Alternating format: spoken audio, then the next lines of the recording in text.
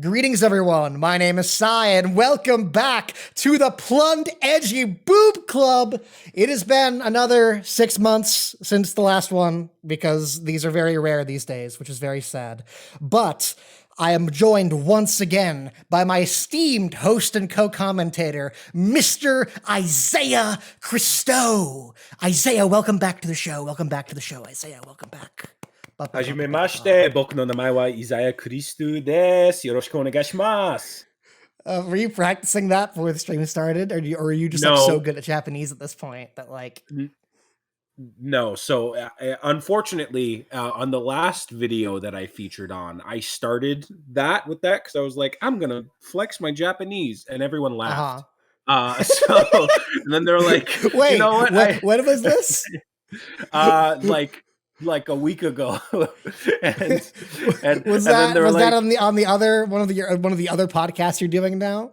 Yeah, and then they're like, you should do that every time, and I felt horrible embarrassment, but I was like, you know what, I'm gonna own it, and this time I'm gonna go even further in.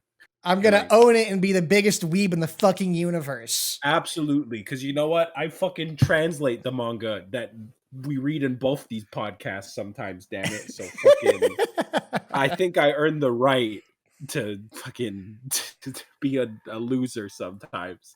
Also, hey Baker Weeb, hey Din, good to see you both. Hey, the people are here, thank Christ. We would be nothing without them. For a short while, Din, we appreciate your presence. Absolutely, we do. Mm-hmm. Just 1 second, I'm getting everything posted to social media so that everyone can know about the wonderful podcast that we do. Oh, hello. First time chat. Good to see you, Deucey. If you're looking for porn, this is pretty fucking close. That's almost all the value Plunderer has. I mean, yeah, we have a wonderful first double page spread for this one, and spread in the most literal of terms. What the fuck were you thinking, Minazuki? I almost went and got another fucking censored image like last time where I had the cartoon flower. I almost went and got another one of those for this one because I hate looking at it so much.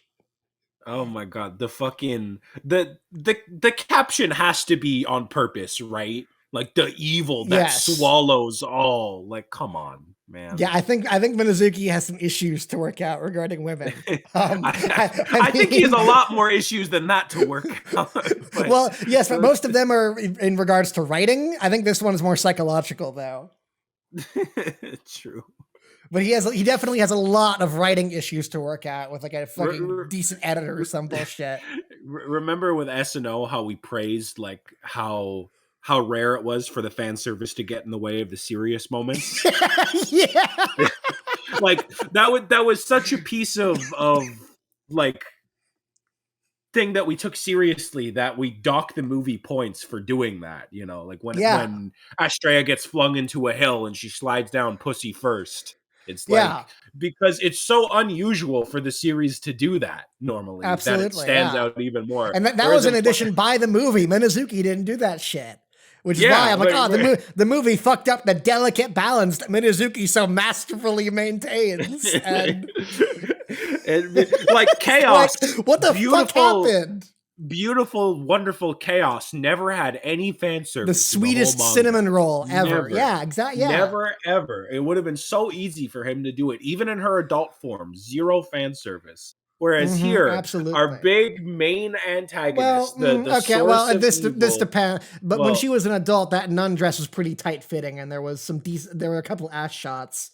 But I wouldn't say on the whole, it's relatively minor. I would say it's very non-gratuitous, unless you're a feet person. Then I guess chaos does wonders for you. I'm thinking of one image in particular that we had to use in the fucking What Is Love AMV. Let me see if I can pull it up really quick. There's just one shot. It's when Chaos is bent down crying because she killed Tomoki, and it's when I think it's before that. I don't know. Let me see. There is a very well detailed shot of her ass when she is doing this pose. Let me see if I can find it. Was it in 68 that Hiyori dies? Something like that? No, before that. 67? You're Mr. SNO man. Like back in the day, think of a single panel, you'd be like, that's page 38 in chapter 42. And I'd check and I'm like, oh my God, it is.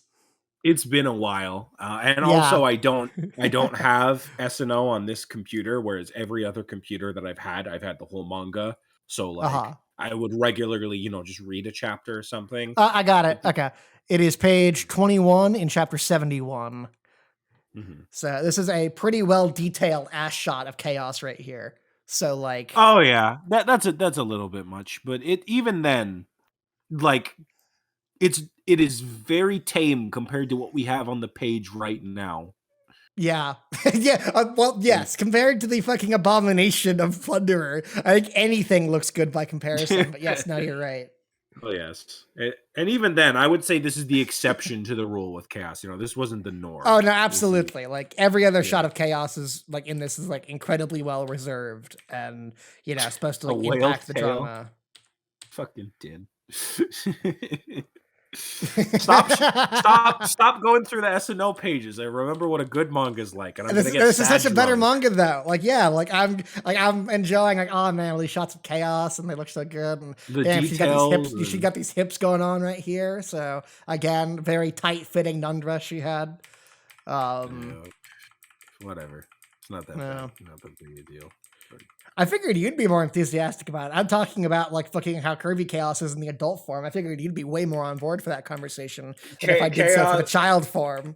Chaos is here. Let me jump back to chapter 70 and I can talk about how curvy little chaos is. Let's not. Let's pass on that, please.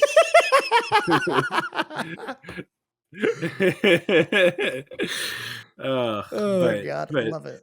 Chaos is always no-go for me. If I'm gonna talk about anyone in SNO, it's gonna be Harpy Senior. Yeah, I'm sure. I always fall for the girls with little screen time. Yeah. Well, but speaking of, by the way, I remember I just had like a vivid flashback to like 5 boob clubs ago or some shit where I was recommending you watch Mushoku Tensei because the muscle girl, animal girl, the muscle girl, yeah. And I said the only reason I wasn't watching it was because I was scared she was gonna have no screen time and I'd have to resort to one episode. But from what I understand, that's not the case, right? Sort of. She is a main character between episode 4 and episode like 12. And so there's a good like 6 episodes in there, but she's not in the series before and she's not really in the series after. There's a good, like I said, like 6 or 7 or 8 episodes where she's a main and is on screen all the time. Yeah, there's a fucking. She's gonna leave. And I'm gonna, there's a fucking joke where like Rudeus, the main character, like loves like creating like anime figurines of all the characters in this isekai world, none of whom have any idea what an anime figurine is. And so, like, he's like, oh, hey, like, Ghislaine, like, strip down so I can, like, see, and he like, all the bits to make everything. Hard as fuck, right? Yes, he touches her ass, and it's, like, hard as a rock. And he's like, wait, what the fuck is this shit? Like, I figure you may be into that. I'm not sure how, deviant your particular fetishes are there, but. Oh, it was good having you, Din. Thank you for showing up while you. I hope you enjoy the VOD if you have time. Thanks for stopping by and making jokes about Chaos's ass. We salute you. But yeah, I mean that doesn't tick a box for me specifically, but I just like muscle girls, so it's like fair enough. Mm-hmm. Fair enough. Yeah. Okay. Well, do we have any topics to get to today? Well, I believe it is a certain somebody's special day tomorrow. Indeed. So my birthday is on January 30th, and we're recording this on January 29th. Yay. Happy birthday to me. I'm going to be fucking 25, and I hate the fact that I have to say that. You know what's funnier than 24? SpongeBob's not wrong. It's very true. Or Patrick, or whoever said that line. I hate saying that or thinking the thought, oh, I'm 25 years old. In my head, I still feel like I'm 22. Like, like the time that COVID sucked away is like, feels like it shouldn't be real and shouldn't exist. And it's like, oh no, I'm still at 22 and it's fucking, it's still early 2020 and, everything is great and nothing bad has happened to the world yet. Unfortunately not. So I'm gonna be 25 tomorrow. Halfway to 30. That's a big step. Don't say that. Don't tell me that. Well, not halfway. You're halfway to 50, but you're halfway through your 20s. Thanks, Isaiah. Go fuck yourself. No problem. Yeah.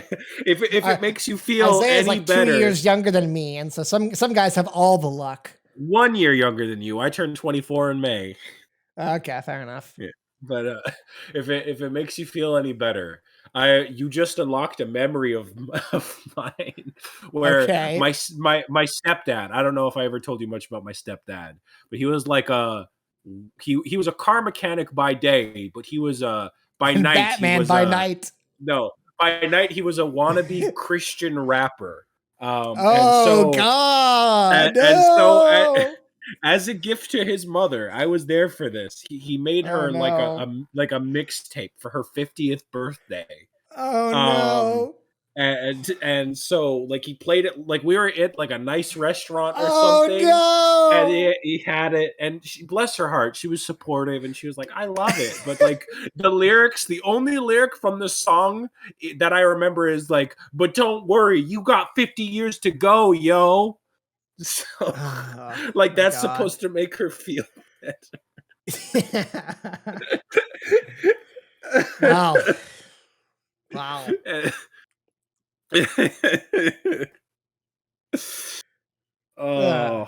was a fun period of my life. Yeah, I'm sure. I'm absolutely sure. Yeah. Similarly, I feel like I am fucking 90 years old at this point. And so you might as well just shoot me right now, right? Just like take old man Sai back behind the barn, and he's confused and won't know what's happening. That's fine. Just sort of put him out of his misery, sort of thing. Well, if Plunderers taught me anything, all you have to do is stop talking for like half a second, and someone will be behind you with a gun. So, well, let's go ahead and test that theory. It's because you're expecting it. You have to be like, you have to be enjoying life. You have to be and now finally, I have achieved my goals. Like everything is going right. Everything's okay. And then someone appears behind you, and I have to be there to see it too, because there needs to be a reaction shot of me be like, and like reaching my hand out, and then bang, and then you'll live, but you'll be bleeding from the head. But you'll live. Oh my god! I was going to say like it'll happen like when you're happy and when like everything in life's going great. And my immediate thought was, okay, so the second the stream ends and I'm not reading Plunderer anymore, so I've got a countdown clock of, well, I better hope the stream lasts for a while because it's the last couple breaths I'm gonna take. Oh my goodness. Before Minazuki himself fucking nothing personnel kids my head off with this fucking samurai sword. Oh god. Speaking of to rewind a second. So because it is Sai's birthday tomorrow, to celebrate, this stream will be the long awaited sequel to Drunkerer. Yes, Drunkerer 2, Electric Boogaloo. Like the movie, the joke that everyone makes. Haha. But the main reason why we're doing it is that these chapters are very boring. There's not. It's just another stupid fight. It's just stupid fights. Basically, not a lot of value happens. There's a few really funny fucking sentences that happen in like the mid chapters in the middle of this. Yeah. But for the most part, it's just now I'm behind you, and I'm behind you, and he's behind them, and then I'm doing a fight, and he's doing a fight. So we were gonna do it yesterday, and both of us were like, "Man, this just won't be fun." Barely anyone can make it to the chat. It's not gonna be. Is it even worth doing?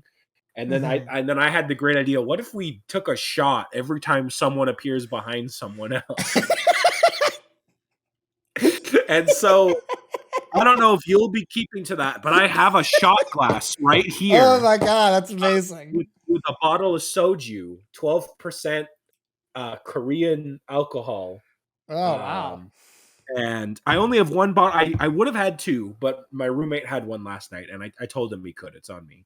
But I have that, and then I have one tall glass of cider, and then I have 6 backup Mike's Hard lemonade in the fridge if I need them. But Nice. I'm not gonna do a shot for all of those. I'm gonna do a shot until I'm out of this bottle, because I have a feeling that's gonna happen pretty fast anyway, and I don't want to kill myself. Right, yeah. So, fair enough. And on my end, I'll be drinking some I have a Moscow Mule right now. And so just I've got vodka around the house and some fucking Austin Beer Works Pearl Snap. Some like local Austin beer that I quite like. So I've got enough to make like 2 Moscow Mules, and then after that, it's going to be like just some generic beer. So I can't do shots, but I will absolutely just down a shitload of the alcohol whenever someone teleports behind someone, and also just to deal with the general pain of reading the manga. Hell yeah, baby! So and then thank God, Clavicle's back, and Vapor Weeb is joining us with drinking bullshit. I was just about to say, this is gonna be a good night. Yeah. It's gonna be a good. This is gonna be a winner of a fucking stream. I'll tell you what. Absolutely. We got 4 chapters. We're all drunk as shit. We've got a decent amount of people in chat, and it's dark, and we're wearing sunglasses. We're fucking strap in for this bullshit. I'm so excited. Fuck yeah. One other thing that I wanted to bring up to bring the mood down a little, because we're a little too happy right now. Okay, yeah, let's be somber, and yeah, okay. Let's get close. So getting close, yes. As the worst, are we holding the funeral for writing? Did writing finally die? More or less, because as of December 26th, as the most diabolical Christmas present of all time, Plunderer has reached 7 years old. It was the 7-year anniversary of Plunderer, meaning that as of this month now, because we passed January 26th, as of this month, Plunderer has surpassed SNO in terms of its overall length. It has been going on for longer than Sorono Tashimono. I believe it's even at 78 chapters now, if I remember right, specifically. Something like that. Yeah, so we have surpassed the length of SNO. And as tragic as it is for all of us, and it is a very sad day, I would specifically, I think we should all get together and send prayers for the one who is truly suffering here, which is Minazuki, who has lost like 8 goddamn years of his life. The one life that you get, the fucking human cosmic miracle. He has spent 8 years of his life writing just the worst shit possible. So if we could all just like send a prayer to heaven for Minazuki's sake, because we all know he's going to hell, but like if we could get him at least like 1 level up, you know, like just so he's not on the lowest if we can get it, if we can bump him up 1 level of hell to somewhere slightly less bad, I think that's a worthy cause. No, you know what I think. You know what I think. I think what I think happened is that Minazuki died when Sorono and Tashimono finished, and he woke up in the synapse.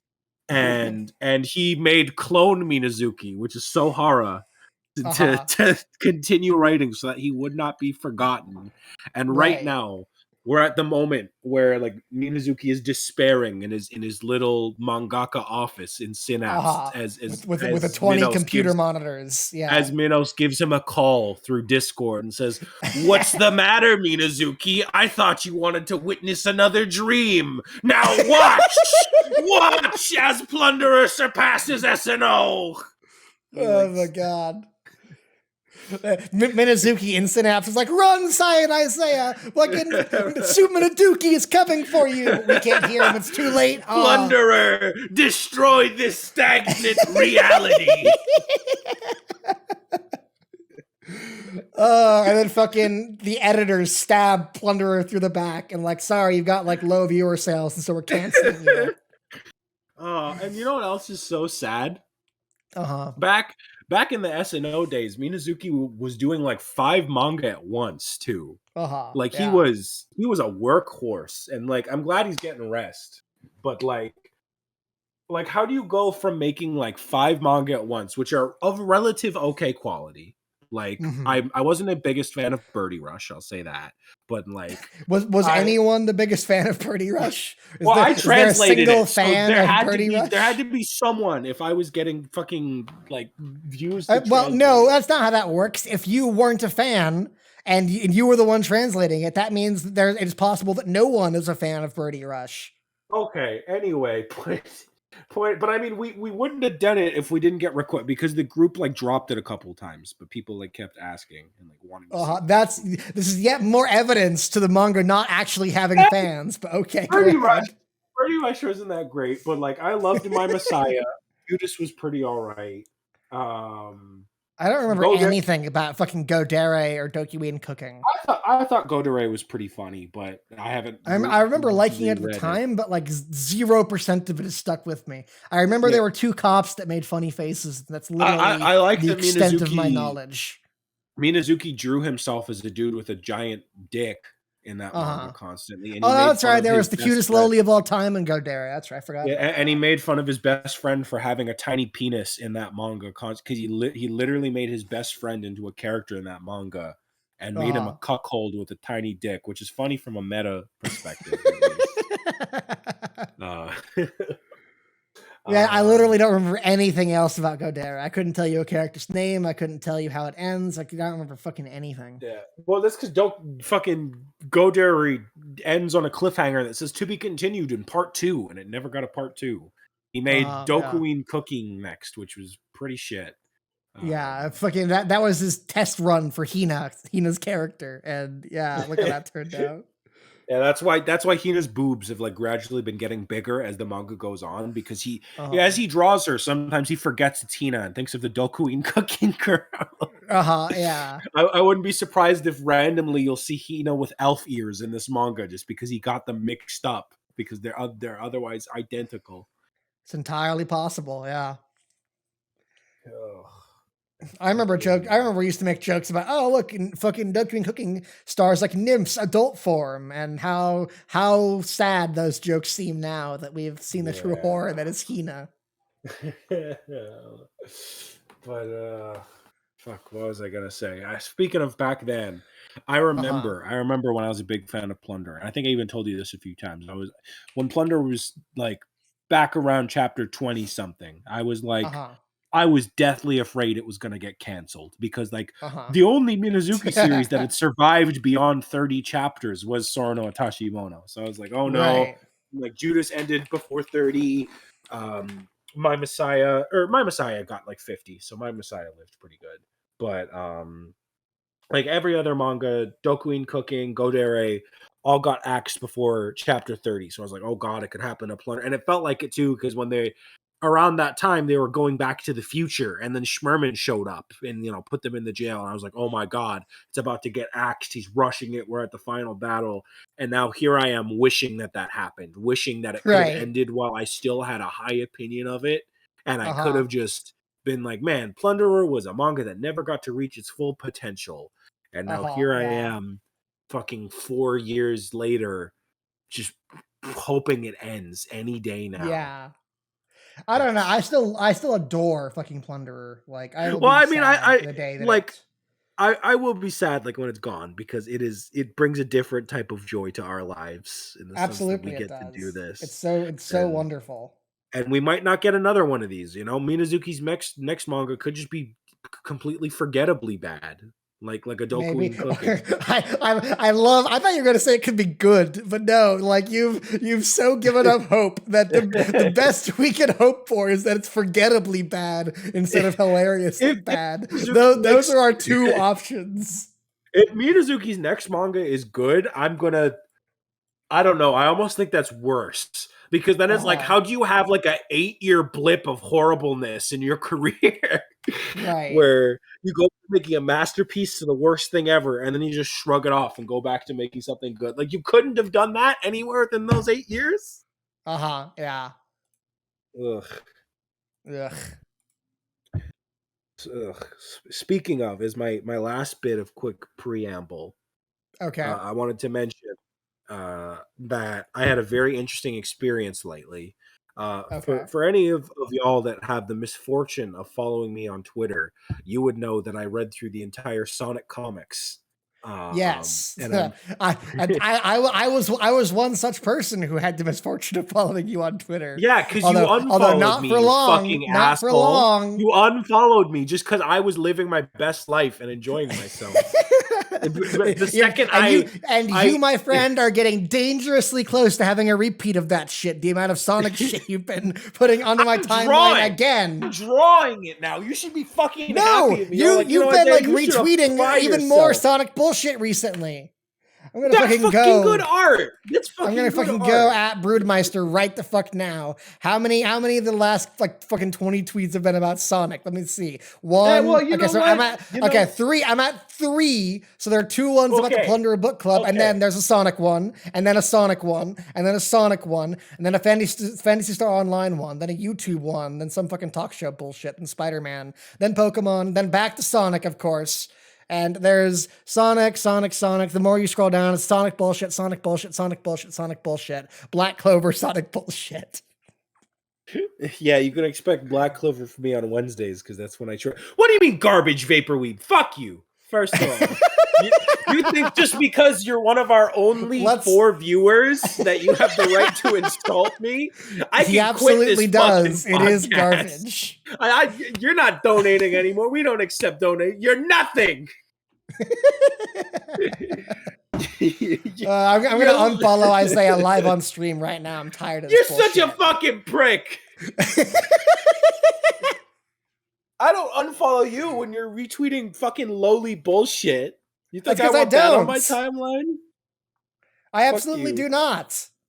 Like Isaiah, you're a fucking Twitter addict. Like I tweet like I think I retweet something like maybe once every 2 or 3 days. So like you can scroll back, you can in 20 tweets go back to the start of January as we're at the end of January right now.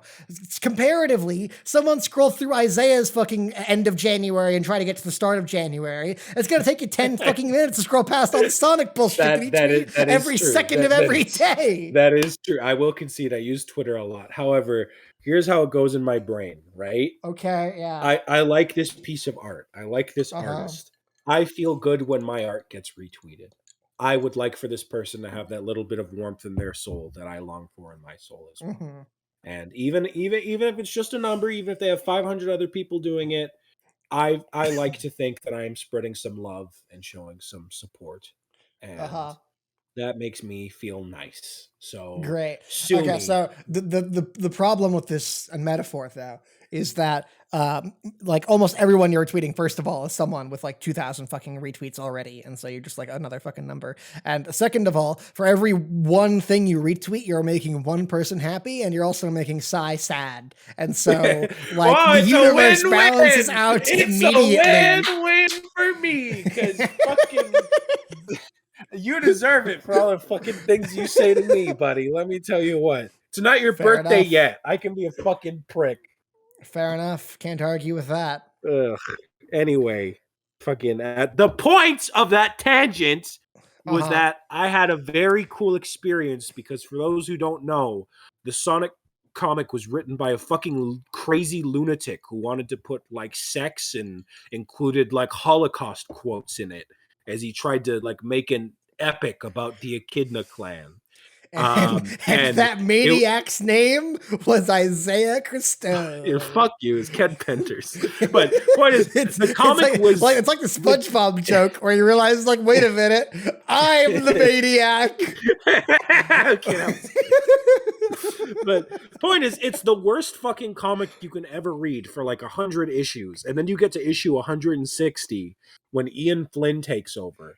And God bless, I think this man is genuinely one of the greatest writers of all time because instead of rebooting it or scrapping it or like ignoring all those shit characters, he keeps them all and he recognizes everything that's happened and he keeps writing it and he just makes it good. He finds ways to recontextualize things. He has the characters poke fun at dumb things while still like treating it as an in-character thing that happened. And the comic gets super fucking good. And I was just thinking about that, and I thought that was interesting because I think it's way more cool and interesting to see a writer take something bad and make it good than to see a writer who like is able to write something good from the start, because I think it takes a lot more skill and a lot more just creativity to have to work with someone else's bullshit and make something out of it. Because most comics, they'll just retcon shit. You know, like you read Spider-Man, whenever something dumb happens in Spider-Man, like the Green Goblin fucking Spider-Man's girlfriend, which that's not a joke, that happened. They just retcon it like 20 years later. They'll just be like, oh, that was like a hypnosis thing that didn't actually happen. Don't worry. The Green Goblin didn't fuck your underage girlfriend. He didn't do that. And I thought that was really impressive. And then I realized, wait a second, we've basically just been doing that for free with Plunderer for fucking 80 streams. We're idiots, and we should have been getting paid for it all this time. I don't know what the fuck we're doing here. And it made me feel kind of happy about myself, and kind of get and recontextualize this whole thing. It's like, you know what? We're not just reading a shitty manga. We are doing creative exercises where we analyze the worst of the worst, and as we say, as I crack open my liquor. This is big brain moves only. We're just gonna be sloshed as fuck by the end of this shit, and then we can fucking flash back to this moment where Isaiah is describing how fucking brave and intelligent we are for daring to go to the fucking, you know, the unexplored territories, and to make good writing out of the bad, what like a public service we're doing. And it flashes forward to 3 hours from now, and we're like, yeah, Ferenda's boobs are like silly hat. That's gonna be very easy to make fun of us, I say. I hope you're prepared for that. No kidding. Don't worry. I'm gonna sound like Linkara by the end of this, I'm sure. He's gonna teach you all a lesson you won't learn. You know, he changed the lyrics to his theme song. What? Fuck that! Like that? People can make fun of that guy with the glasses bullshit all fucking day, and I will join them because most of it is fucking deserved mockery. But like Linkara's theme song was a banger. Like I think the reason how dare you change that shit? I think the reason he did it is because he didn't want to directly call out any artists anymore to like seem like he was doing attacks on them, because I think he's been called a hypocrite for that in the past. How like he'll make fun of people, but then he'll be like, you can't make fun of that person, that's not okay. And then be like, your theme song is literally like, Bretsky, you're not the smartest. Linesfeld, you're not an artist. Yeah. So I think that's my guess as to why he'd do it, because I have no idea why else he would change it. And all the new lyrics suck ass too. Like it's just way more generic.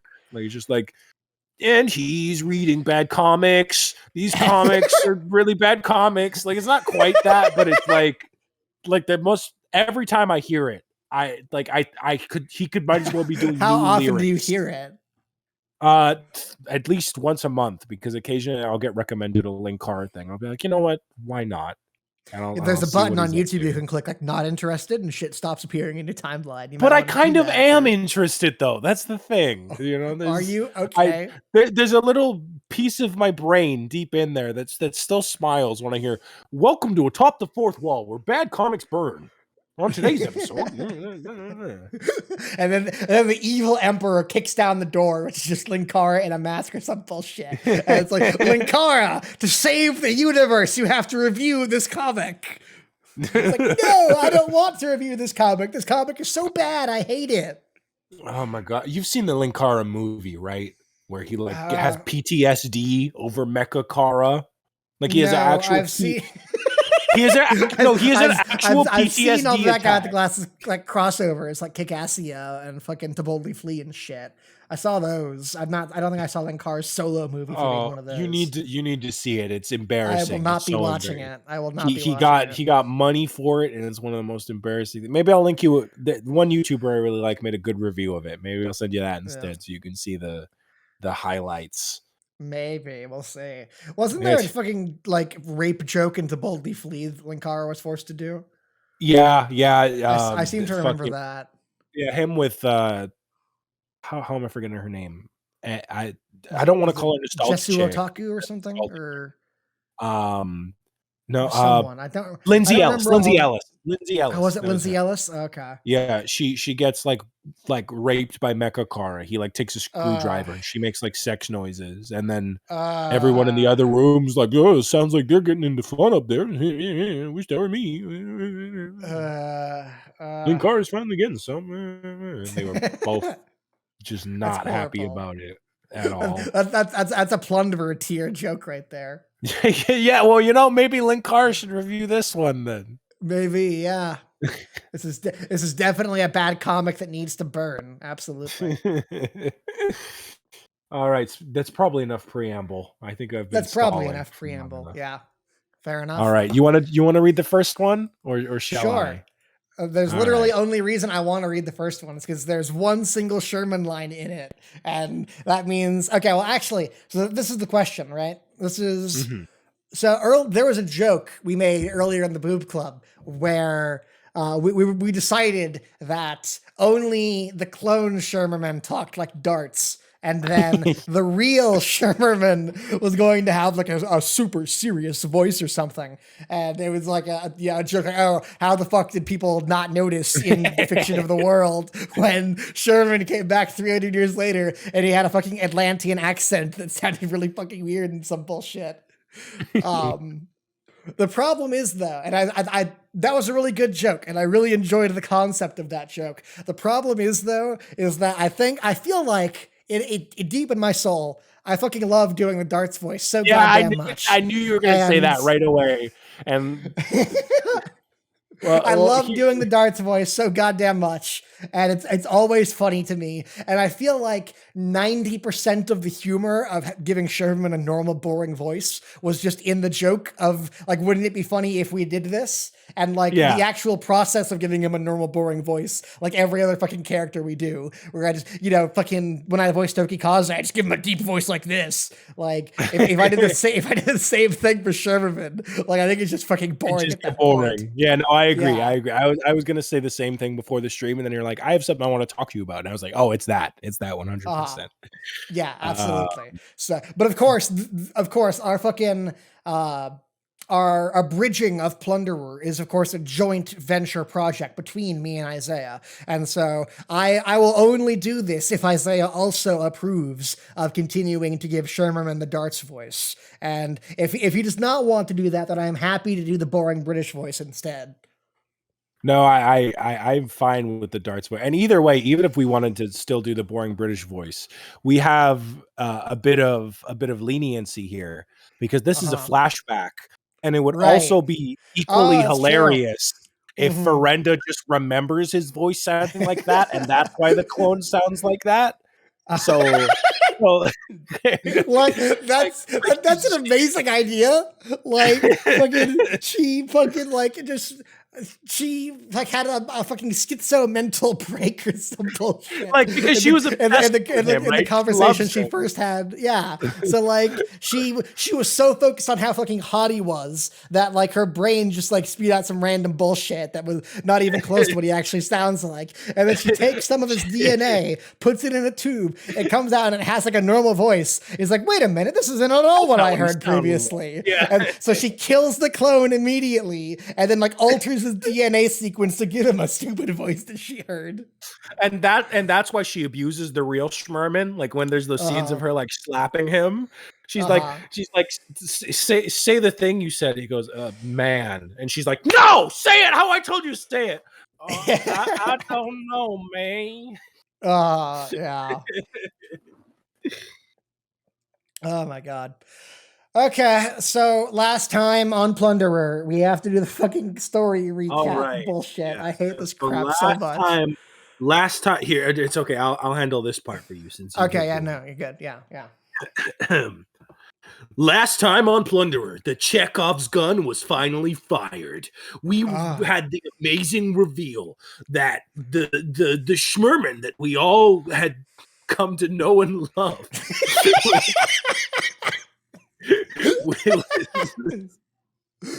was actually a clone. He was nothing but fake copy masquerading as Sherman this whole time.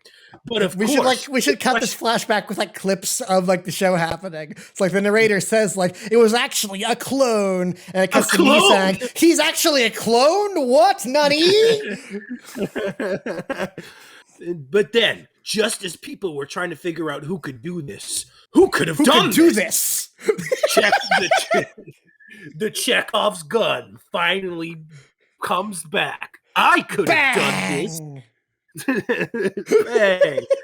But then the question remains, who is Chekhov? Who are you, Chekhov? The ultimate evil that swallows all. The terrifying being from the past that we had all forgotten about. The panty slit that just keeps on going and going. What's under that skirt? Evil, of course. Ferenda makes an epic return after 300 years. I'm back after 300 years. Just in time for the climax. That's perfect. I love that so much. The climax joke is incredible. I love that so much. It's so good. 10 out of 10 on your shitty 4Kids recap impression. That was amazing. I love that. The only thing we're missing is the super loud 4Kids music that never shows up like this. Then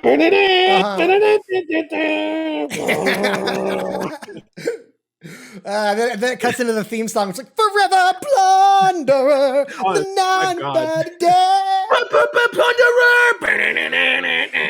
Plunderer! Link's a guy, he's got a sword, he's so cool and edgy.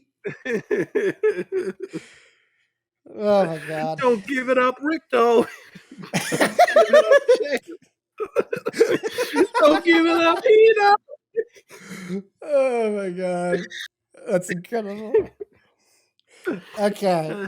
So last time on Plunderer, fucking Rihito and Tokikaze fought a bunch, but it's okay because fucking evil rapey clone girl jumped in front of Tokikaze, which snapped him out of being evil, and Hina jumped in front of Rihito, which snapped him out of being evil, and so now everyone's nice and friendly again. Except it turns out fucking Chekhov was Ferenda, and now she's the big bad guy. And Sherman was a clone, and Ferenda killed him. And so now Ferenda is actually the final boss. Yeah. So Ferenda is our true, as I've been calling, by the way, calling, it's like what, volume 7 at least, something like that. That's been like my fucking prediction, and I feel no satisfaction because it was so fucking obvious. Looking back, it was pretty fucking obvious, definitely. But I mean, to be absolutely fair to Minazuki, this is every single fucking chapter of Plunderer ends with a bullshit twist. This is maybe the one single twist in the entire manga that like actually was foreshadowed and like feels like it makes sense. Yeah. So I don't know how mean I want to be about it because we called it and we were right. No, it's a satisfying moment. I'll say it. How many other twists could we have possibly called before they happened as a result of them being just pulled out of Minazuki's ass 2 seconds before it happens? And so that's very true. So I'll give Minazuki that. Congrats, you have one decent twist in your whole manga. You did it. Every single chapter has a twist, and you got one out of like 80. Congrats. SNO had like 9 good twists, at least major ones. You got one in this one, and this has nothing on the fucking Daedalus twist, which this is more or less the equivalent to the Daedalus twist, where one character that we've seen since the beginning turns out to be another important character that we've known for a long time. So that is more, except unlike previously, where it was like both of them were well-developed characters, and so it was really cool.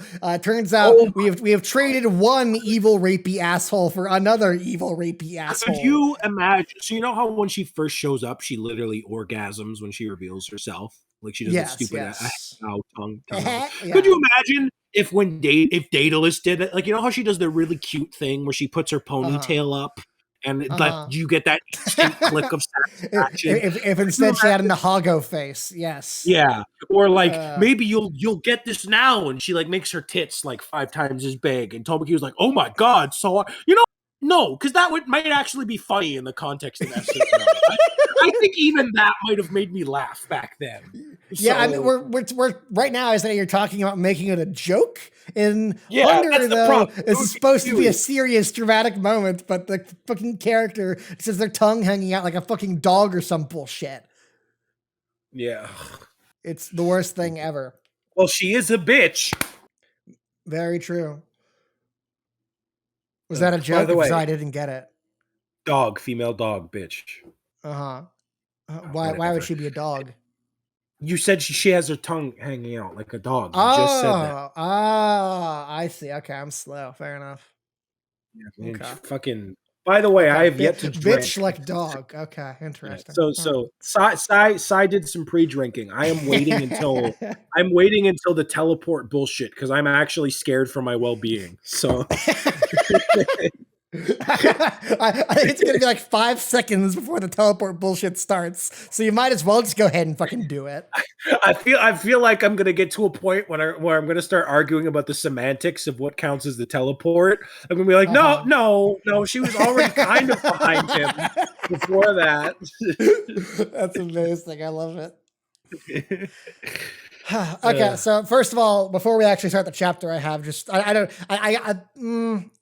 might actually say this for after the chapter, just so we can get some chapter done already. Because I have just a couple like general vague questions about like what the fuck's happening in the story right now. But we can say that for after the chapter. Let's save it for after, because it's not like we're gonna find out what the fuck's happening in the story by reading this. That's true. Yeah, absolutely. All right. The worst way to figure out the story of Plunderer is to actually read it. That's absolutely true.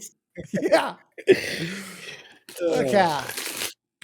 So we start on page 1, and we see a very boring mansion. It looks like a fucking doll's house. Like, it's just like it's so shitty and undetailed and like 2D, and like it feels like fucking stock images that came out of some fucking how to draw manga program. It really fucking bothers me that it's not symmetrical, by the way. Because otherwise it looks like a perfectly symmetrical house. Look at the roof on the left side. Oh no! Why did you have to point that out to me? That really fucking bothers me. Like why the fuck would they do that? I guess it's so that it looks like he didn't just make a square house, but I would prefer a fucking square house, because could you imagine living in this? Like, oh, it's gross. Yeah, and this is like art-wise, I feel like this is only like a small step up from the fucking house that we all drew in kindergarten, which is like a box with a triangle on top. Like, this is not that much better than that, right? Like, this is so like what? Like, let's talk about like fucking architecture and structure design and some bullshit. Like, where the fuck would you put your car in this house? Like, the fountain is at the front door. Like, you would open the door and walk out into water. Like, how the fuck does this shit work? Contrast this with how fucking nice the houses looked in Synapse, where he had to create a whole other society with their own architecture, and it looked beautiful and it looked creative, and like you want to go there. Now when he has to draw a normal fucking house, I know, it's so bad.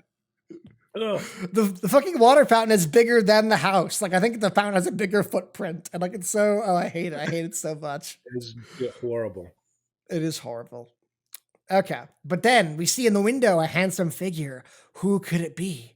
And he introduces himself. Nice to meet you. I am Lieutenant Schmelman, man. That was the one darts line I got to read this time. What if the reason his name is Schmelman as well is because she misheard it? Like my name is Sherman. What the fuck did he say? Like I heard Sherman, I think, but like I couldn't tell. And that's why his name is always fucking different every like 10 chapters. Like I couldn't. Every single character in the manga has misheard his name, and so Jail thinks it's Sherman, and Hina thinks it's Schmelman, and fucking Hito thinks it's Schumerman, and no one fucking knows what his actual name is. He was so handsome, I couldn't quite make out what he was saying. I think he said it smells, man. Oh my god. A day in the past. And then it cuts to the evil that swallows all manifests. I hate Ferenda so much. We're gonna talk about that later, but I fucking hate Ferenda so She is the goddamn worst. much. She is the worst. She's like the worst. Okay. Oh god, I shouldn't have volunteered to read this chapter. I made a horrible mistake. Fuck. Yeah, because you got to do all the orgasming. So have fun. Oh fuckos. god. Oh god, no. No. I don't want to do that. Okay, I'm gonna read Ferenda's lines like a fucking robot. Okay, that's her Or voice. whatever makes you comfortable, buddy. And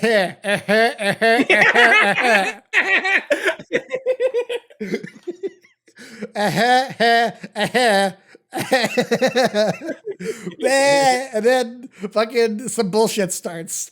What is wrong, Rahito-kun? It has been ages since we last met. Hey, You are not going to say... Can I just say, that picture of her where she snaps from her a Hegel face to like a completely aware one, that's like... It's like when you jerking off and you hear someone like knock on your door and you gotta like pretend like everything's okay. Yeah, and your hand wasn't on your dick 2 seconds ago as you're speaking to them. Like, hey, Dad, what's up? What's up, bro? Oh my god, I'm just looking at this a Hego face. I'm just like, oh, I fucking hate this character so goddamn fucking much. She's the worst. I've got a whole fucking like section about this, but later. But like, oh my god, I hate it. Okay, anyways, I'll try and do a normal voice. What's wrong, Rahito? Should it be like a middle-aged lady sort of thing, or should it be like what should I go for here? What's a good voice for Ferenda? Porn lady. That's literally all she is. What's wrong, Rahito-kun?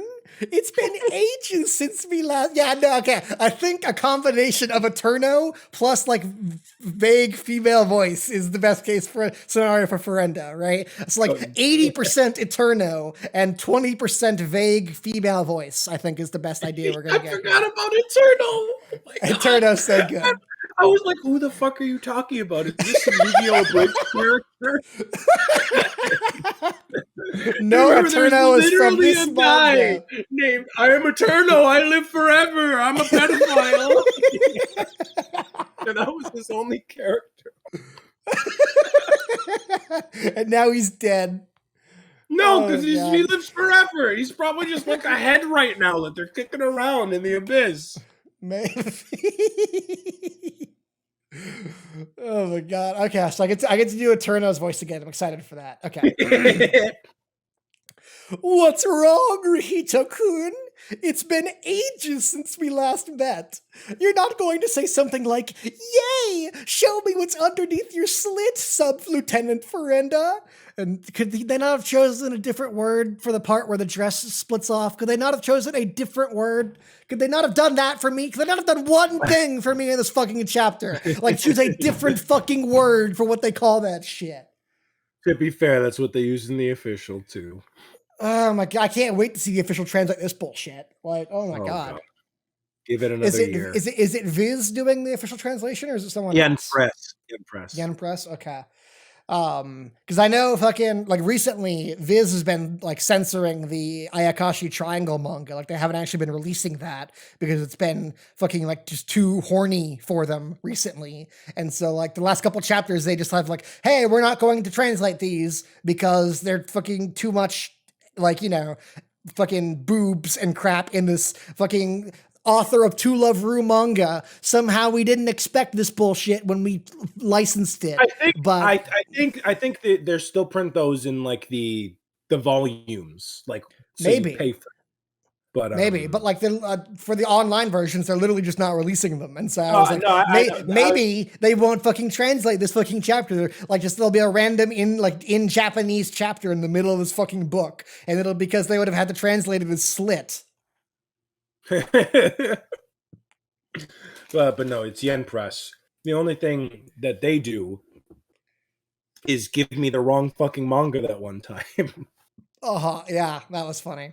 And now I think they were doing me a favor. Yeah. Fucking, they tried to save you, Isaiah, and you fucking like, hey guys, you didn't give me the right Plunderer chapter. How am I supposed to enjoy Plunderer now as a result of this? And like the fucking guy in the printing press is acting like he fucking just saved a mouse from going into a mouse trap, and the mouse immediately runs back into the house to grab the cheese still on the trap. And it's like, well, I tried to help you, but like you've done everything in your power to stop that. I feel bad. Okay. Imagine if in that other manga they did the same thing where like there's just a random chapter of Plunderer in it.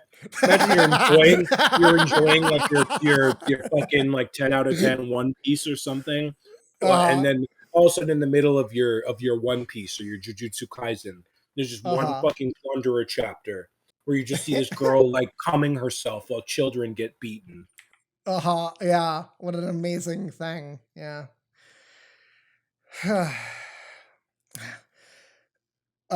You're not going to say something like, yay, show me what's underneath your slit, Sub-Lieutenant Ferenda, heart, like old times? Was everything your doing?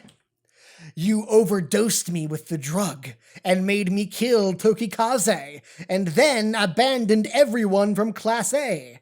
And then the one who created a clone of Sensei and made it appear as if it was Sensei to blame for everything. I don't need any. The one who continued to abandon. I don't know why they translated the one, like half of that sentence for Sherman. I don't know why they did that, but it's very funny. The one who continued to abandon the children of the abyss, and the one behind the atrocities committed by the special service up till now. Each and every one of those was you. And when my cartridge additionally, yeah, like, for some fucking reason, Ferenda when I woke up 5 minutes late for work. Yeah, like the fucking section in my notes talking about all this bullshit is titled "Everything Bad That Has Ever Happened to Anyone in the Entire Manga Is Ferenda's Fault Somehow." And Chernobyl, that was you. And the Holocaust, that was you too. You shot fucking Archduke Ferdinand and plunged the world into World War I. You were the one who gave the apple to Eve. How dare you, Ferenda? How dare you? I was the one who took your favorite anime off of Hulu, Rihito. You're gonna have to subscribe to High Dive now. You bastard! I was right in the middle of Full Metal Alchemist, and you took that away from me! You bastard! Oh my god. And the blame doesn't stop here, because then he says, and the one who drove Sakina, Hina's mother, in case anyone who here didn't know that. She was Hina's mother. Hina's mother, to the point where she gets sent to the abyss, was you too, wasn't it? And she's like, yep, I did everything bad that ever happened to anyone ever. It's all my fault. Oh my god! I'd like to think that like Ferenda like only did 2 of those things, but she just doesn't give a shit. She's like, yeah, that was me. Yeah. Yeah. I mean, I'm not going to change your minds anyway. You're not decided that you me. hate me. No. I just made the clones. That's it. I'm like, that's all. But sure, fucking blame me. Your girlfriend dumped you too. Why don't you, asshole? Yeah, like literally, like fucking, Rihito's like, and the one who fucking, got Tokikaze in trouble when we were kids with our grandma by stealing like the cookies off the refrigerator, that was you too? Tokikaze's like, damn it, I knew it wasn't Rihito. He's too good of a person to have stolen the cookies from the cookie jar. Ferenda's like, yeah, I guess you can blame me for that if you want. Oh my god. That's right. I mean, Rihito-kun, I just couldn't find you who disappeared from the military. But I thought I might need to on the fly try and fix the dialogue, because the translation's not fantastic this time, unfortunately. And I feel like I'm gonna just keep reading verbatim, which is going to be confusing. So I'm gonna try and alter the dialogue as we go to make it a little bit more coherent. I mean, Rahito-kun, I just couldn't find you when you disappeared from the military. But I thought you would definitely show up if you knew that your precious brother's daughter was in need of help. That's why I made her all alone and got her to run around the continent while I followed her. Well, first of all, Okay. um, first of all, imagine Uh-huh. if Ferenda was like, I knew you would go help your brother's daughter. I didn't think you were gonna fuck her. You really fell off in these 300 years. I thought it would just be like some familial concern or something, but no, you guys are shacking up too while you're at it. Aren't you like 320 or some bullshit? And isn't she like 15? Oh my god. Second of all, I think this pretty much deconfirms the Hina clone theory. Because I think Probably. if there was any quick time though, you I accidentally swallowed like a huge amount of Moscow Mule because I thought it was water, and I was like, oh shit! Like halfway into drinking a big gulp of that shit, I was like, oh fuck, it's alcohol. Fuck me. And it was you, Ferenda, who switched the drinks. Yeah, and it was you, Ferenda, who caused that to happen to me. And it's you, Ferenda, who keeps repeating "Welcome to the chat room" in the fucking stream chat right now 20 million times that I can't fucking stop. It's all your fault, isn't it? But fucking at least she's friendly and inviting. Yeah, I think this pretty much deconfirms the Hina clone theory, though, because if there was any time, if there was anyone who could reveal it, it would have to be Ferenda, right? Because who else would have cloned the person who made all the clones? I think now would be the time, like, your precious brother's daughter, or should I say, your precious brother's wife?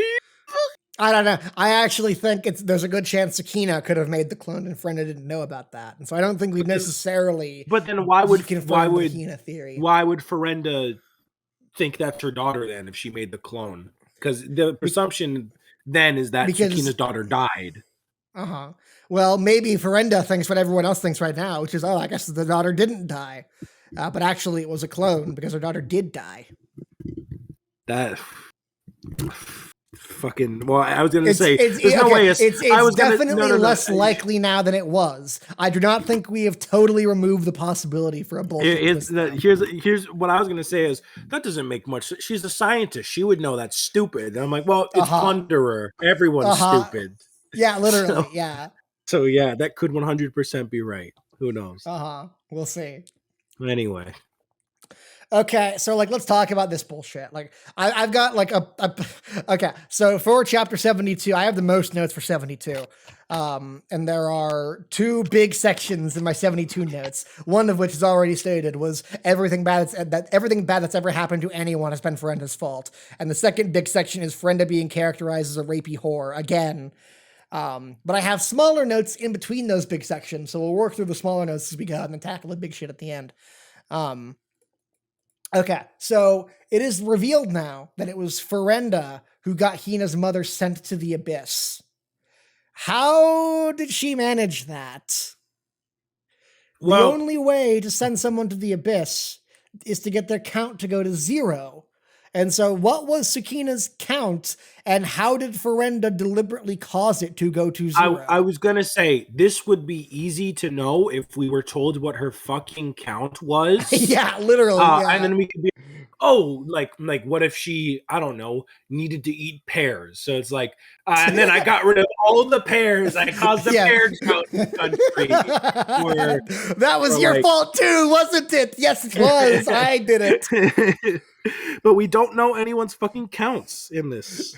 Anyone's like fucking if you've been introduced past chapter 30, maybe even before that, we don't know your fucking count. It's just not on your body anywhere. Fucking Sakina was introduced in chapter 1 and we don't know her fucking count. So like, at least she had a number on her body. She had a 0 on her hand. Anyone since? Can you tell me where hers count is? No, I cannot. It literally doesn't exist. Because for some reason... But we know it's a 1 because it's the number of times she's wanted to kill herself, and she's an incredibly happy person. So we know what the number is, but we do not know where on her body it is. That said, also, like, no, I'm just gonna go into a rant about counts. Let's not do that. Oh no, absolutely, please, fuck it. The Okay, chapters are so I was fucking gonna say, boring. okay, can I Please rant say about counts. I hate it that military people, they just have it printed on their uniform and that's it. And like because I always thought that you were born with the count on you, right?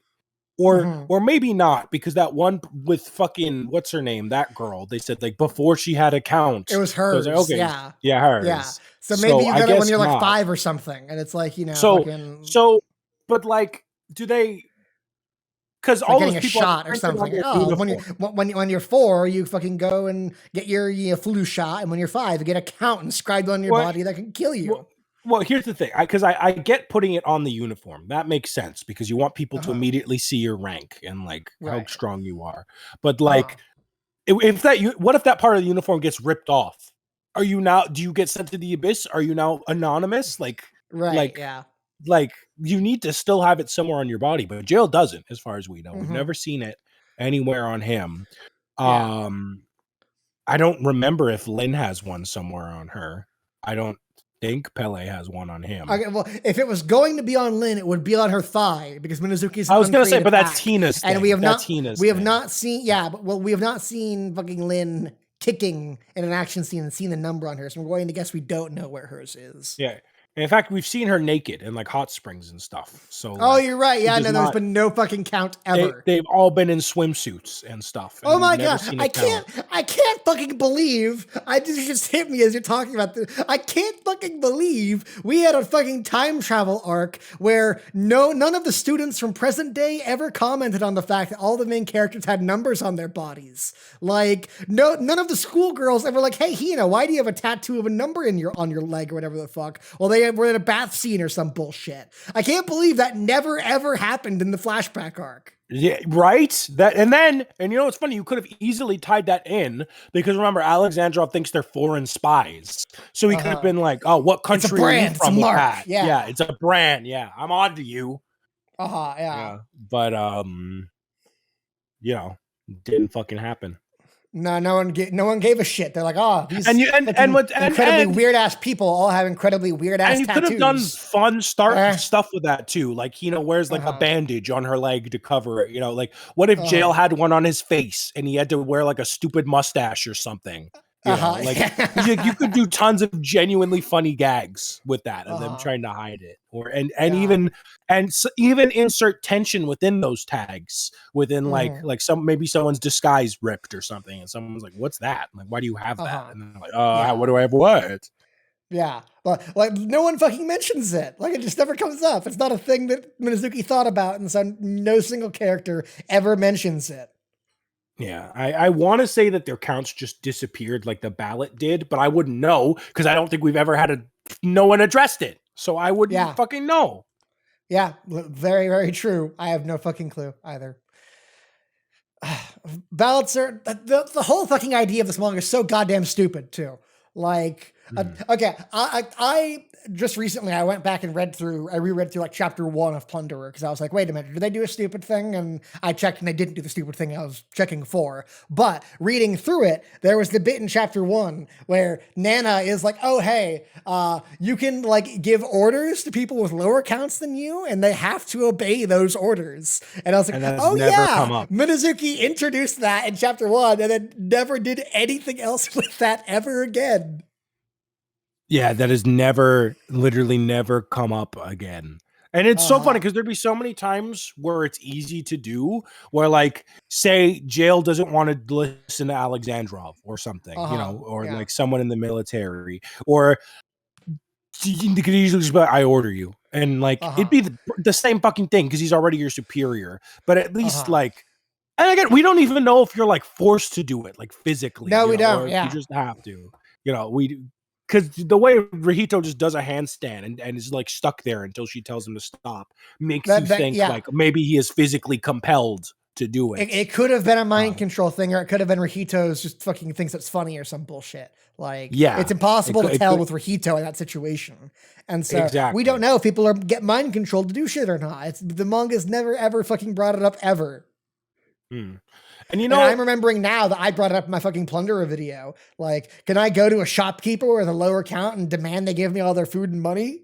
Like, we're 80 chapters in and we don't know how a rule established in chapter 1 would work because it never got brought up ever again. And you know what else fucking, now that you bring up chapter 1, and I'm of two minds about this. There's two minds in that head of yours. Oh, fuck. I set myself up. I miss how first, I don't miss how perverted Rahito used to be. I don't miss him being a molester, man. Yeah. But can I say, ever since he stopped wearing the masks and stuff, he's been the most boring motherfucker. Yeah. Yes. Like, I'm so glad you mentioned that because I completely 100% agree. When I think back to chapter 1, like, there's at least cute things with Rahito. Like I don't like him being Mr. Creepy Molester Man, but having like a weird homeless in the history of fiction. But that said, having like your main character be like a funny homeless guy who like wears different masks depending on how he's feeling and like hides his sword in like teddy bears and spoons, like that's unique. That's kind of fun. It's like a quirky thing. I'm thinking of the image in chapter like 3 or some bullshit where Rahito in a pudding costume with a sword and a spoon pushes Lin up against a tree with like a super detailed, handsome, fucking that's like one of the only funny jokes in the manga, like the intentionally funny jokes. It's where thinking about that old Rahito and trying to think about that old Rahito in the context of the new Rahito. Like the new Rahito would never do anything even remotely close to that. Because he's so fucking boring these days. He literally just, I am a nice guy with a sword and I cry and I get angry and sometimes I get a little crazy. And that's literally all there is to him. Ever since they returned from time skip, and all of his horniness just went to Hina. That's all that happened. All of his horniness. That's incredibly true. You're absolutely right. But then the rest of his personality is just gone. Because if all that happened was that his horniness was gone, this would be a pretty okay main character if he was still a weird quirky guy. But now he's just man. I can't tell you anything like about him. Like, he gets mad, he gets upset. He is like that shot of him at the top there where he just has his eyebrows like slightly angled, where he's like, and it was you. Like that's him every chapter now. But like look at that. Like this is one of the genuinely funny things in this manga where he drew over the eyes on his mask to like give it a different face. Where's that joke at? Yeah, it's right here. Yeah. So he pulls up the fucking, I almost thought it was a Sharpie, but no, it appears to be a slightly older style pencil thing. So I think it's like charcoal or something something like that. Draws the little thing on the mask and then gives him the frowny eyes. Yeah.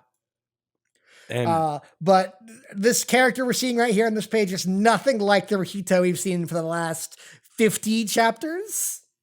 And this is like more fitting of a guy that's been around for 300 years, like you're going to get a little crazy. I'm going to fight you on that one.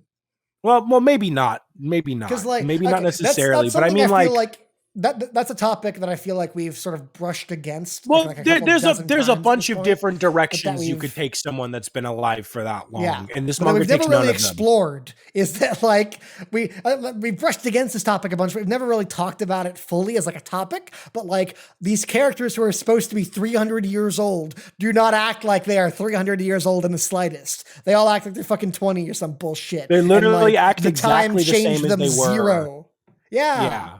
Like 300 grueling years has changed them zero per America was founded 300 years ago. Like fucking Ben Franklin was alive since 300 years ago. And you're telling me if Ben Franklin was alive today, he had lived 300 years, that he would be exactly like he fucking was like in the fucking, back then? Like, no, you would be such a different fucking person after living for 300 years. But all the characters are the fucking same, and they don't act like it at all. They don't act like they're literally old, wizened men or something. That comes out of it is that they get emo spurts sometimes about being 300 years old. Like, I was so sad 300 years. And it's like, now I'm okay because I have friends. Well, it comes up in that way, and it also comes up in the fact that it makes every single romance in the entire story creepy as fuck because they're all like corpses romancing girls who are like fucking 15 or something. Except Doan and Sonohara. Let's go. Everyone's favorite ship. The abuse couple is the one that makes sense. The abusive couple is the most moral couple in all of Plunderer.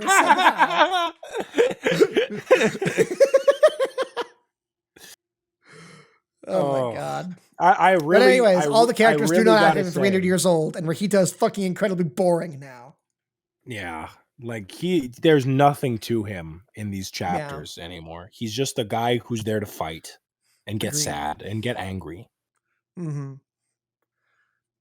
You were saying I really got to say earlier? Oh, I was going to say, I really got to say, I love how the pedophile dynamic flips with Nana in jail over the 300 years. Because first he tells a 7-year-old girl, like, oh, when we meet again, I'll play with you all you want. And then when and now she's 300 years old with like a 20-year-old guy, like, hey, handsome. Oh my God, I hate it. Like, okay, can you, I'm going, this is going to be... Okay, everyone, please, right now, I would like you to imagine your grandma or your great-grandma or someone of that nature. Imagine them when they're like 15, and then imagine the person they become. And then imagine that person as you know them now, as they're like 70 or 80 or 90 or something, were to live 3 times as long, and think about the kind of person they would become then. And then imagine that same person gets planted into a fucking, the body they had when they were 20, and they are somehow the same person they were when they were 20 after 300 years. Like... And then imagine that old fucking grandma hitting on fucking jail, a guy who's like 20 or some bullshit. Oh, It's creepy as fuck. It's so fucking creepy. The only solace that we have is that the main character that's in this manga are presumably adults. Presumably, those are the most hard-working quote marks I've ever seen in my entire life. I say that because they drink alcohol, and like every other time Minazuki's at an underage character, they've always been like, I can't drink. Japanese laws. I'm not a bad Japanese person. laws don't exist here, Plunderer. We're in a medieval society, so maybe they're fucking 14. We don't know. We don't, but like. I would hope that your military characters that are drinking booze in public are at least 18. I would hope. Mm-hmm. The king of the country is like 8. So I think all bets are off, Isaiah. Fuck. We're still waiting on the reveal that Charles is alive, by the way. I know, yeah, that too. That's she the has other that thing. Stupid. There's no other reason you'd give her that. To give her an ice necklace. I know, right? No reason.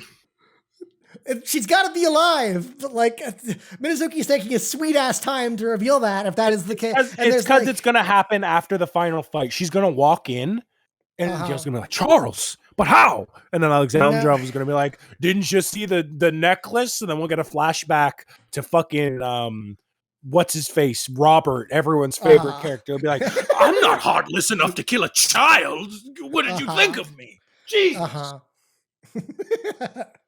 Or even worse, because as we'll see in these chapters, they try to redeem Ferenda. Even worse, we'll get a thing where Ferenda says, Alexandrov will be like, when I looked at her body, I noticed they intentionally missed the vital point. Oh my guess Ferenda had stand. Oh my God. I knew Ferenda. She would never kill a child. She would only torture a child for hundreds of years, but killing crosses the line. That reminds me. I know you hate me bringing up Sonic, but this is related to 4Kids. I do. This is related to 4Kids specifically. Because there's this one scene where basically there's a new bad guy in the last season, and then Eggman like confronts them. And in the Japanese version, he just has like some wisecrack or something where he's like, I'm the real bad guy here. Like, you guys, fuck you guys. But in the English version, because they kidnap a kid and they hurt him a bit. And Eggman goes, whoa, guys. Now I get the kidnapping part, but when you hurt somebody, that's going too far. It's like, you literally had this villain shoot a laser cannon at the fucking Earth last season for kids. Like, it was gonna kill a lot more kids than one. Oh my god. I almost feel sad that like I have to leave this page of like when Plunderer was like vaguely not horrible to go back to fucking Ferenda being an evil rapey whore and like trying to read her dialogue. We've reached a point where I feel sad that I am about to leave Plunderer chapter 3 because of how fucking horrible Plunderer chapter 70 is. Like, oh it's my god. depressing, isn't it? It's very depressing. Okay, well, let's fucking rip the Band-Aid off and go back to fucking 72, shall we? Okay, Ferenda, you're the fucking devil, and you're responsible for original sin and every other sin that followed after that. Blah blah blah blah blah blah. Oh, okay. I remember the line that originally got us on this tangent was we didn't actually address at all, and so now we're right back. Oh, of course, a typical Fun Edgy Book Club moment. That's how it goes. Yeah, fucking okay. So Ferenda's plan. So. Ferenda's goal is to find Rahito. She says, quote, I mean, Rahito-kun, I just couldn't find you, who had disappeared from the military. So her whole goal is to find Rahito. That's what she's trying to do. And in a world of like hyper advanced technology and bullshit magic superpowers coexisting, all of which are available to her, in addition to having at least a couple of the original ballots at the time that she could have also used to do some bullshit, I'm sure.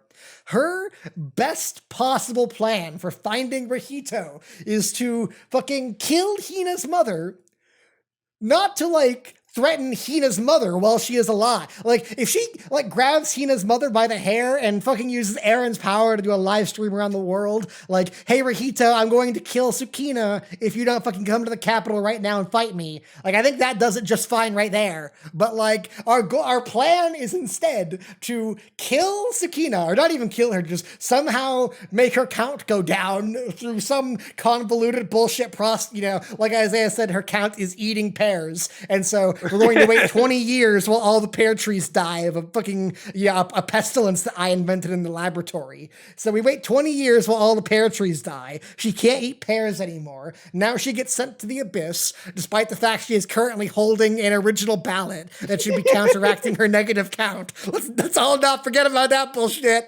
So she gets sent to the abyss. And Ferenda's plan is now to let a 6-year-old wander aimlessly across the entire country, going into towns and being like, hey, do you guys know who, like, is there like a legendary baron around here? Oh, no? He's like a myth or some bullshit? And you guys are laughing at me. Okay. Somehow I'm gonna finish this bullshit.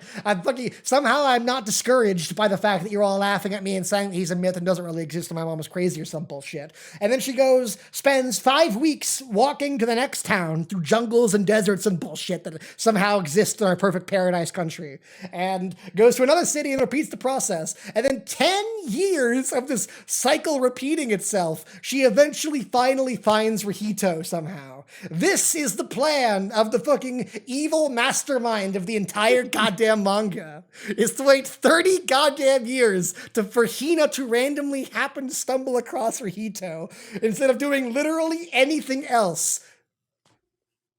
I was gonna say what I was gonna say. Let's not forget that the only reason Hina found that town was because she heard a rumor from some random guy we will never ever see that Rahito just so happened to be in that town. So you would think that immediately afterwards, Ferenda, who is clearly stalking Hina at this point, would fucking just point a gun at that guy and be like, how did you know that? Who told you that information? You're going to show me where he is and who he is right now. Mm-hmm. And okay, let's say that Ferenda does not have there's no like tracking radio technology. You can't pick up a Baron's signature or some bullshit. That's not an option. And also, coincidentally, no one in the entire world has an account that allows you to track people. Even though hypothetically we could like go to Aaron or some bullshit, like, hey Aaron, open a Skype call with Rahito. And because we know that she can just do that with random people, she does. And then we see in the background, oh, he's in Home, the town over there. And then she fucking runs to Home with super speed, and then she has found Rahito. Let's say that using counts is somehow not an option for her. Let's say the only way to find Rihito is for Hina to go from town to town asking people, have you seen Rihito? She has the ability to disguise herself as anyone she wants. And so if Hina is absolutely crucial to this plan working for some fucking reason, why would she not go to every town and disguise herself as Hina and be like, hey, my mom got killed, have you seen a baron anywhere? Which would have the exact same effect, except she could then, when it doesn't fucking work at the first town, deactivate the disguise and super speed to the next town and then turn the disguise back on, repeat. And then she could cover the whole country in at most a week as opposed to like 10 fucking years. Wait, here's an idea. Uh-huh. Why didn't she just turn into why didn't she turn into Tokikaze and walk around? That's also a great idea. Could you imagine? Could you know on the spot? Can you imagine the fucking Spider-Man meme of fucking Tokikaze and Alcia pointing at Tokikaze and Alcia? Yeah, like you're Tokikaze. I'm Tokikaze. What are you doing here? What do you mean? What are you doing here? I forgot he was there in chapter 1. I know, and so it's possible the Ferenda disguise of Tokikaze could have bumped into actual Tokikaze. Oh my god. Can you imagine the Spider-Man meme of the two of them pointing at each other? That shit is so goddamn funny to me. There's so many when I get more confident in my drawing now that I'm using my tablet, there's so many like little things from this podcast that I'll draw just for us.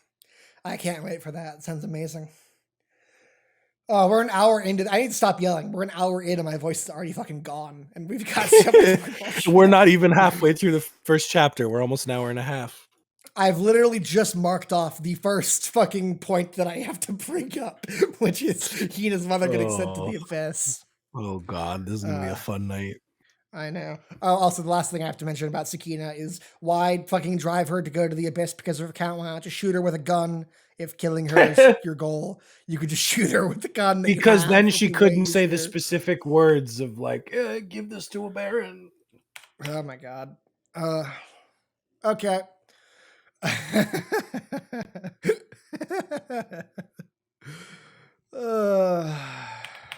Sorry, I'm just deleting notes. Also, you could have just put out wanted posters. That would have also worked for finding Rihito. Were there wanted posters in the early chapters? I feel like there might have been. There was after chapter 2. Okay, but not Jail before spread that, them so that out. wasn't okay, but it wasn't Ferenda's. So Jail is smarter than Ferenda somehow when it comes to finding Rihito. Okay. Yes, yeah. Wait a minute. Isn't that how fucking Pele and Lynn figure out who Rihito is? It was because of the fucking fly from one wanted posters. So, but Jail, who's been trying to find Rihito for like a week at most, fucking did it. And Ferendo has been trying for 30 goddamn years, hasn't done it yet. Hey, hey. Give them some slack. That's guest Spence Zerligan. He's never lost a fight in 300 years. He's a tactical mastermind. Lynn never would have found him without for all those fights that he lost. Yeah, exactly. Well, that wasn't within 300 years. That was after the 300 years. Okay, back to this bullshit. So I was looking for Rihito. As a result of that, I killed all the pear trees, and Sakina went to the abyss. And Hina had to wander the entire country, and eventually she found you, and I followed her and found her. So at least we have a reason for why she was in the town in chapter 1. Although I feel like there should have been a deal made about like, the new recruit guy is here or something. Like, we brought that up. Yeah. Everyone in chapter 1 acts like he's just like been there forever. He's just like a normal guy who they all know, despite the fact that hypothetically he just showed up like 10 minutes ago. Also, another thing I wanted to bring up is that fucking remember how Ferenda disguised as Chekhov gave Hina a lump of gold in that chapter 2 that's never come back. I really thought when I was reading this, she was like, "Oh, this is where she's gonna say it was a tractor device." This whole time she was tracking them. And it just doesn't come up. Right. Yeah. So she just gave her a real lump of gold for some reason. That as far as we know, she hasn't even spent It's probably in the same tits pocket as the fucking Baron pills right now. Totally forgotten about. No one gives a shit. Oh my God. This is the pocket where I put all the important things I immediately forget about. Okay, we're back to reading the manga again. Thank Christ. Why? Why did you search for me? Was it to make me suffer by having my former companions and I kill each other? Haven't I already suffered enough? And it's not just me. Have we ever done something to deserve your hate? No, Rihito-kun. My goal isn't you guys. Not us. I thought I told you that I've continued to steal. Wealth, status. I stole any...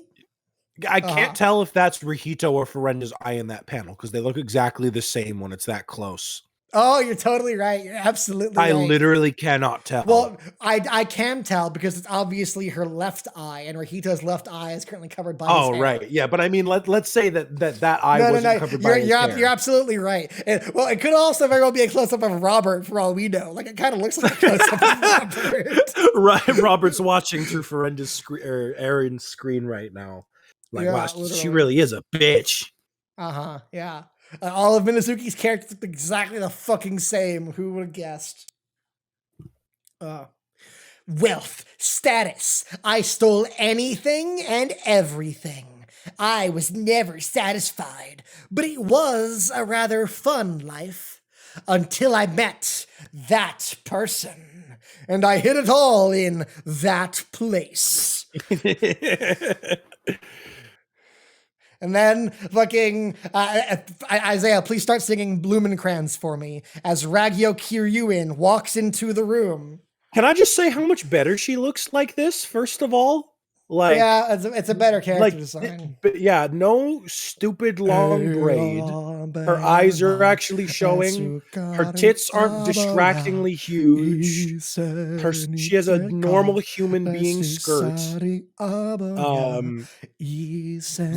it's a derivative design, but this at least looks like it could be a final villain, you know? Like this, she looks like not like stupid. I don't know. Yeah, I know.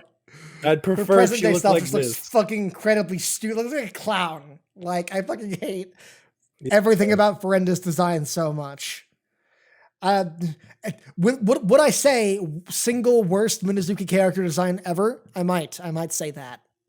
I'm trying to think of contenders. I don't know. She doesn't have stupid hair highlights, at least. At least her hair is one color. Oh, Isaiah, thank you for it, because Din's gone the stream, so I needed someone to remind us that Doan's hair is actually bright red and blue. So thank you for reminding me of that fact. Din's not here to remind us like usual, so thank you for making me remember for him. Why did you have to make me remember? Oh my god, I fucking hate Ferenda's design so goddamn much. At least her hair is just purple, though. At the very fucking least, it's just purple. Thank God, yeah. Thank God it's not orange and purple or some bullshit. Like the Ikaros ripoff girl in the Gafangus. Literally. Oh my god. Anyway, so Ragyo Kiryuin is here. She's like, sorry to bother you, Lieutenant. I wanted to introduce myself. I'm giving her a cool voice because she got a decent character design right now. I wanted to introduce myself since I've been newly appointed here.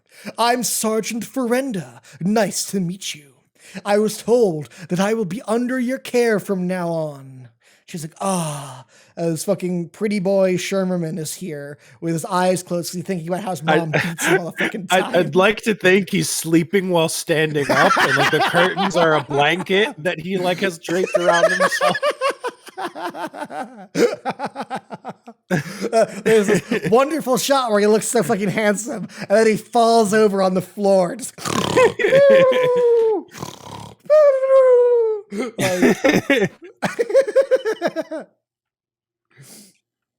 oh my god.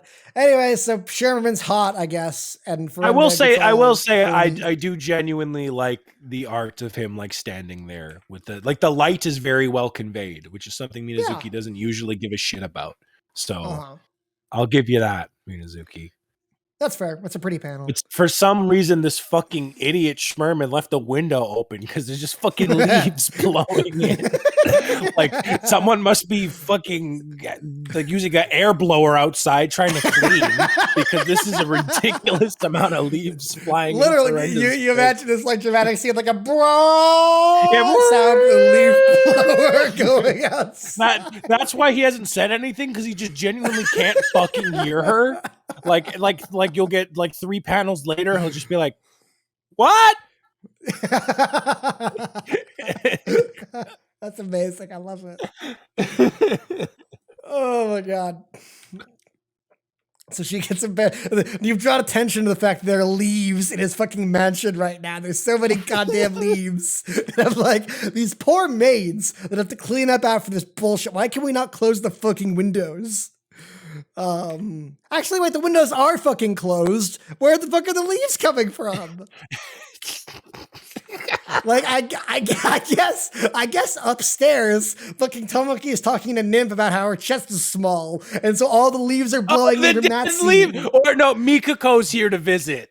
Right, yeah. Mikako's in the other room, like got the dun, dun, dun, dun. That's dun, why he dun, walks dun, out without dun, saying dun, a dun, word dun, to dun. her. He's like, "Oh God, I gotta get out of here." Yeah, I gotta go fucking deal with that bitch. She wants me on with a couple $1 million, or she'll expose me to the government again. She's probably here to brag about how she lives in a house that's actually fucking symmetrical.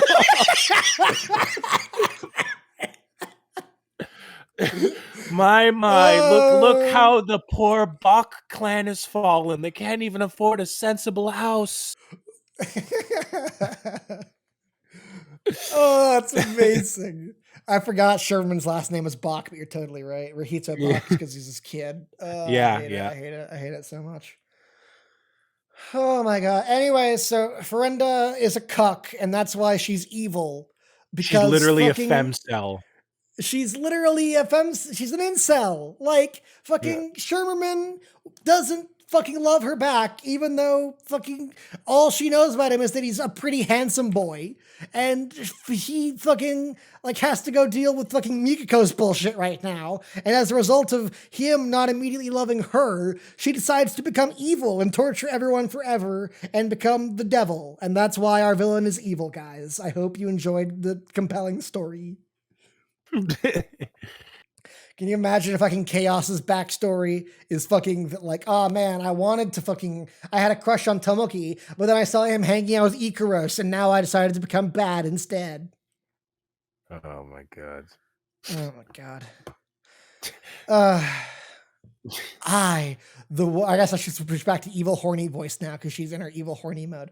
The one who should be stealing was stolen with just a single look. I absolutely could not forgive him. I mean, it only makes sense, right? Even though that person stole from me, he would never let himself get stolen. Does every female character have the exact same flirting strategy in fucking Minazuki's world? Just get naked.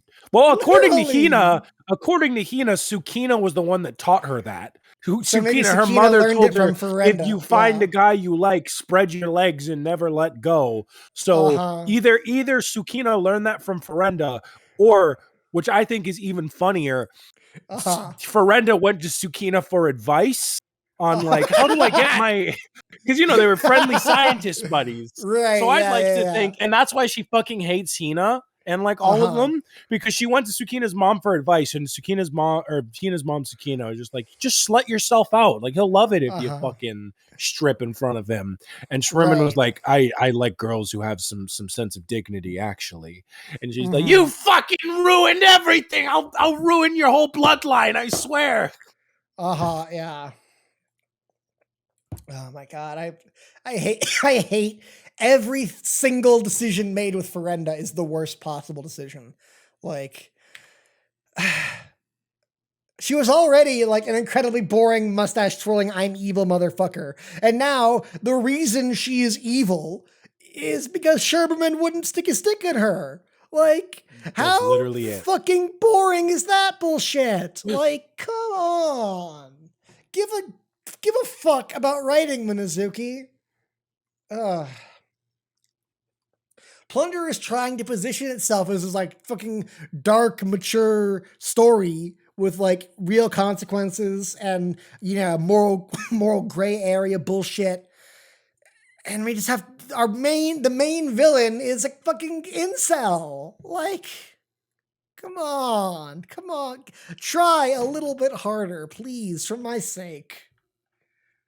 Anyways, so like Ferenda fucking strips. And Sherman, like me at this point when fucking Minazuki does fan service, is like, I don't want to see this bullshit. Just please put some fucking clothes on.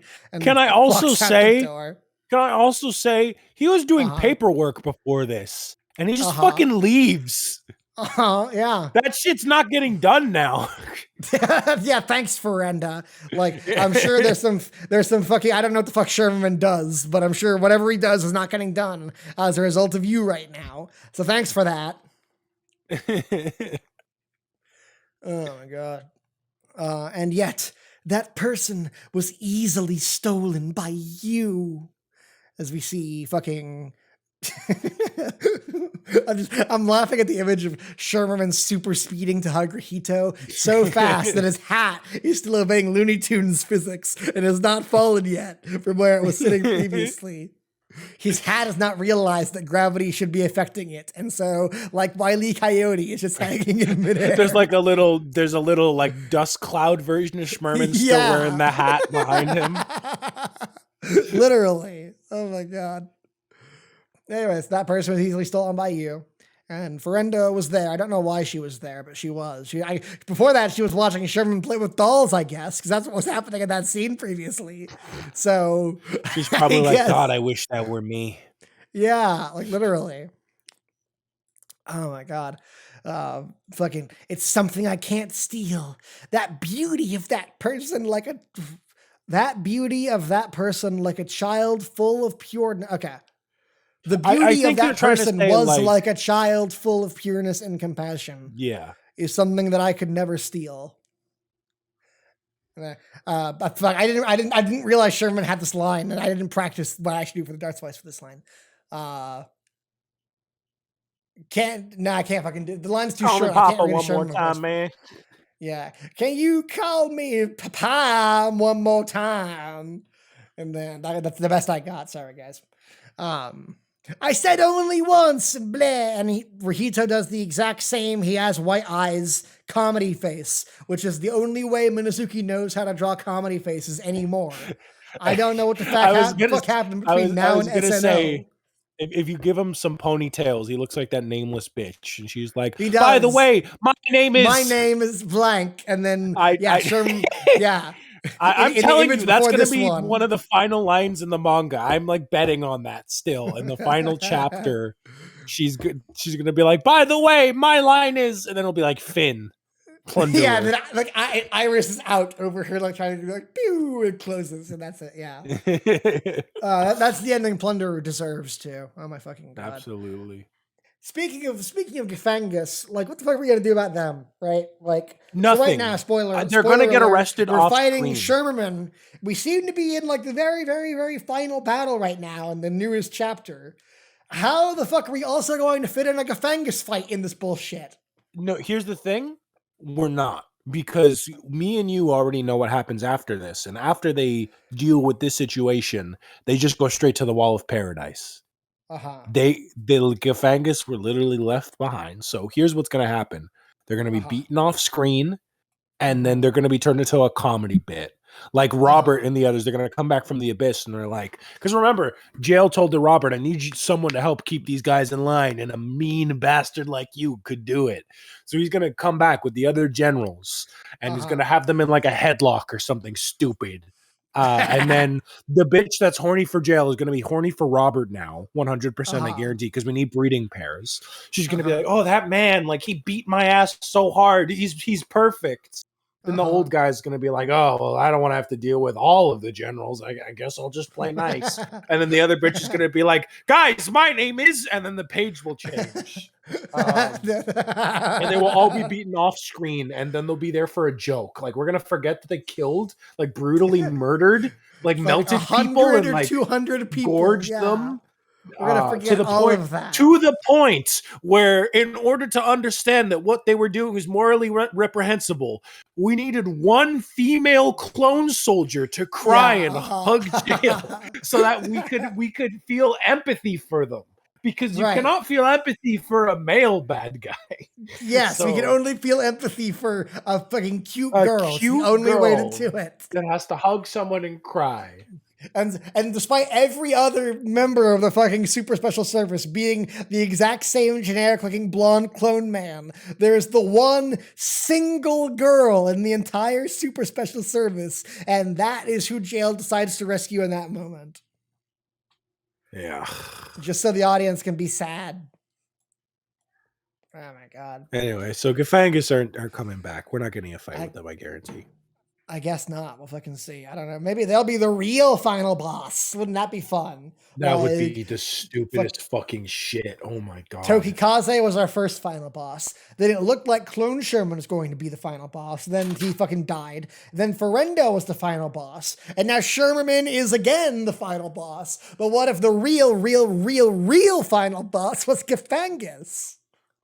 And the fucking Sakuragi is actually, they reach the fucking final room, and Sakuragi in a fucking like armchair spins around like, well, you finally made it all this way. And then he'll be like, you didn't know my full name. Sakuragi is my last name. It's Tomaki Sakuragi. We remade the world so many times, but this time is going to be the end. Oh my god. Oh my god, what an amazing twist that would be. Yeah, Vaporweave also the real final boss, Tofaki. Yeah, literally. Yeah. Amazing. Okay, anyways, that's why Friend is evil. I'll ruin it. That's why I searched for you. If I show off the suffering figure of his...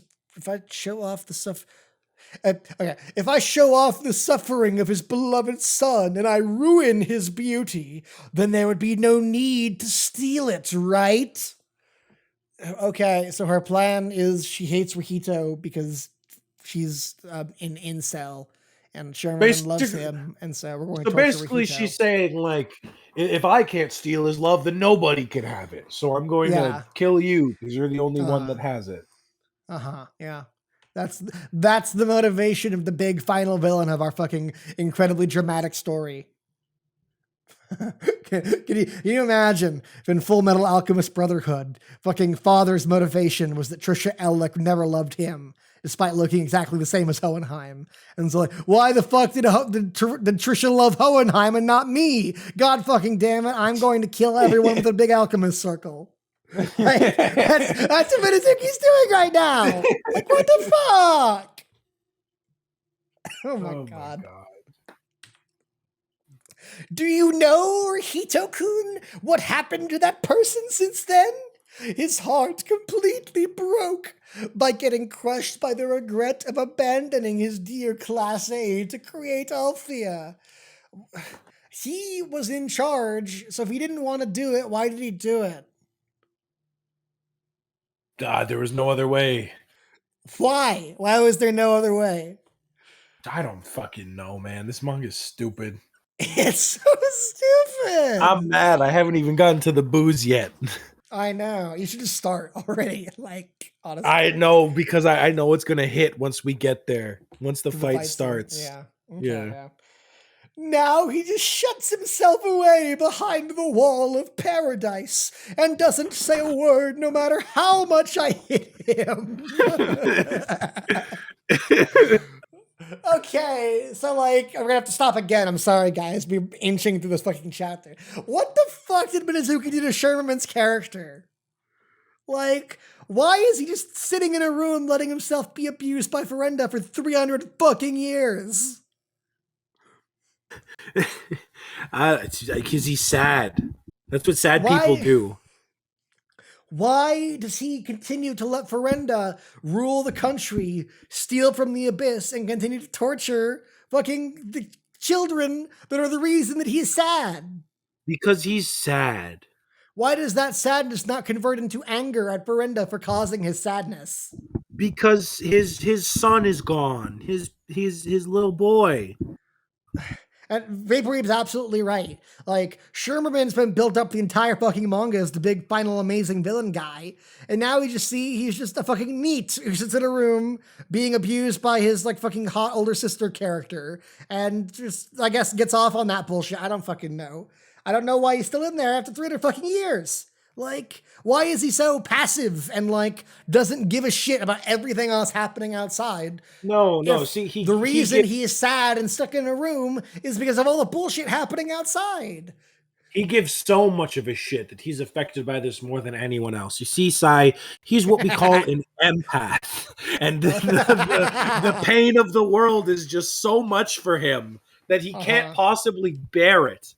And so all he can do is lock himself away, or else he'll be overwhelmed. Yeah. Okay, so here's a question for you then. So the only time we have seen real Sherman since the flashback arc is the broadcast that he gave to the entire world after Jail won the fight with Robert. Yeah. Why did Sherman pretend to be the evil Sherman and not to say, hey, everyone in the world, Ferenda is an evil fuck and she's been keeping me trapped for 300 years. Why was he all evil? It was like, so, Jail Murdoch, when is the war starting? Like, why did he fucking keep up this act? And also, how and why did they let real Sherman do that? Like, to answer that question, Isaiah, we first have to answer the question, how did Sherman take over all of Aaron's broadcasting software bullshit in order to stream himself? And there is no answer to that question. And so we cannot then approach the next question because the first one falls apart. That's true. Maybe Ferenda didn't let him do it. Maybe he did it by himself. Maybe she was away fucking torturing someone or other, one of the kids from the abyss or some bullshit. And like, as a result of that, Sherman left to his own devices in that room. I was like, let me go to my favorite bubble tank room and fucking do like a live stream. I'll start it up over there. And my mom Ferenda's not here to stop me this time. And so I don't fucking know how anything works in this goddamn manga, I say. I'm sorry I can't answer your question. That's fair. That's fair. Oh my God. So the main villain is an incel, and the guy who we thought was a super badass main villain is actually just like a fucking neat piece of shit, I guess. This is great. I love all of these characters. They're all the best. Gets you hyped for the big final fight. Doesn't it just? Is my phone? Yeah, it is. But you know, Hito-kun, when you and your former companion were killing each other, when you couldn't even tell your feelings to the person you love. Wait. So she's saying like, I told him like, Rihita's suffering. But like, does that mean, like, I'd imagine Ferenda looking like at this fucking romantic scene where Hina's fucking naked with like high-powered binoculars or some bullshit. And Sherman is just like sad, lying on the floor, beaten. As Ferenda's like, oh, hey, it looks like Rihita's trying to confess to Hina, but he's too much of a bitch to actually do it. Isn't that funny? Sherman's crying. He's like, I wanted grandkids, man. Oh my God. Oh my God. When I told him Rihito's suffering, he made such a nice agonized look, even though his heart was already broken. However, that transmission is a no-no. I love this translation so much. I love you guys. It's so good. Sincerely, thank you guys for doing this. Without you, we couldn't. Yeah. But God, your word choices are the best in the worst of ways. Yeah, literally. Yeah. Maybe in future run it by like one other person or something. Just one, I think would do it. Like, Because the line sounds so much like here. I'll give you a freebie, right? Like that transmission was forbidden. Sounds way cooler. Way cooler than that transmission was a no-no. Even if you just said that was no good, that's better than is a no-no. You sound like she's talking like a baby, you know? Yeah, literally. Well, he is fucking like sitting on the floor crying and presumably pooping himself right now because he's so sad he can't move at all. Could you imagine? Because he was crying and like just sitting in a room all the time. Imagine how much prep he needed to do, like to call. Like he did some makeup. You know, he had to clean his hair. It's all messy, probably. Yeah, he has to take a shower before his big. Are you listening? He's like trying to hold back the tears. You know, you listening? Like, okay, the war's gonna start in like 3 days. I was thinking, is that okay with you? Cool. Yeah. Cool. See you then. Love you. He actually intended to do this transmission when Rahito and Doan were doing the bullshit with the ballots, trying to like forbid nuclear weapons, and it just took him fucking a year to do his hair and to pull himself together for 2 goddamn minutes. He was like, "Sorry guys, my depression was real bad." Yeah, sorry guys, I haven't made a video in a while. You know, I relate. I was gonna say this is me. Whenever you're like, Isaiah, why haven't you made a video? It's like he made such a nice agonized look.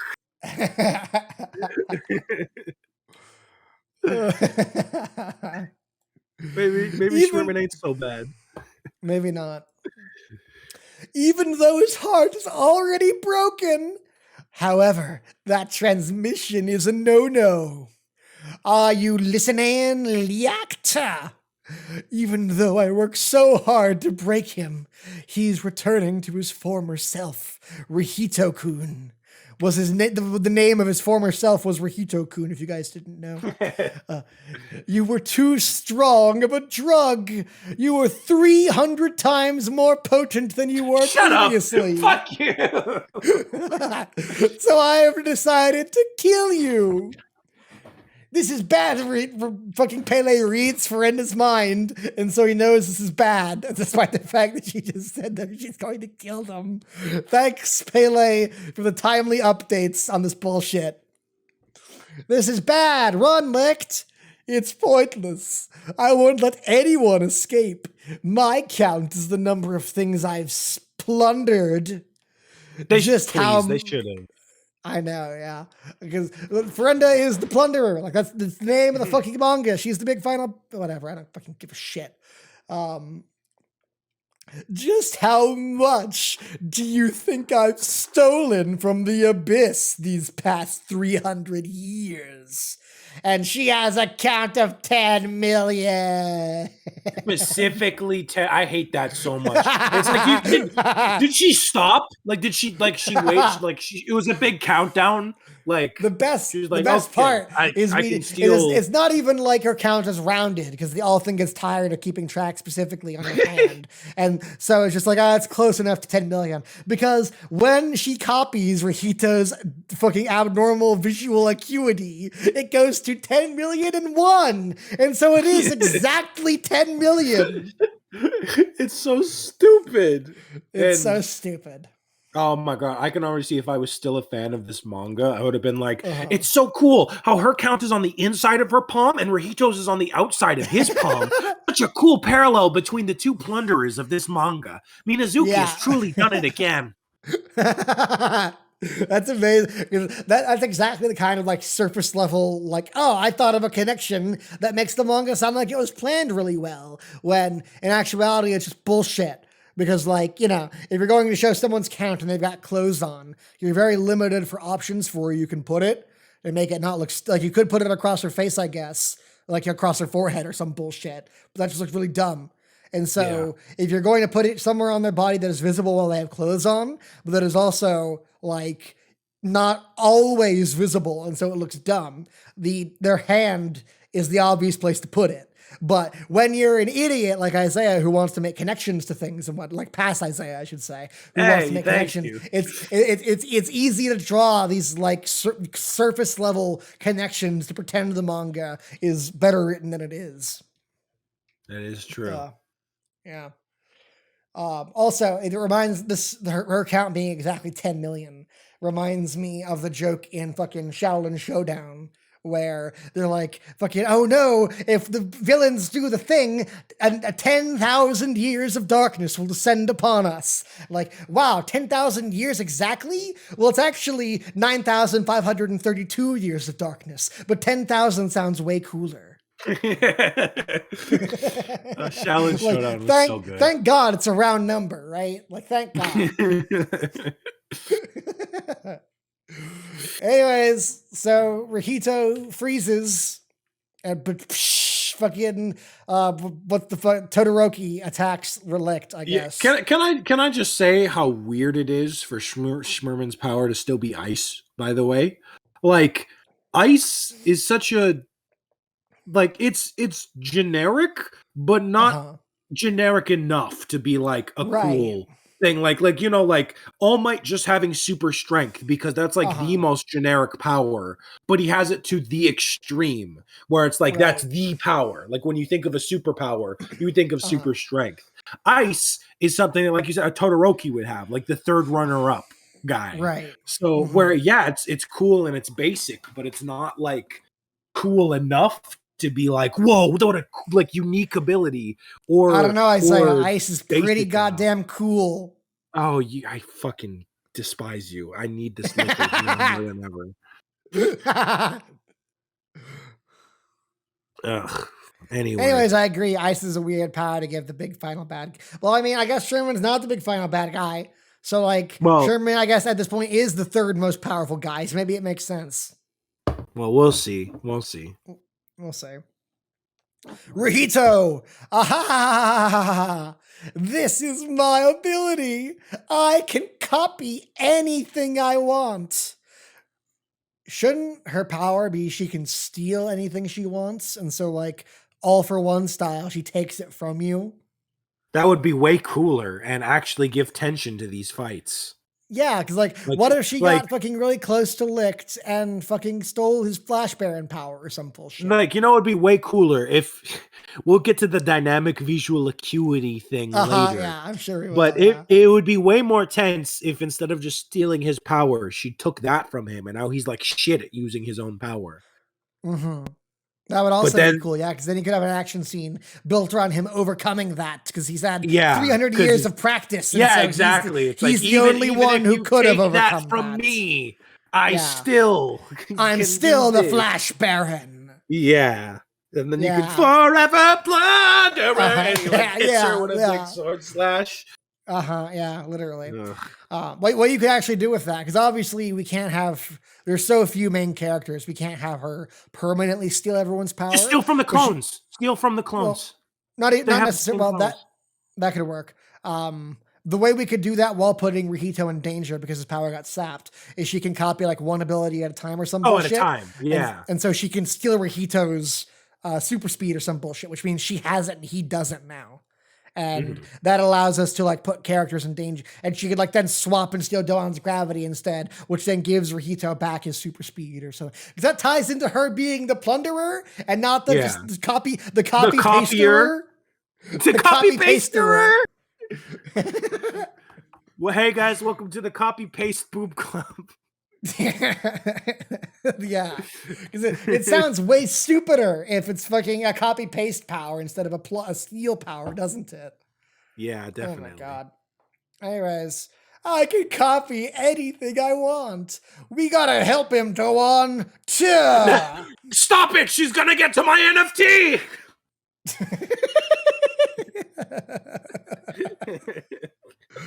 Oh my god. But with the power of 10 million. And Gel's like, boom, as he gets punched by the lion. But my power was protected by the blockchain. Well, Jail, it looks like your power is fungible now. Boom. So she hits fucking Jail with a giant iron fist and hits Doan with his own gravity. And fucking okay, this is the weirdest bullshit ever, okay? So like the concept's like Jail, Doan, and it's kind of weird to me to see someone actually using the characters' names instead of bullshit nicknames that don't make any sense.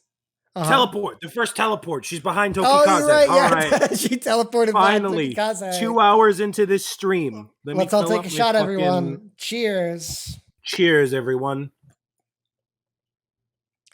Wow, that's good soju. This is my mule's not bad either. This because I've had this soju since my birthday last year. I've had like 4 different bottles of it, and I saved this one for last because I thought it sounded the worst because it's yogurt flavored, but it's actually really good. It goes down really smooth. It tastes kind of like yop. Nice. Also, if we're counting that, the metal lion teleported behind Jail and Doan. No, what didn't tell? She like created it. She created, and thus begins the Isaiah tries to bullshit his way out of. I said it was gonna happen. I don't think that counts because it's if the lion was a physical object that just moved behind them, sure, but she created it behind them. I don't think that one counts. Okay, whatever you want to do.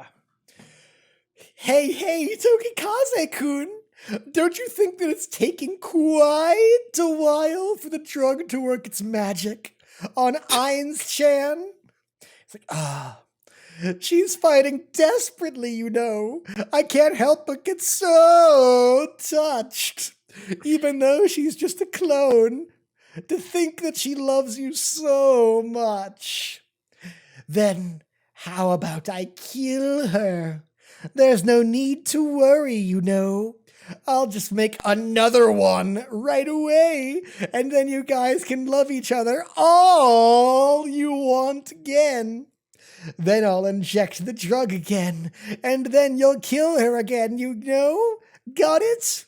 Stop fucking around! Fuck you, Sasuke. Ore are my Nakama. I'm guessing that the Japanese there said fusakena. There's like 100% chance that was the line. Yeah. Yes, I agree. Yeah. And then Ferenda stabs him in the eye. No, you know what it looks more like to me? Because he turns around. I whenever I look at this panel, I always think he accidentally like walks into her eye. Like he's like, what do you think?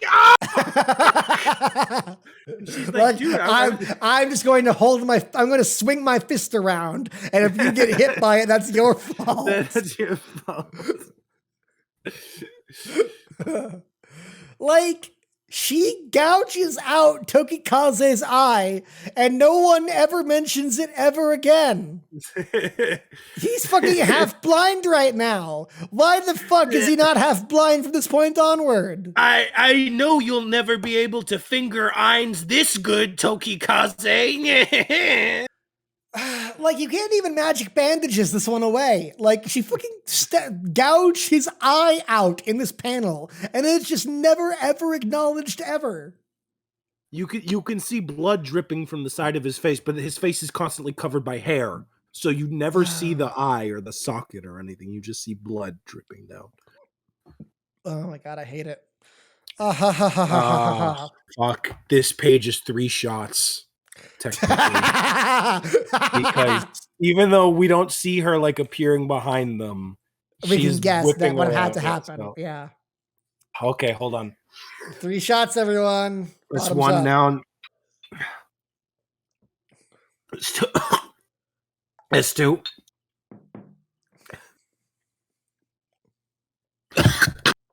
So that's 4 altogether. I'm gonna keep track of how many by the end. Okay, yeah, that's fun. So that's 4. Nice. I'll read the lines as Isaiah recovers from that. From now on, I'll have you guys to take the place of Hito-kun. You guys and the Class A I created will continue killing each other until the end of time to keep distorting that person's face. Gah. Hey, Gespensed. Hey, I found Gespensed, everyone. He's right here. Hey, Gespensed. Hey, Gespensed the traitor. I'll make a bunch of clones of this girl for you. As she, with an evil, rapey whore face, strangles Lin, who for some reason is also making an evil, rapey whore face. I don't think the bottom panel looks better, but why is she sticking her tongue out like that in the top one? I don't think sticking your tongue out is a vital component of being choked. It's a final component of letting 12-year-olds jerk off to a girl being choked, which is clearly the intent here. I guess. I actually want to talk about that later, but yeah. Anyways, I guess Pele is the one saying move, move, move. Like, is he offering advice to Lin? Like, thanks, I'm trying, but like, you stupid! If you weren't so fat, you'd be able to get up. Damn it! I know, yeah, literally. I guess he's saying it for himself or something. Yeah, no, he's trying to say, "Get up, damn it!" Like, fuck, like move, body. Yeah, which is kind of a tense scene. It is out of every. If it weren't for the fact she was sticking her fucking tongue out. And like looking like she's getting off on it, this would be a pretty tense scene of like this poor guy having to force the woman he loved like be fucking murdered. But it's stupid.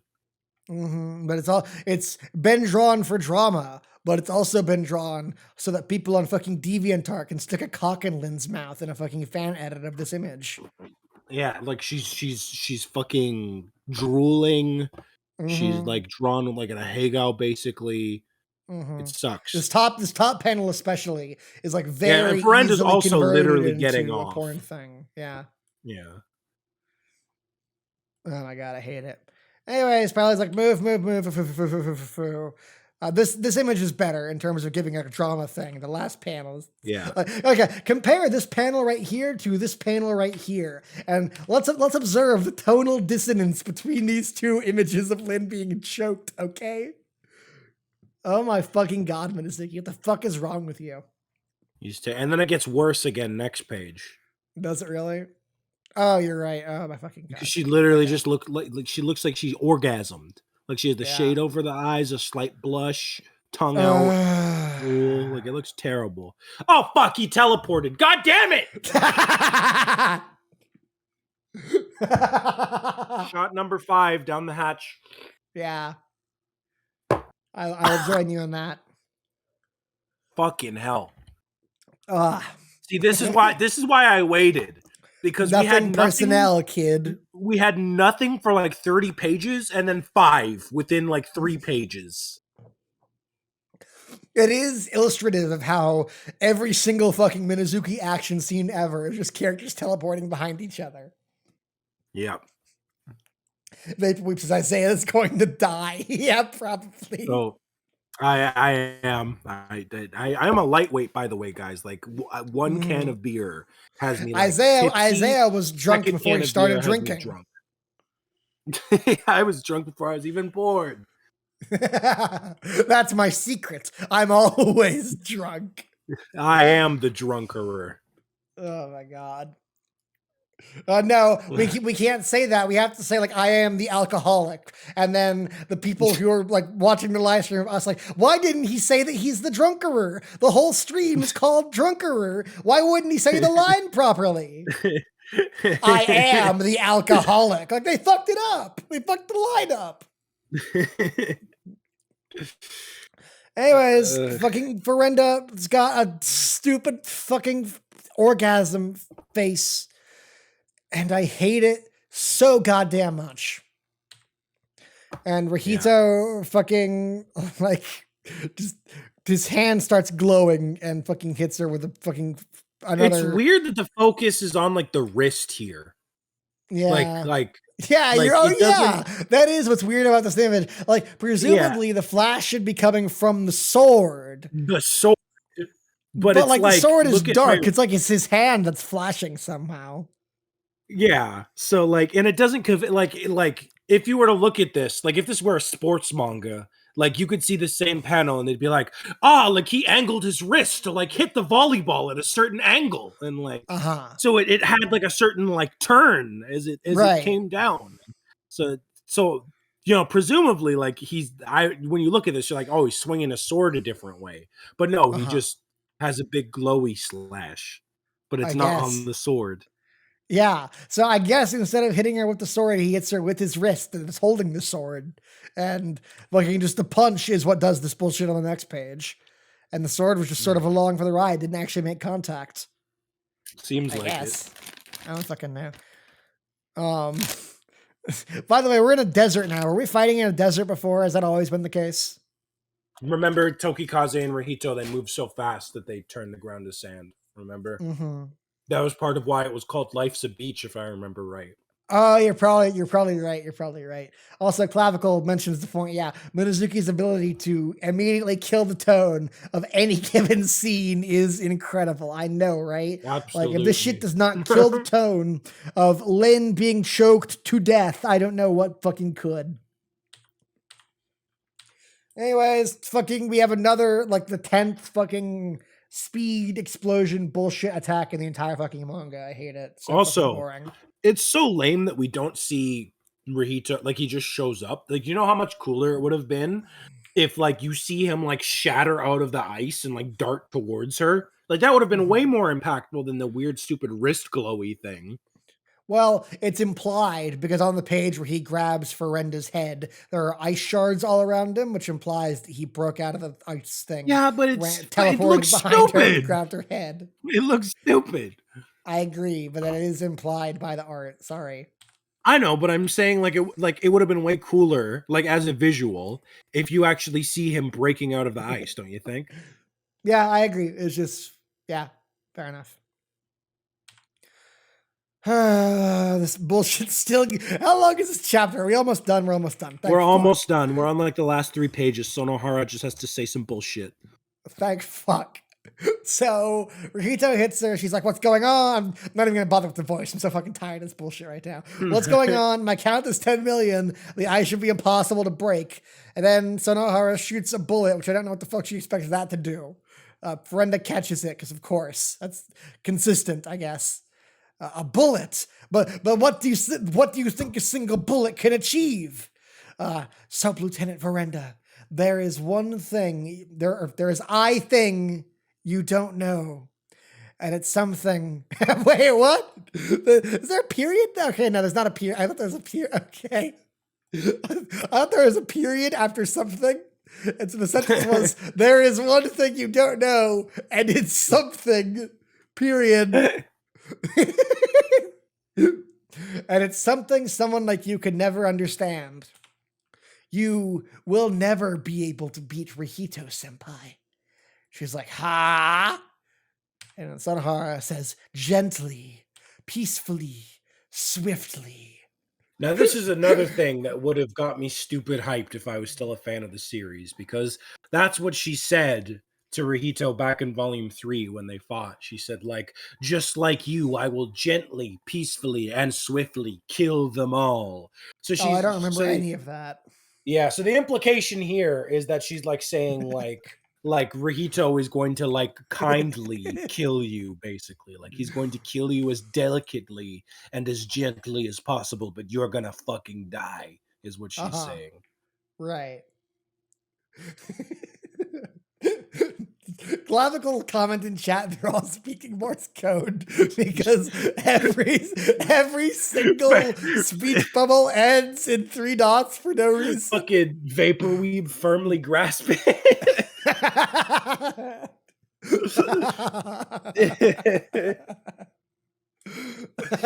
Could you imagine that? Like Ferenda like taking Pele's hands and like making him choke Lin, like firmly grasping. Oh my god. Okay, the chapter's fine. I don't know, wait, there's the last thing, which I love, which is he is, comma, air quotes, a hero. Yeah, that's how I feel about him too. I know. Like, this caption seems sarcastic. He's a hero. I guess. Yeah, like, okay, sure. We did it in like fucking 2 hours for one chapter. We fucking did it. Yeah. Well, I mean, it was half hour of preamble, so like an hour and a half. God, still a lot. But hey, this is the one with the most to talk about, I would say. It is, yeah. Everything else is way shorter because it's a fucking dumb fight scene. Yeah. Yeah. And I'm gonna kill myself soon because there's a lot of teleporting next chapter. There is a lot of teleporting next chapter. Let me just check my notes really quick. So we have two big things I want to talk about. Right. Oh boy. I'm already feeling it a little. Yeah, nice. I said this already, but I'll repeat it because I like how I wrote it. What the hell is up with Sherman's character? Why is he so apathetic and resigned to failure? He loved everyone in Class A, and Rahito was his adopted son. Why did he just sit back and cry in his bedroom while Ferenda killed them and tortured Rahito? That does not make any fucking sense. Blah, blah, blah. Okay, and then I wrote down, how did Ferenda catch that bullet without an abnormal visual acuity?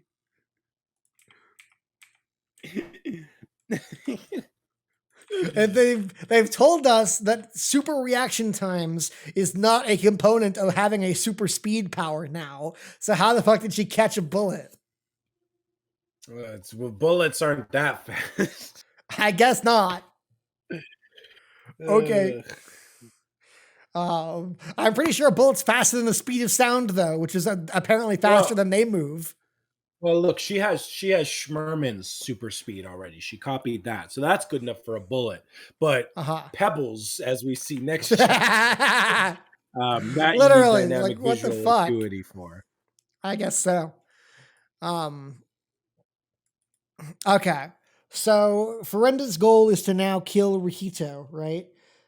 But like, why did she not do this when Rahito was in a straitjacket in the abandonment war? Because she didn't want him dead back then. She wanted him to suffer. Okay. What was your wait a second? No, I'll save it for next chapter. Don't worry. It'll make more sense than when we get there. Or 3 chapters from now. I can't remember when you mentioned it. Fair enough. All right. Are we good for 73? I mean, I've got 2 big things that we can hit on later. Just we'll spread this out. Like, we'll come back to these points just because fucking 72 is so goddamn long. I don't want to have 30 minutes talking about writing right now. So we'll save that for later. All right. Let's go. 73. Yeah, but first of all, I do need to go to the restroom. So for sure. I will be right back. If you want to entertain chat and maybe take a shot or 2 or some shit. How long? I'm not going to take a shot yet. I'm going to die. We get a teleport behind you on page 6. So if you want to go ahead and take the shot for that one right now and entertain chat while I'm gone. No, I'm waiting till we get there. I'll just hang with chat. Thank you very much. Okay, fair enough. BRB.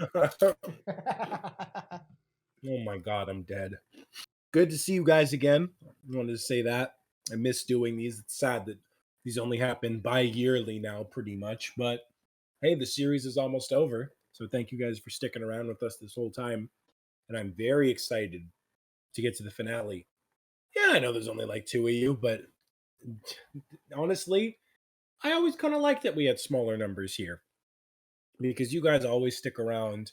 It's nice, you guys build rapport, I guess is the best way of putting it. Like, so many of our best jokes and best titles are literally because of you guys. So thank you sincerely. And we're very lucky to have you guys have stuck around for literal like a year plus of this bullshit.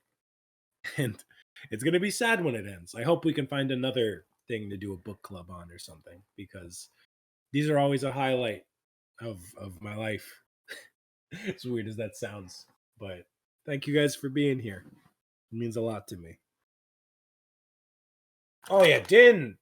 Din is consistently just on the ball. I'm sad that they're not here right now, but hey, I hope they enjoy the VOD. Oh, I'm glad to hear that, Clavicle. You give me life too, so thank you guys for being here.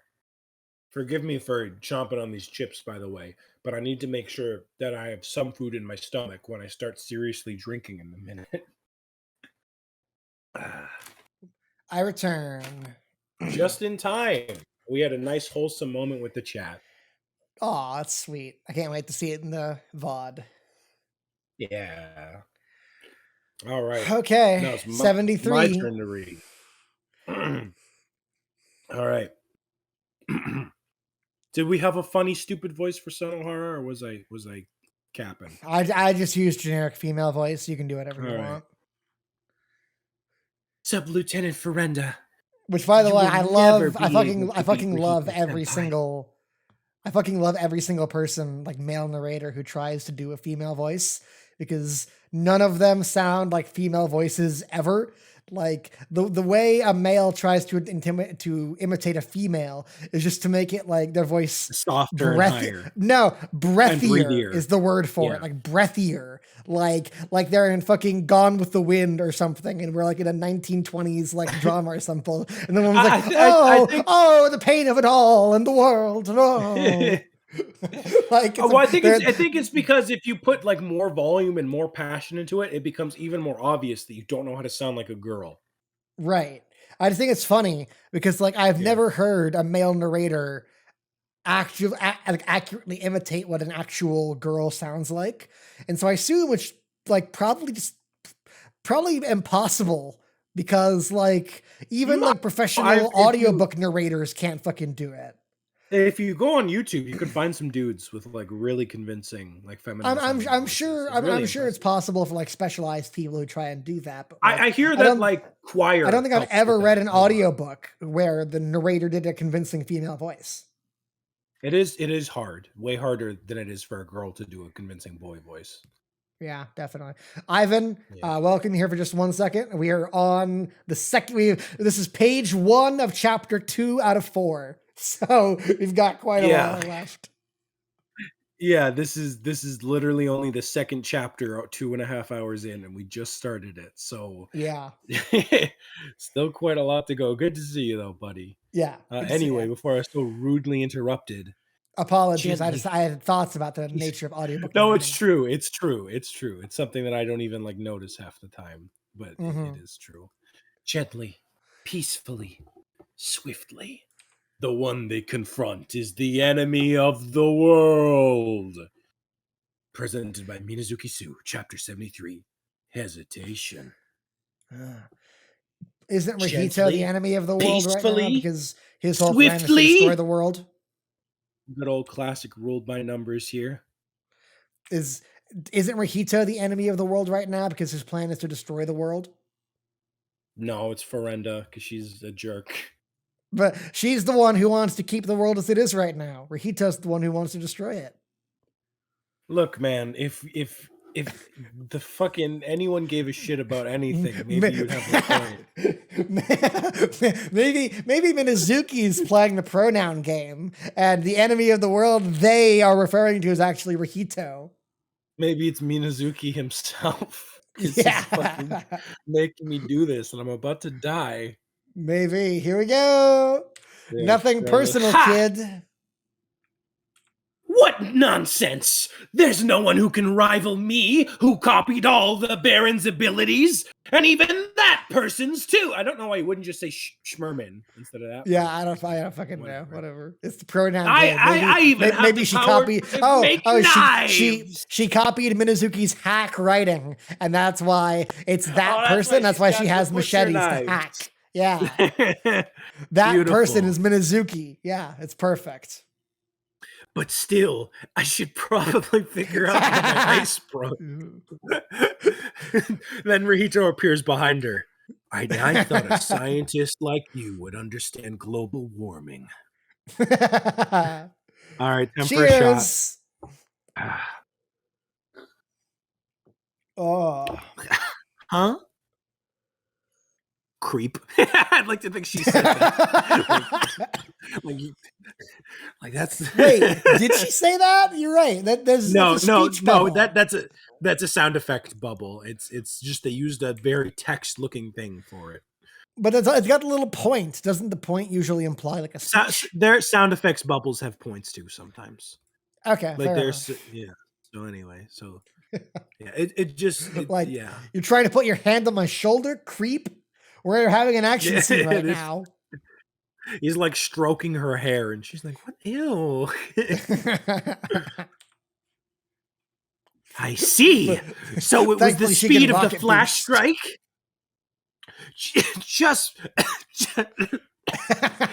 before you'd get frozen, you moved at a super high speed. Which, by the way, this is bullshit because the first thing she froze was him. If you look, it's not like she formed the ice and then it reached him. The first thing she froze was him. So I don't know how he made a space.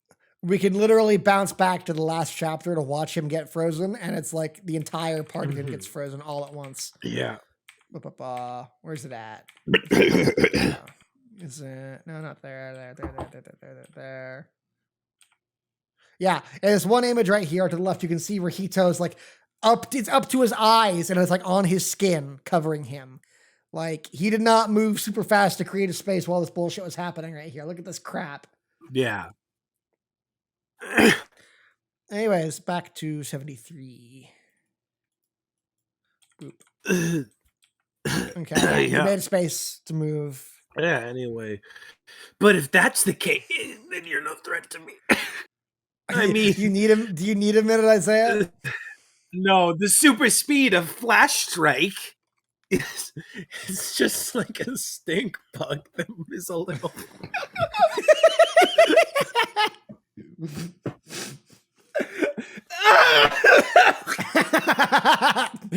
Why would you compare it? Like I get like you're shit, but like you're just a stink bug that's a little fast. Well, not for the views, really fast. And time for another shot. Yeah. This is why I waited. Points behind you again. This is why I waited. I've got to crack open my beer. There we go. And this time he actually manages to touch her, so he's getting faster. Oh my god. Which I will say, while the fucking like teleport shit is boring as fuck, it's all anyone does. Yeah, it's all anyone does. But I do like the idea of like showing a super speed character is getting faster just by like each time he tries it, he's like a couple centimeters closer, and like even that much being like scary to their opponent because you can physically see them growing like through the fight. Like that's a cool way. But I just wish we didn't.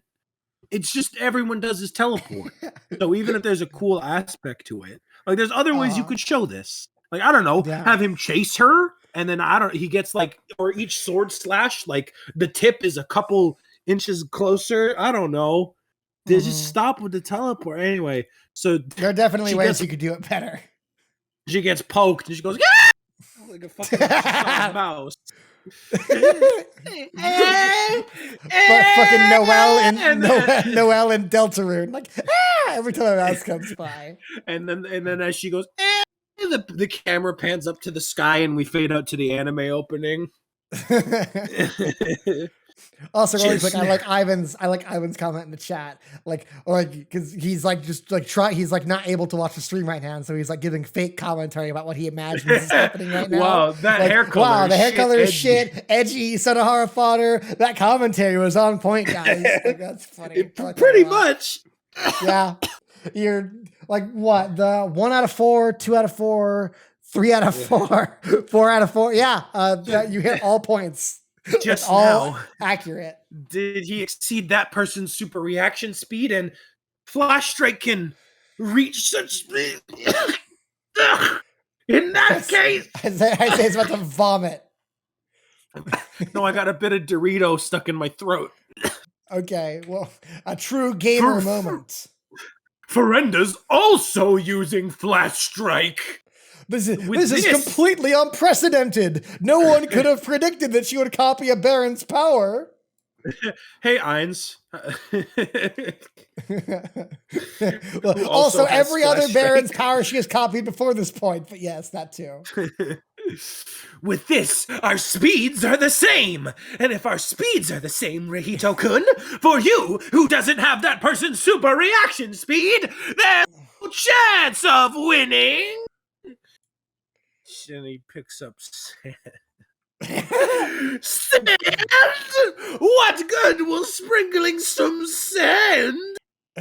Hey? She like blows up because they make the sand impact look like fucking Sonic Boom for some Sonic reason. Boom.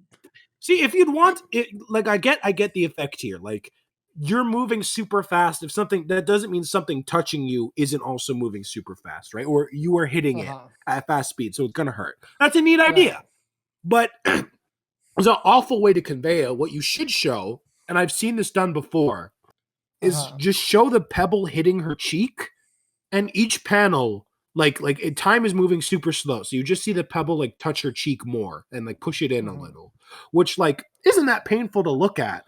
But if you see like her eye like widen each, maybe get veiny as you realize she's experiencing what would otherwise be like a little pinch that lasts for half a second for like a minute, you know, like that is a terrifying thought. If you just did something like that, that'd be a really cool way to convey this.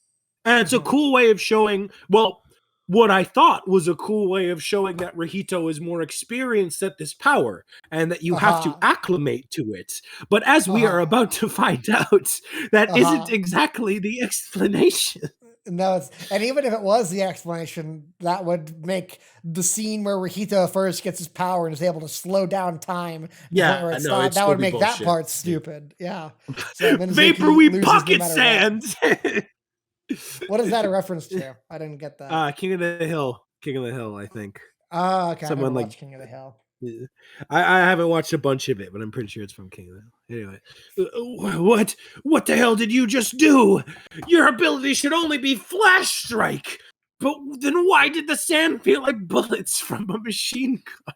Specifically, as opposed to bullets from a pistol or bullets from a shotgun. I felt all three, and I can Well, no, Isaiah, you read it wrong. It's bullets from Machine G. She's getting cut off, right? Sub-Lieutenant Ferenda. Also, we forgot the fucking author note on the other page, which was, with this, our speeds, note written as the conditions. Like, why did you feel the need to include that? Like, you could have done either. Like, with this, our conditions are the same would have worked fine. It's a little clunky sentence, but like, why would this is literally ProZD made fun of this in that bit we cannot stop referencing, where like in Sasuke goes like ore, and like translator note, ore is an incredibly meaningful word that there's no good English equivalent for, and so we decided to keep it as the original ore. Like. Oh my God. Flash Strike doesn't slow down your surroundings. Rather, the faster you move, it will feel as though the objects in your surroundings are approaching you at super high speed. So sand pebbles that just float around in the air turn into innumerable bullets and shells that exceed the speed of sound. That's not how that works. They don't exceed the speed of sound. You exceed the speed of sound. Yeah, you exceed the speed of sound, and you hit into it. It's like if you ran into a wall at the speed of sound, the wall isn't exceeding the speed of sound. Yeah, yeah, exactly. Yeah. Shit! I have that person's super reaction speed? Are you telling me even that's not enough? Isn't Flash Strike just a shitty ability then? As if there's a person that exists that can us-e. Wait, then why can Rihito-kun use it? Is it because he's been using it for 300 years? No, from the beginning, this child has been able to use it.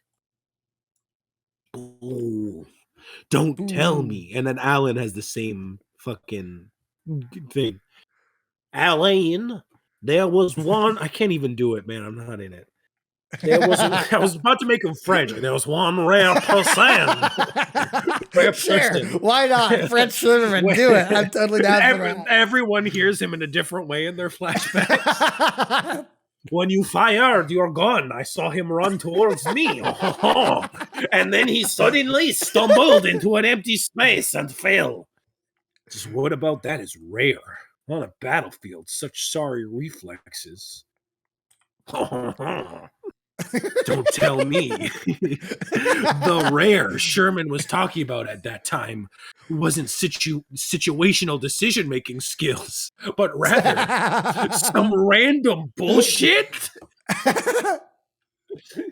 It was just that his athletic abilities couldn't keep up. So basically, the explanation is Rihito has always, from birth, with no powers, perceived the world in slow motion. He has what's called an abnormal dynamic visual acuity that exceeds Sherman's super reaction speed. So that means if you shot a gun at Rihito before his powers, he would still see the bullet moving at him really slow. He just wouldn't be able to move. If this is the case, how does he function? I know. How does he? You think, like when people talk that would to drive him, you insane? Yeah, like when people talk to him, is it like, "Hey, Rihito, I was just thinking," like, is it something he can turn on and off? Is it only the visuals that work because it's a visual acuity? Like, is everyone still just talking normal speed, but he sees things better? Like, this would drive someone insane. Yeah, you think they would like end up in the loony bin or some bullshit. And it doesn't make sense at all. How can a normal person see?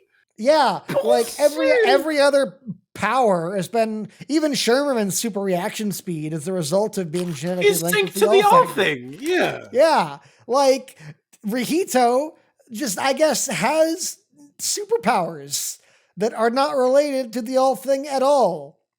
And so the all thing coincidentally gave him super speed, which matched really well with the superpowers he already had before that. It's so fucking stupid. It is so dumb.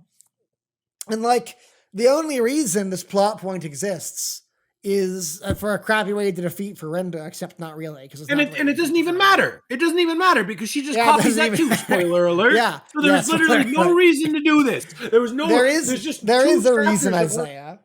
There is a reason to do it, and it's to do the same thing that every other fucking shitty ass fucking fantasy manga does, which is to show that the main guy's superpower actually really sucks, but he's just so cool and badass that he turned a superpower that sucks into the most overpowered superpower that exists in that setting.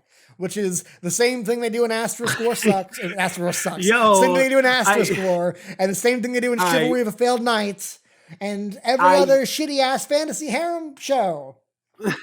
I can't wait for the next isekai, born in a new world with a dynamic visual acuity. Literally.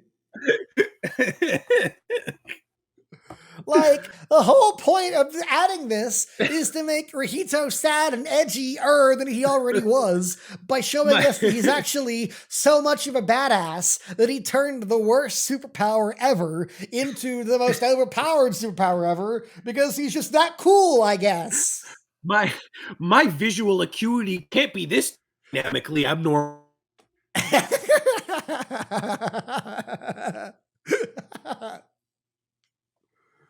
Oh my fucking god. Are you still there, by the way? You sound like you popped out. Hello, Isaiah. Oh, sorry, my internet died there. Oh, Can you hear me? Welcome back. Yes. Thank you. Last thing I heard was my visual acuity can't be this abnormally dynamic. I'm glad you laughed because on my end I didn't know my internet died at first, so I said it and there was just silence and I was like, "Fuck!" I was proud of that one. No, it was good. I like that. I like that a lot. Thank you. Let's see here. Slow, From the beginning, Sub-Lieutenant Ferenda, Rahito-senpai has always been hesitating. Hesitating? Rules by numbers. It's quite likely the only time he didn't hesitate in the past 300 years was when he fought Jail at home. During the Abandonment War, I went to see the remains of Rahito-senpai's fights and noticed something strange. Oh, this part's so fucking silly. I forgot about it. It is. Okay, why would Sonohara go to see the remains of Rahito's fights? She was bored.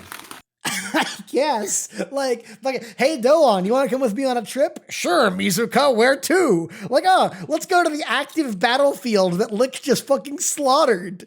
Like, why do you want to go there? Why not? Why would Sonohara want to go see the remains of Rahito-senpai's fights? So we can get this fucking hilarious scene coming up. So I guess so. There were dozens, at times hundreds of footsteps around a single enemy. Do you understand? I love the idea of fucking Mizuka using like the Geralt Witcher vision on this crime scene to try and figure out what the fuck happened here. Like as all the footprints grow red, and she's like, there are too many footprints to have been made by all the enemy soldiers. Could it have been scavenging children after the war? No, the footprints are far too big and appear to match Rahito's size 13 footprint. This can only mean one thing. I don't want to kill you. I don't want to kill you. I don't want to kill you. I don't want to kill you. I don't want to kill you. I don't want to kill you. I don't want to kill you. I don't want to kill you. So he would literally just leap around a dude 600 times, crying, holding his sword. I don't want to hurt you. I don't want to hurt you. I don't want to hurt you. I don't want to hurt you. Which makes this next part even stupider because he had the dynamics. Because before, when he fought Sonohara in what was a pretty cool action scene at the time, the bullets curved around. It's like, whoa, like he could just barely see them curve around. But no, what actually happened was he saw them, took a little breather, the little dun, dun, dun, dun, dun, dun, dun, dun, as he looks at the bullets and then clenches his teeth and goes, I guess I'll take them. And gets hit in the fucking mouth by 2 bullets. And nothing happens. I guess not. As a result, he started holding back, even if that would almost kill him. So when he fought Doan, when he's fought everyone this whole time, he has hesitated. He has been neutering Flash Strike. I love this fucking bullshit, right? Because there have been plenty of fights in the manga where it seemed like Rahito's on the verge of losing it. And so in order to introduce that Rahito's actually been a billion times more stronger than we could have ever possibly imagined before now, we now have to retcon that all of these fights where it looked like he almost lost, he was totally fine and just wasn't trying that hard, I guess.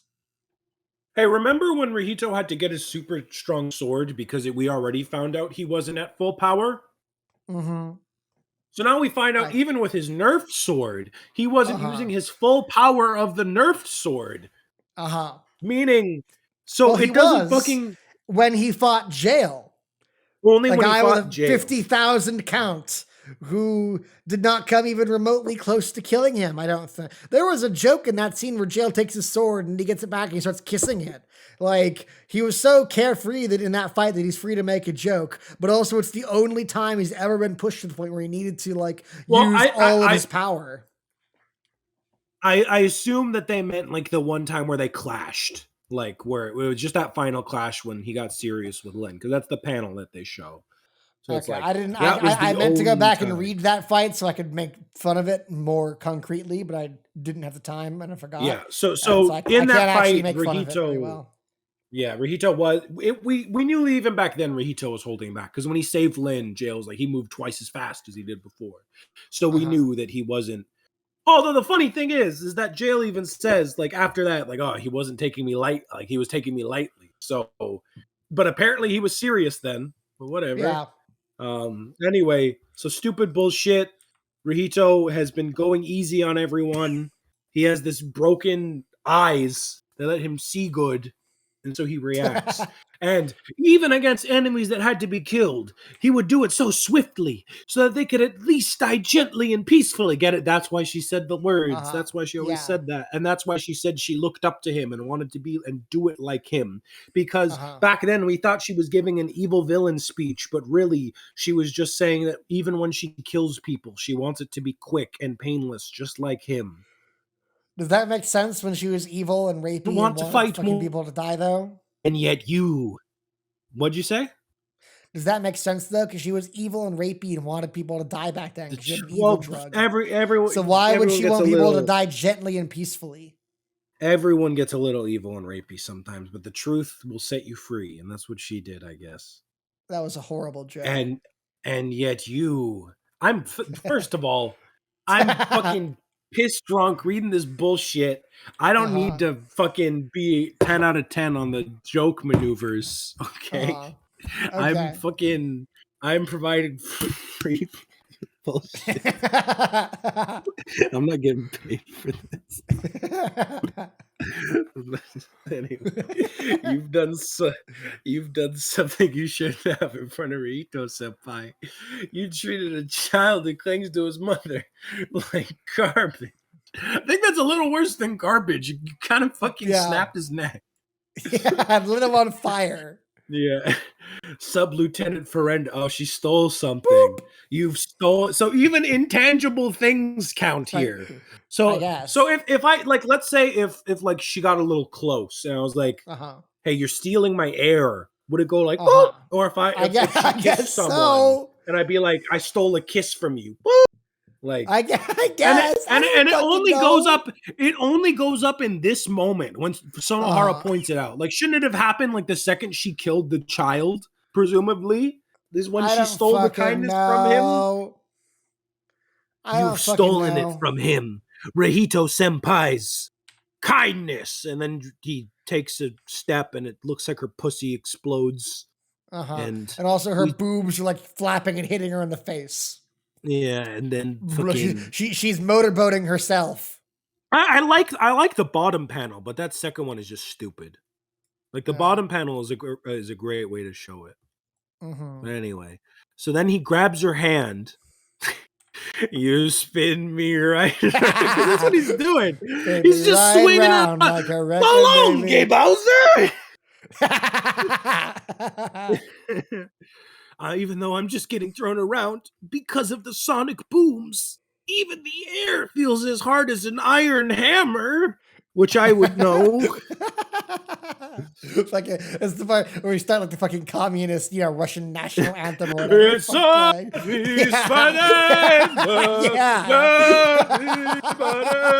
Alexandrov gets up, salutes, sheds a single tear. That's so good. I love it. Why did you kill him? You're gonna have to narrow it down. That's a lot. Children just want to be loved by their mothers, even if they must sacrifice everything. I have never once thought that in my life. And Vaporweave, don't worry about donating. Like, seriously, that was a joke earlier when I said that anyway. Yeah. We got paid far too much for what we did on the S&O Boob Club. I think this is warranted to be free.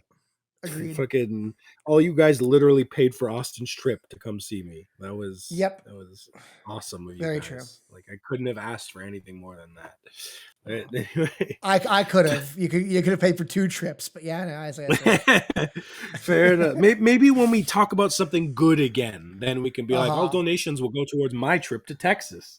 We'll see. We'll see. And then, but when I was a child, I never once thought, gosh, I would sacrifice anything to get my mother's love. I kind of just thought it was owed to me. When you're a kid, you're just like, mom pays the bills and makes my food because that's what mom does. And she's not allowed to complain. Like, if you told me that I had to sacrifice like a Pokemon game for my mother's love, I don't think I would have agreed to that. Like, yeah, I think if you put my copy of Crystal on a cliff and my mom, I'd probably hesitate when I was a kid. Literally, yeah. Like,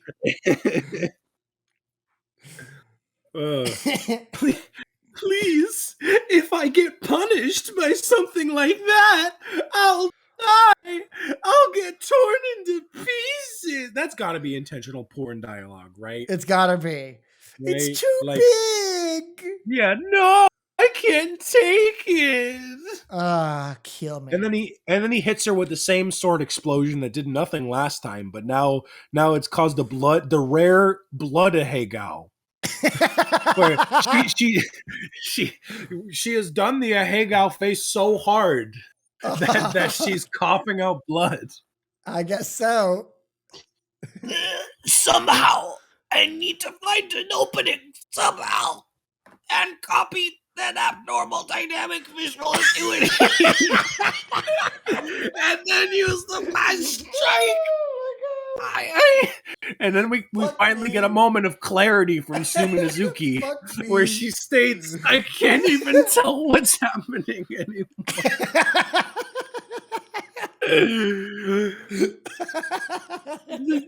This is Sakai Rihito. This is licked.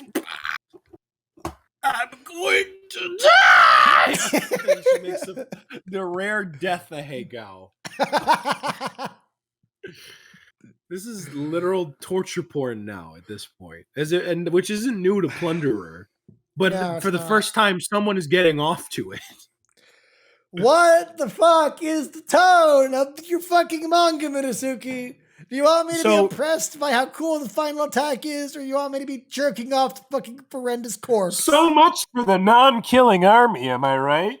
I got him, lol. I mean, I get it. Like, oh, you took his kindness from him. Like, now he's willing to do it because you killed a child. You crossed the line. But then he stops for no reason. And that panel where she opens her eyes, it looks like she's almost like she said the safe word or something. Like she's waiting for him to go. Then she kicks him. It was really stupid. Fuhu.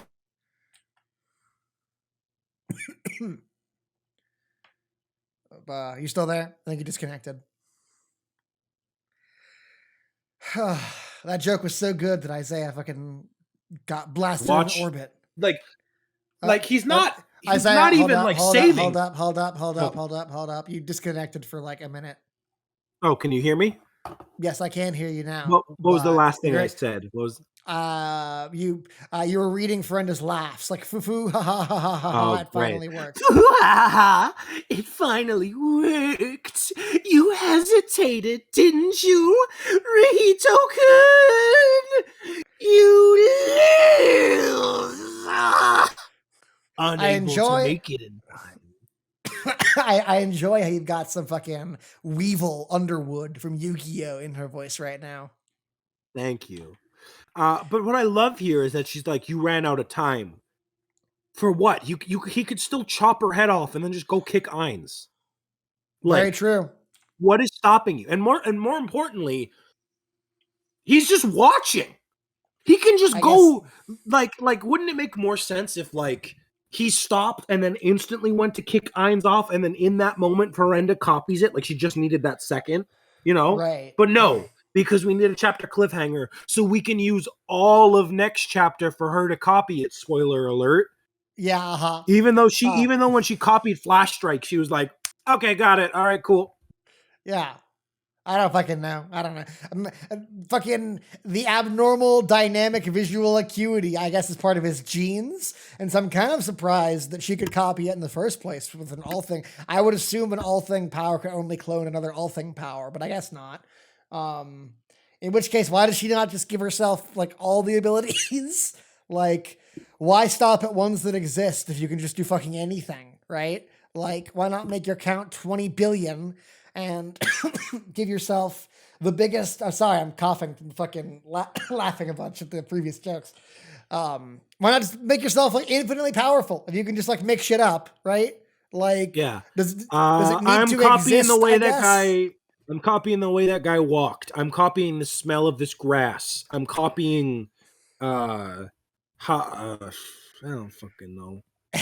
Copy Jail's determination and his fucking conviction. Oh, she'd be unbeatable. She'll be invincible. That's what she's really missing out. Yeah. Don't you If know? only she turned to Dynamic jail. visual acuity doesn't work against determination. Conviction, yeah. Oh, it's the determination. Fucking Undertale. Yeah, God damn it. that's Undertale, yeah. Could you imagine if conviction was like recontextualizes like an Undertale meta thing, where like every time he's convicted, like like he gets time travel bullshit to go back to the moment, and that's why things just miss him. Yeah. Ugh. Anyway, any important notes for this bullshit? I'm guessing not. Maybe, I don't know. 73. Already got that one. Okay, yes, this one. I don't understand how having super fast reaction speed allows Rahito to outspeed Ferenda. So Rahito has super speed and super mega reaction time. Ferenda has super mega speed and only super reaction time. But surely that means Rahito would need to like outplay her with strategy to win or something like that. But instead, he's also just faster than her. Yeah, like it's weird. It's very weird. Like him being able to react to her better doesn't mean that like he can just teleport behind her. Like that doesn't correlate with speed. It means when she's faster than him, she has a 10 million count with his exact ability, which he only has a 3 million count for. So she is objectively faster than him. The only thing he has against her is super mega reaction times. But that should just mean this goes back to what we were talking about when fucking Rahito fought Pele, where like just knowing what Rahito is about to do does not mean the fucking Pele has the ability to like dodge his attacks or whatever the fuck. Like Ferenda's super mega speed should allow her to outspeed super mega reaction times. Yeah, like she might not be able to utilize her speed as well because she's not. And it'll be like that panel where fucking Rahito sees Sonohara's bullets coming. And just like chooses to get hit, except he wouldn't choose to get hit. He just couldn't move in time. Like it's exactly the same thing as this, where he would see the attack coming a mile away, but like he can't move fucking fast enough to not get hit. That's what should be happening right now. But instead, he's just also faster than her for some reason. Mm-hmm.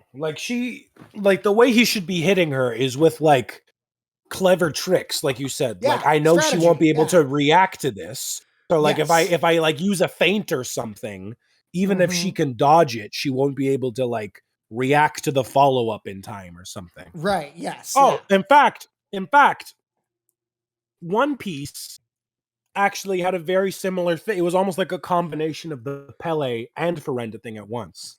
Because without going on a huge tangent, Luffy fought this guy named Katakuri, who basically has Luffy's same powers, very similar. Mochi. He has Mochi instead of he has Mochi instead of, oh, you remember from Best Guy Ever, right? I've watched the Best Guy Ever lecture. Yeah. So yeah, he has Mochi, which is like rubber, so he can basically do everything that Luffy can, but better. He's a little faster, he's a little stronger. And Katakuri's thing on top of that is he can see into the future a little bit. So on top of being stronger and faster than Luffy, he's able to react to Luffy. So what Luffy's solution is, he uses this form which lets him like stretch his basically stretch his arm out faster, but also do it at like weird angles. So because Katakuri can only see into the future a few seconds, he sees the punch coming for him and miss, but he doesn't see the fist continue to stretch and then turn around like 4 more times.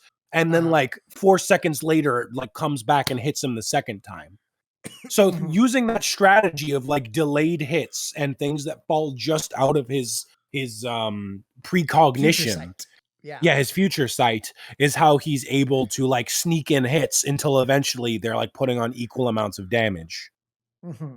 So that was a very creative way of handling the same issue. And granted, you can't do the same rubber bullshit, but you could easily have Rahito, like, again, like I said, do feints or do like set traps where like she'll be able to see the first couple of things I do coming, but she won't know that I'm gonna do this third thing. By the time she notices it, my sword's already in her. Or something like that. Or something like that. But no, instead, Rahito nothing personnel kids her again for the millionth fucking time and just teleports behind her because he's faster than her, despite not being faster than her. But I mean, what I think the manga is supposed to be implying by this, because they said he's always been holding back, which doesn't make sense because it's just a fucking visual acuity. Like, what do you mean holding back? So what I think they're saying is Rahito could always go faster than he's actually done because of his visual acuity. He just hasn't been using it.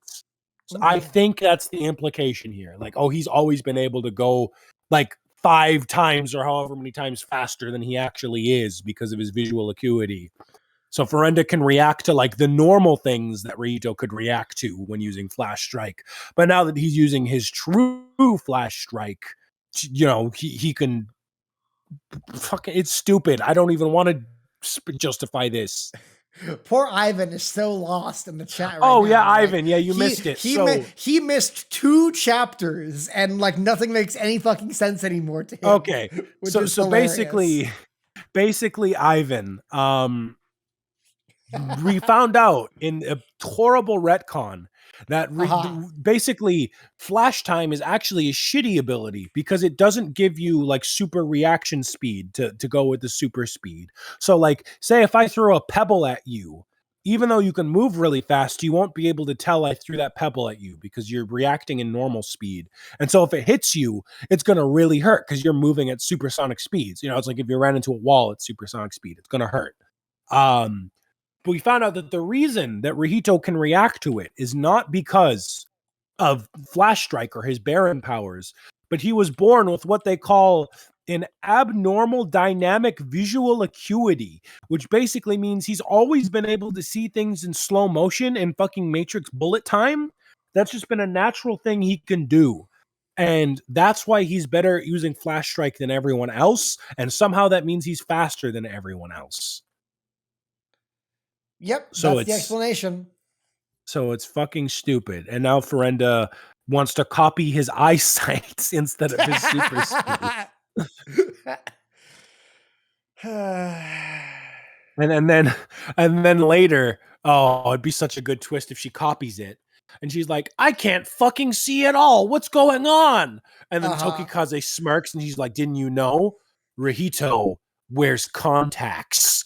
And then she gets hit. Rahito's been blind this entire time. And he uses echolocation to figure out where things are because he's so cool. This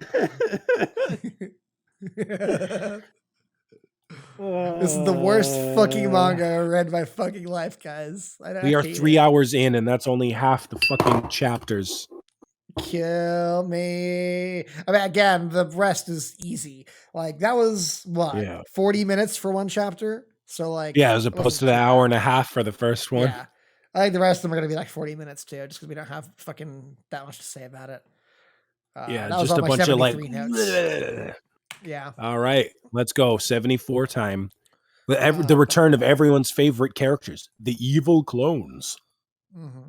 Oh, wait, hold on 1 second.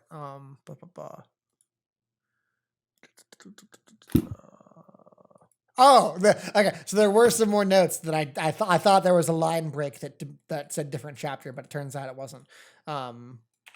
Okay. So the one thing I wrote in my notes that I thought was hilarious was in the last chapter, the bit where he's super speeding around all the soldiers, begging them like, I don't want to kill you, I don't want to kill you, I don't want to kill you. Like, there's no point to doing that if you're doing it at super speed where they can't hear you and where you kill them before they can move or react to what you said. So like, Why the fuck? If you wanted to do this, why would you not slow down time in normal speed and say it normally? You might have a chance then, but there's no fucking point to this. Oh, by the way, our current shot counter for the teleport, because we are taking a shot every single time someone teleports behind someone. It's at 5 so far. Nice. We have taken 5 shots of teleport behind. Get ready for more. I already see 2 more just from going. Yeah. Also, because he hesitated to kill Ferenda, I guess she didn't steal his kindness, and so it should go back down to 10 billion exactly. Right? You're right. Maybe with her it's like no takesies back. Like I have to give it back. Like I have to say I gave you back your kindness because maybe, I guess. Okay, chapter 74. Woo, here we go. Fucking finally someone's choking fucking Hina. Please, thank you, God. Yeah, that like brutally angry, like white eyes. That was me. This whole manga. That's me possessing Einstein's body or whatever the fuck, so I can strangle that bitch Hina and get her out of the fucking manga. Unable to make it in time, but he could because he's got super speed. So we just walk over at super speed, kick her off, walk back to Ferenda, cut her head off, and then be done. But whatever. Yeah. Hina-chan. It finally worked. You hesitated, didn't you, Rihito-kun? You lose. As the fucking rapey clone barons now get a super duper power up. And that, yeah. As the caption very helpfully recaps for us, the new generation barons forced into an uncontrollable state. The situation converges towards despair. Oh, this chapter's named Genji. I never even noticed. Oh, you're right. I hate that. After the only clone with a conscience. After Good Defendy Man, yes. My goat. I'm going to keep calling him Good Defendy Man now.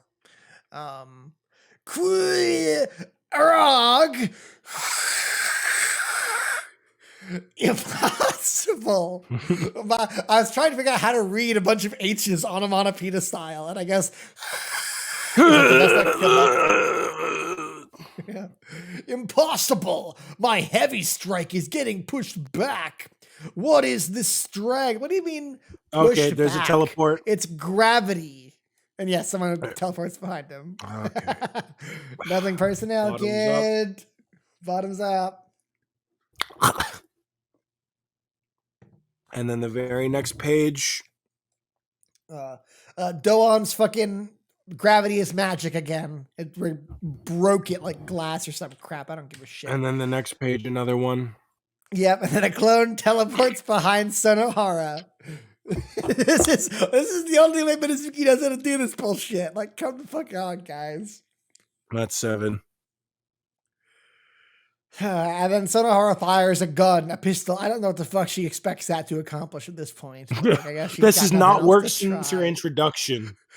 No, I don't think any single character in the Plunderer has ever once been hit by a bullet.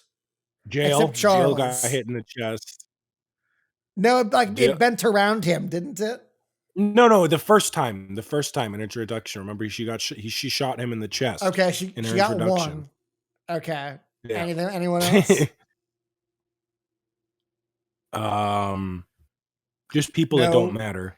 Her bullets hit Good Defendy Man. It just didn't do anything. Ugh.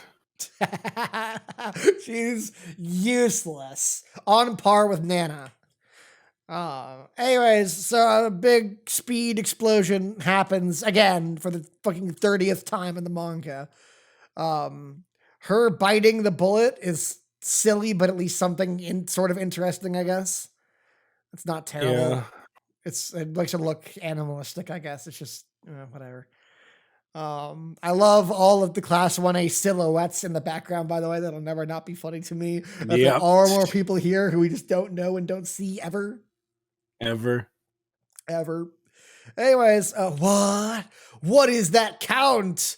And he's got some fucking bullshit. They've got random bullshit. This doesn't mean anything. There's a random kanji that I don't recognize, and this is C-I-K Sa 5. Yeah. Or say. I think it's so it's like the all thing is glitching or some bullshit.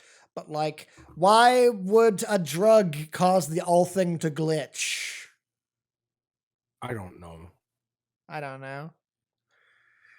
Anyways, fucking Jail's medal gets bent by this guy. I don't know who his name is or what his power is, but it's fucking Jail's. I want to say Suda or something, but I guess he has fire. I guess so. So he got the Blast Baron's power. I guess so. I guess that's why. You think this would be a more intense moment for Jails? Someone's fighting him and killing him with his dad's own power. You think that would mean something to him? No one talks about it or brings it up. It's not a thing. Yeah. Rahito continues to just fucking stand here and watch for some fucking reason, despite having super speed and super mega reaction times. And even Ferenda calls this out. Yeah, like, are you okay with this, Rahito-kun? Shouldn't you be helping them? Like, yeah, why is he not helping them? Why is he standing there? Even if he's like, well, maybe I should kill her first before she copies me. You can just kill her and then go. Why? We just established that he sees everything in like super duper slow motion. How the fuck is it taking him this long to react to everything that's happening right now?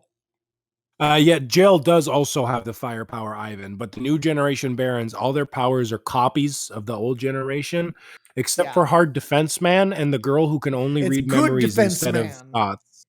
Yeah. Sorry, instead of the good defense man and girl who can only read memories instead of thoughts, as opposed to Pele, who can read thoughts but also memories when you're thinking about memories. There is a fine. She has a strictly nerfed version of his power for no fucking reason. Yeah. It's funny to think about. Anyways, when you inject the drug into the new generation, although it doesn't last as long, in exchange, it grants immeasurable strength. Wait a minute, what do you mean it doesn't last as long? Does that mean basically Tokikaze's drug would have run out eventually, even if he hadn't killed anyone? I guess so. Just would have taken one. Could we not have locked him in a box or something until it wore off? Maybe that's what happened. Maybe it wasn't that he saw the person he loved. It just conveniently ran out at that moment. Maybe. It's entirely possible, because he sure as hell didn't kill the person he loved to make the drug wear off, so I guess that's a decent alternate explanation. Jail-kun and Doan-kun alone can't handle them. Everyone will be killed in an instant. But I wonder... I'm so fucking sick of everything about this bullshit. I can't even put forth effort anymore. This crap. I hate everything about this so goddamn much. Okay, I'll try to do the Ferenda voice. Let me just... Okay. Breathe in, breathe out. And I'm trying to like muster up like a third wind or some crap right now for this shit. Okay. I believe in you. Thank you. I appreciate that. But I wonder, would you even be any help if you go as you are now? You would actually be of help if you went as you are now. I mean, you hesitate against opponents you can't kill, right? Or would you rather kill Tokikaze-kun's precious Ainz-chan instead? Yes, that's it. Agonize over it to your heart's content. Again, he sees everything in super duper slow motion. That's what I was going to say. Here's the thing. He can still agonize over it. Like, I understand hesitating, I guess. Maybe, like, he doesn't want to kill people that look like his friends or kill people that Tokikaze cares about. Here's what you do. Go into your fucking flash mode and watch them do it in, like, a fraction of a second. And then just, like, get all your crying out. Do the Megamind thing, like, go around the world, go for a walk, have a cup of coffee, do the Metro Man thing. Yeah, do the Metro Man thing, and then come back when you've resolved yourself. Like, okay, swing, and then you do the thing when you killed all 300 soldiers at once somehow. Yeah, you do that with them. The exact same thing you did in the past, where you marched around people saying, "I don't want to kill you, I don't want to kill you, I don't want to kill you, I don't want to kill you." Do that, but do it right now instead. Yeah. Anyways, Rihito has super duper reaction times when it is convenient and doesn't at all other times. Yep. Agonize over it to your heart's content. In the meantime, I'll finish copying that abnormal dynamic visual acuity. Yeah, I guess it's not so dynamic anymore. She's not very impressed. Yeah. It's just abnormal, not dynamic anymore. Yeah. Stop it, Ein. Stop. You put forth like a little bit more effort to save your daughter's fucking life, dude. Like, shaking the woman, choking your daughter to death is not helping. You're like, yeah, like you don't even have to kill her. Knock her out. Hit her chop her on the back of the neck. Or throw her.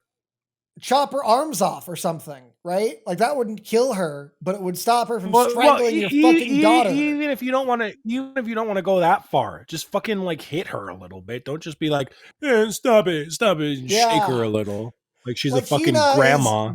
Hina's dying right now, like, and thank God for it. But like, you should care about that hypothetically. Like, look what Hard Defense Man does. He just puts her in a headlock. He's not killing her. Oh my God. Very true. He could have just done the Tokikaze. By the way, watching this from the background. He teleported. It's all anyone ever does in Plunderer. I love that we've created this meme now because it highlights how Minazuki's only method of conveying progression is to have characters teleport behind other characters. So that's an 8. That's 8. It's amazing. That's amazing. Zwei? Is that the fucking clone guy's name? Is that good? Yeah, German too. Ein, Zwei, Drei, or whatever. Okay. Yeah. There's no more time. Listen up, Tokikaze. You gotta kill us right now. Why is he still sane? Because he's about to explain that he's got Genji in his head. I guess he's not protecting her right now. He's strangling her right now. Well, he's holding her back. I guess. From doing something he knows she'd regret. So, but the thing is we had a scene earlier where it was like, haven't you noticed Ein Chan's been fighting the drug for like 2 minutes or whatever the fuck? Because she really doesn't want to kill you. So Genji, good defense man, has also been fighting the drug for 2.5 minutes now.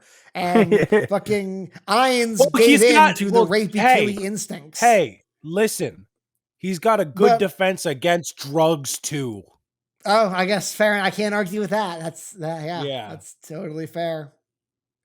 Wait, are their names literally just numbers, but in German? Yes, that is. They are 1, 2, 3, 4, 5, 6, etc. in German. Yes, yes. It is the most boring bullshit. German.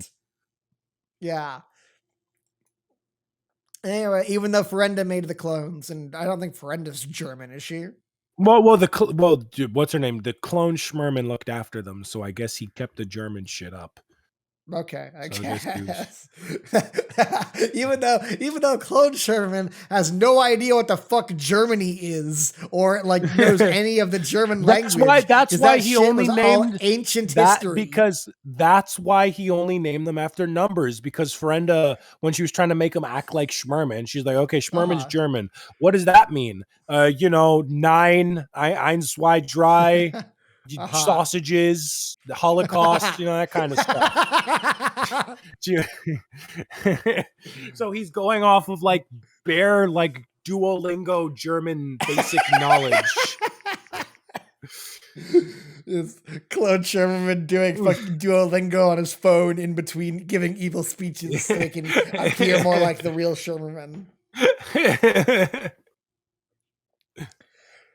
Oh my God. I want to meet the clone named Holocaust. That's good shit, Ivan. I like that. Here's ein, zwei, drei, Lederhose, and Holocaust. I don't know what these words mean, but they sound cool, right? They sound cool as fuck. There's no more time. Listen up, Tokikaze. You gotta kill us all right now. You understand, right? If you hesitate now, the power of Flash Strike is gonna get copied by that woman. As we see a fucking clone, one of the not clones, but a clone, defending Ainz, who's fucking useless at this point. As he takes bullets or arrows or some bullshit for her. And then everyone's gonna get killed. And it's not just you guys. Sooner or later, we're gonna get killed since we've served our purpose. Wait, what? And it's not just you guys. So, like, what he's saying is, like, we're going to die eventually anyway, I guess. Yeah. Like, even if you let us live, we'll kill you guys. Then we will have served our purpose. Then Ferenda will just kill us anyway. Yeah. She's saying, like, and then once we've served our purpose, Ferenda will just kill us anyway. Right. But then Tokikaze could counter with the fact that, well, we're all going to die eventually. And so, like, you know, I'm going to die eventually anyway. And so, you know, like, whatever. Joke failed. No, I can't. Something like that. Don't you get it? Take a good look at him. And then they all conveniently turn around. Yeah, they stop killing people so we can see the tears in their eyes as their Lolicon genes take over their very beings. Oh my god. Anyway, this is like the 7th time you've seen the Lolicon genes face in the fucking manga. And then we get the return of the funniest fucking thing in the manga. Mm-hmm. We see Tokikaze crying. No, the next bit. Rice falls. And we now see that they felt bad. What we thought was them being creeped out, they were actually really upset by it and were crying this whole time. Yeah, so like, I guess they really wanted to eat. This image implies they like really wanted to eat the rice balls, right? Yeah. So before the implication was that they were creeped out by him, like being overly friendly to someone that they didn't know, which makes sense. But now we are instead, as Plunderer likes to do, the explanation that makes sense is being replaced by one that does not make sense. As we now find out that all along they wanted to be his friend and felt bad that they threw his rice on the ground, which they did not have to do. Yeah. And were crying. Well, if they felt bad about it, why did they just not eat it when he offered them to it? And then why would he make here's these decisions? And here's the other thing. Right? Well, keep going. Keep. I'll say it after. Okay. Is it wrong to wish for your friends' happiness? Is it wrong to turn our back? Wait, who's speaking? Is it Clone Girl or is it Genji? It's Way saying it. Okay, good defense, man. Okay. Is it wrong to wish for your friends' happiness? Is it wrong to turn our backs with our guard down? Wait, what? To turn our backs with our guard down with the little sanity we still have so we can get killed by you? So here's the thing. He knocks out Ainz and her hair turns back to normal. So is the implication here that if you get knocked out, the Drund runs out and you're fine? So then just knock them all out! Holy shit, you're absolutely right. You need to kill them. He just demonstrated that. Oh my god, chat, I think I just acquired a dynamic visual acuity because Isaiah is speaking in slow motion to me right now.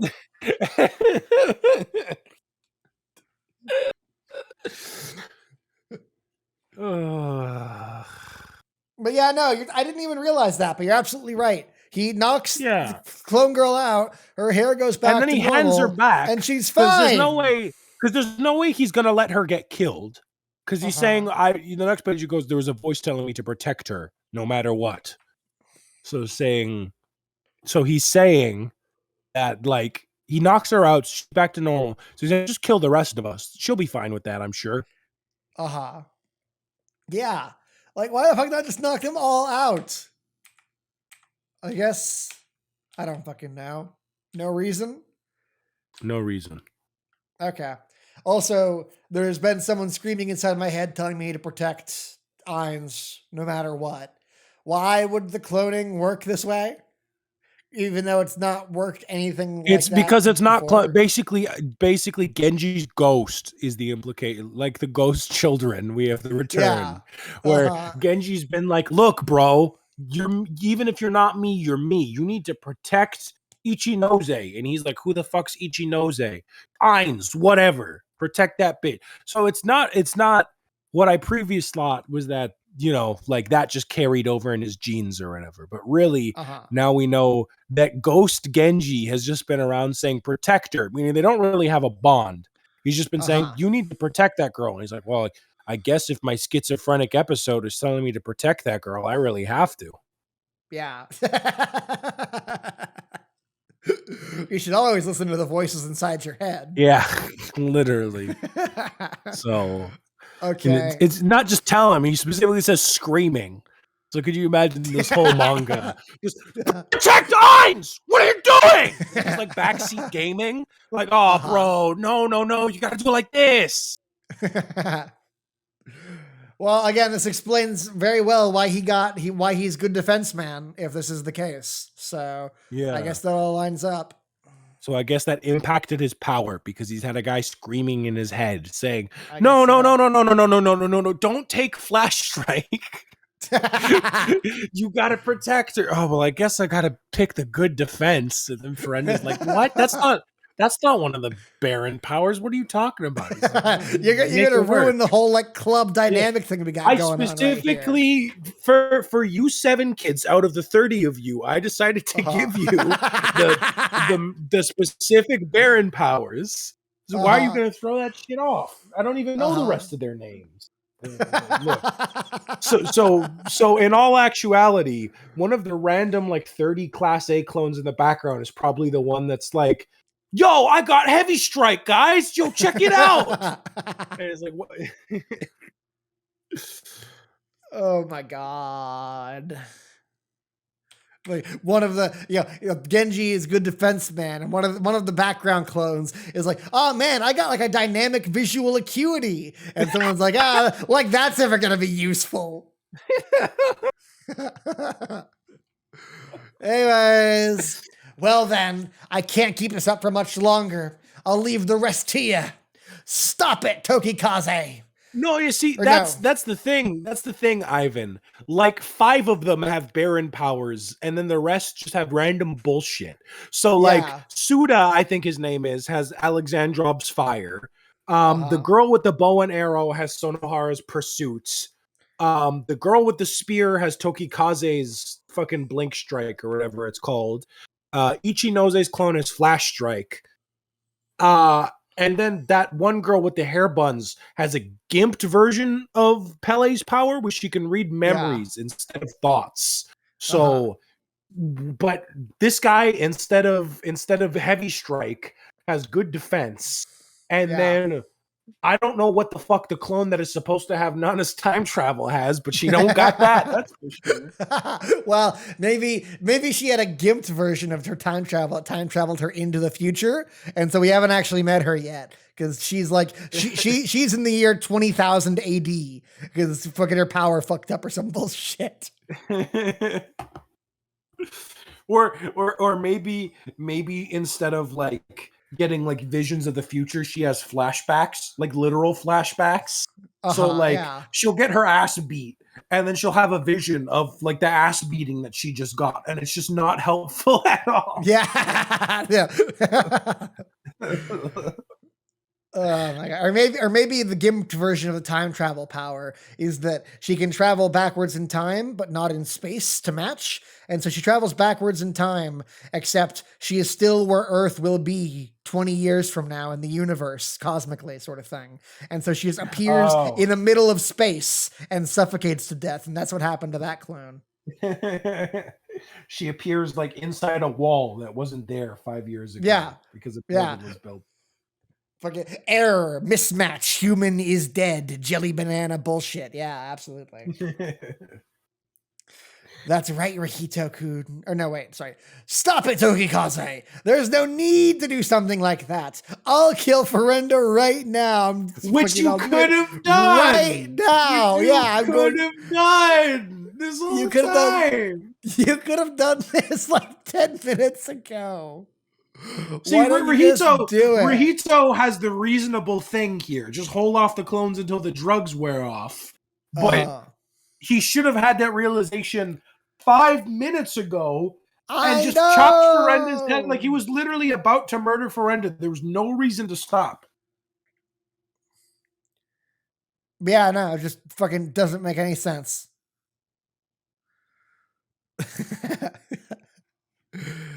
Oh my god. Are you still there, by the way? Yeah, I'm still here. Can you hear me? Okay. Yeah, I can. Yeah. Okay, cool. Anyways, I'll kill Ferenda right now, and then we can hold out till the clone strikes were off. I don't know why we didn't do this 5 fucking minutes ago. Ferenda's like, that's right, Rihito-kun, so you finally understand. He's like, fucking dumbass. If you don't want to get stolen, robbed makes more sense, but I decided to stick with Ferenda's thing being stealing / taking away. You could have fucking said plundered, though. That would have been like a thing with the manga. Or just stolen from. You could have just added a from there. And then it works. That would have worked as well. If you don't want to get plundered, you have no choice but to plunder. What's it gonna be, Plunderer? No, Linkson! It's funny it's weird that she only has the reservation about killing again now when she didn't, like, when he was like fucking flinging this bitch around and like about to choke her head off. Like, anyway, time to pour a shot. Time to pour a shot. Nothing personnel. Cheers. Well, she's a jolly good fellow. She's a jolly good fellow. Oh God, fuck me. And it gets even stupider here. It does. What have we got? 8, by the way? We got 8 or 9? 9. That was 9. 9. Okay. 999. Another cool word Sherman clones heard. But it's over. I told you, didn't I? You hesitated. You lose. I already finished copying long ago. So she just decided to sit there and watch instead of like doing shit. I feel like that's in character for her to be like. Well, yes, but like, what if they did just kill the clones and then like now there's 8 on 1 and she's like, oh, well, I got dynamic visual acute, and then you get heavy strike and you can't move like Rihito can, even with this fucking visual bullshit, and then they all just curb stomp her. Anyways. So she teleports away and then hits him with the fucking thing. Does this count as a teleport behind you thing? Where no, because the thing about teleport behind you is that you see, like, it just happens. You know, like you don't see the movement; they're just behind you. Here we actually see her move. So okay, I think this doesn't fine. I just want to get you as drunk as possible. I know. What did you say again? A child just wants this unwieldy as fuck quote, right? That's why she's laughing. She's like, what was that bullshit you said earlier? A child wants to be loved by their mother, even if they must sacrifice everything. What the fuck was that, dude? I also like her like Fonzie, like Hey, how do you feel? Hey, how'd you feel when your mother abandoned you? Hey. What I love about this though is she's bringing this up in the context of like they both have the same tragic backstory. So like, why is she like gloating about this shit? She also feels really bad about it, and she's about to like recount her own sad tragic backstory, and then beg Rahito to not fight anymore and join her side. I don't know. She's just stupid. I guess, yeah. Really no sense. That's the best explanation. How did you feel when your mother abandoned you on the rooftop of the department store? How did you feel when you kept waiting all alone for a mother you knew would never come back to you? Then he gets hit, and then he rushes her like, brah. And then she's like, wait, what the fuck? How does Rahito go from a charging position to like kneeling on the floor like this? I'll count this as a teleport because it's fucked up. Because her hand is just there, and then he's like on the ground. So I'll count this as a fucking teleport. Yeah, agreed. All right, so that's number 10. Oh my god. That's number 10. Okay. I'm also surprised that Ferenda didn't squeeze him into her boobs and like have like a boob shot. Yeah, right. That would have been so easy to just. Yeah. And then instead of him like a shot of his eye, he's like looking up at her with like a boob POV. Yeah, like, I could see that. Yeah. You're really losing it, Minazuki. I expect more from I expect less from you specifically, but yeah. I hated everything in this world. I would ask myself, did I do something wrong? You did literally everything wrong.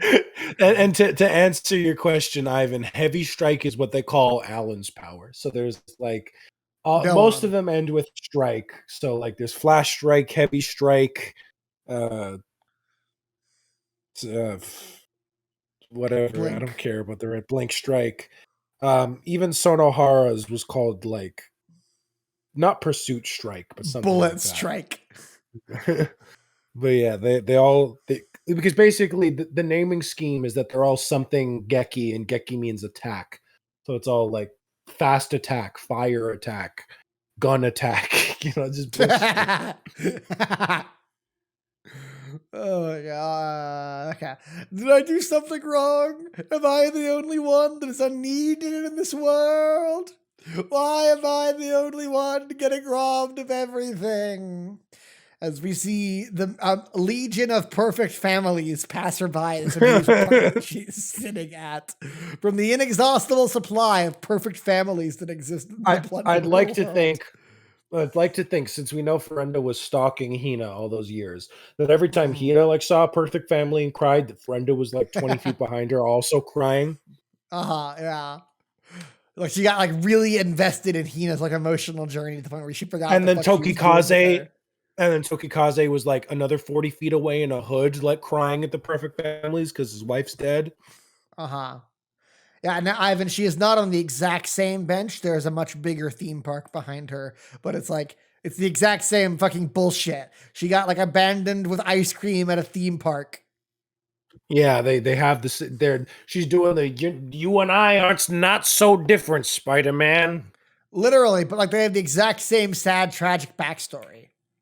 Yeah, which is how convenient. Yeah.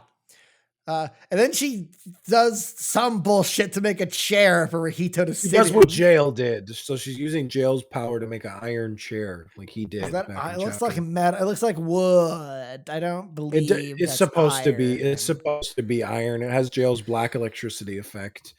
Okay, fine. I will buy that. Rahito-kun, you should be the same as me. We're not so different, you and I. I hate those that have everything. From the beginning, I hate those that take everything for granted, even though I have nothing. Let's make a deal, Rahito-kun. Abandon Hina-chan and say that you'll stay by my side. Wow, this is a fucking turn. Yeah. So now she loves him. Why? She tried to kill him like 5 minutes ago. Probably because he looks identical to Sherman. Let's be real. Maybe, but like she didn't just learn. Like she knows about his sad, tragic backstory because we broadcasted that around the fucking world. Thanks, Pele, for that bullshit, by the way. So, like, it makes sense that she knows, but, like, she would have known way before this battle started, the same sad backstory. So why was she trying to kill Rihito before now? I guess she was just waiting. She was just waiting until, like, she was, like, 2 seconds away from killing him so she could be like, hey, okay, now that I proved my point, by the way... We're the same. Froze him early. She was 2 seconds. She thought she was 2 seconds away from killing him a bunch of times before now. She would have thawed him. She would have thawed it. Oh my God! Okay. Fucking Clavicle in the chat. They missed the opportunity to bring back the office chair. If only. And then Robert would come back with a power up like, do you know what I fought for that chair? And Rihito gets to sit in it for nothing? This is unforgivable. And then he one-shots Ferenda. I'm the real final boss now. Oh my God, kill me. Anyways, fucking abandon Hina. Yes, please. And say that you'll stay by my side forever. If you do that, I will stop the clones right away. I don't know how she plans to do that. Is there a kill switch for the kill switch? I guess there's a kill. Either she could just freeze them until the drug runs off, I guess. Okay. If you do that, I'll stop the clones right away and I won't kill anyone. Rihito looking Hina is funny to me. Like, can I do it? Can I abandon Hina? He's looking at her. He's comparing the models. You know, I mean, Hina's boobs have been getting bigger, but I don't know if she's gonna reach this apex. She's got that stupid hair, but Ferenda's isn't much better.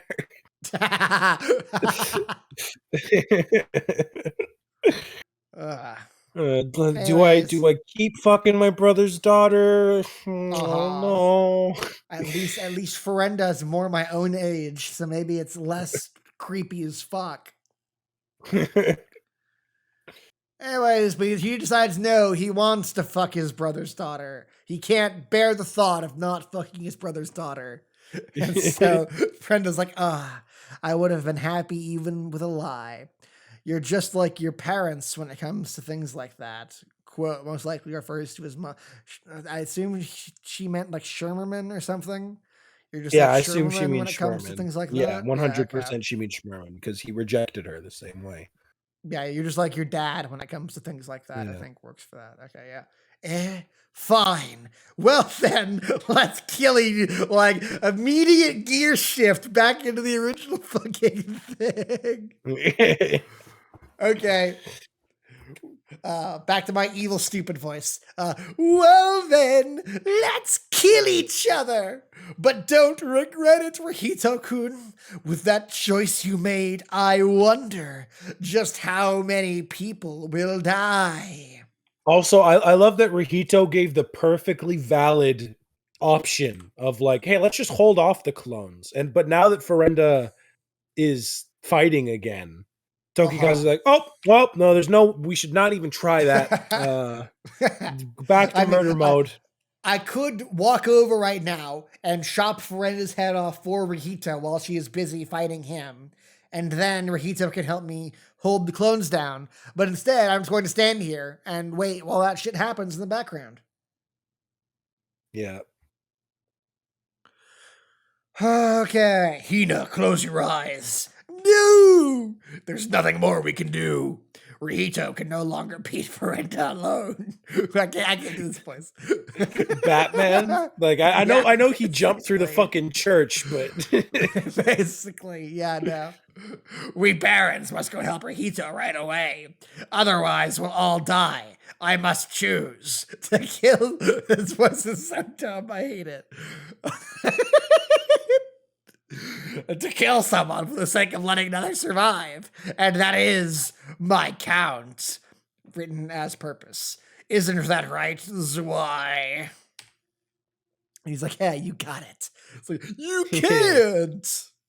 Hina, wait. Just give me some time to think. Oh, here comes the funniest fucking thing. Yes, I love this so much because Hina literally does a fucking SpongeBob bit where she's like, think, Hina, is there anything that mom said that could give us a clue as to what to do in the situation? And a little like thought bubble appears, like a flashback or whatever, and she just imagines her mom's like, remember, licking doorknobs is illegal on other planets. Like, no, not that one. And then remembers again, like, you'll never believe what I found in my sock last night. Go on, guess. No, Bam. this happens next chapter. I was a little too soon. The chapter ends here. I forgot. Oh, you're right. That is next chapter. God damn, I got excited too because you said that. God damn it. Sorry, I'm sloshed. Yeah, me too, sort of. That happens in the next chapter, but they do the fucking SpongeBob bit where Hina's like, no, wrong memory. Next one, like she's reading a tape or some bullshit. She's like, it's just a fast forward through a VHS. Anyways, from what I can tell, Jail, Doan, and the clones are similar in strength. Why would they be similar in strength? Jail has 300,000. Yeah, remember how the clone, and they originally had 500,000. Remember how the clones beat the shit out of Doan before in base power before this power boost? Yeah, I do remember that, as a matter of fact. But there's just way too many of them. In order to stop the clones without killing them, we need more people with Baron class power. But there are no such. Lynn, get up! Yeah, Lynn, literally. Just shake Lynn awake, and she'll just paw, and kill fucking everyone. Also, Pele can beat Rahito, so if Pele took this seriously, he could probably take on at least 2 clones. That's true. Harris was he compared Rahito favorably compared her to Jail, but just said she isn't as scary. But right now she's crying because she's a woman. That's true. So you're absolutely right. They did say she was as strong as Jail, and we did just not compare Jail to as strong as the clones, and so she would be. Yeah, fuck me. Yeah, so she should be as strong as them. Yeah, if only. Hey, Jail, where'd that Gafangus go? Hina says, if only the Gafangus were here, then everything would be okay. Damn, if only they were here. They'd make everything better. Anyways, no, they can't make it in time. For some reason, we sent Robert off to the abyss to go look after like 2 kids. Just in case an entire battalion of special service guys teleported down there. And fucking the Gafangus are evil, and I guess no one told Hina. Okay. They can't make it in time. We need Barons right now. What's more, we need as many Barons as the clones. And then she reaches into her boob pocket and originally grabs the gold that's still in there. It's like, no, not that one, and shuffles around a bit more. And she's like, Father, there is a way. There is a way. I taught you better than that, Hina. A chance big for trouble a turnaround. If you survive this, young lady.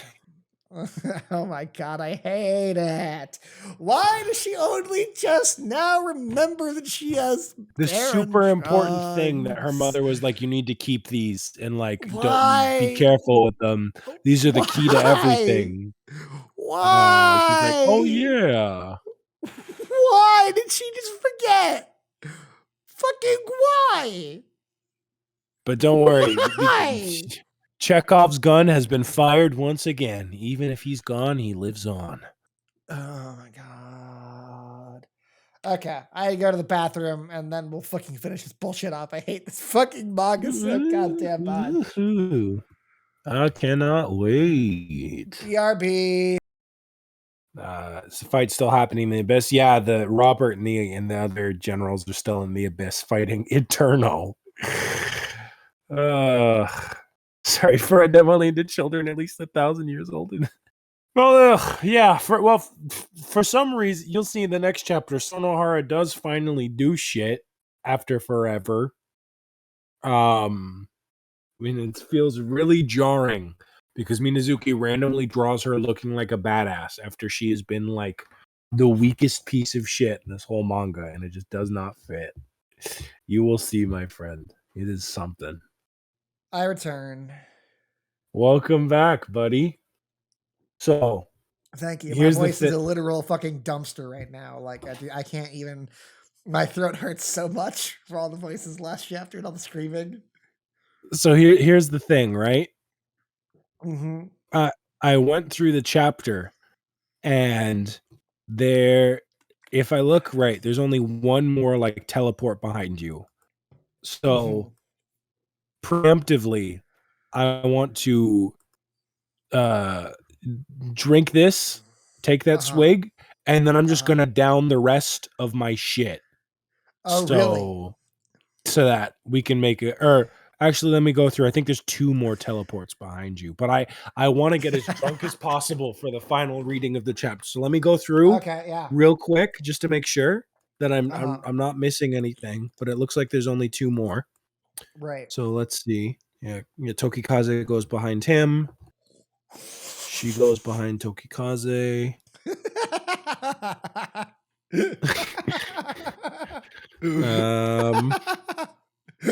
No, that's not a teleport. He was already there. He just comes under frame weirdly.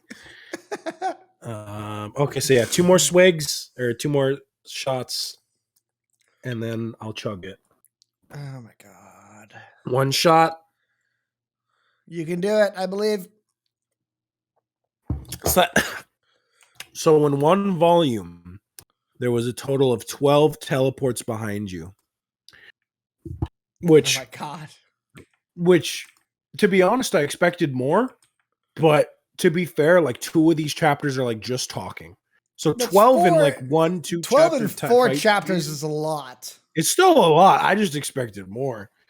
Anyway, also really quick in 70 wait, no, yeah, if you want to do the chug, I was going to complain more about bullshit, but yeah, no, you do your thing first. All right, so there's like a third of the bottle left, so this might be a hard chug. Okay. I'll chug my beer as you do that. Yeah, same. Wish me luck, everyone. Okay.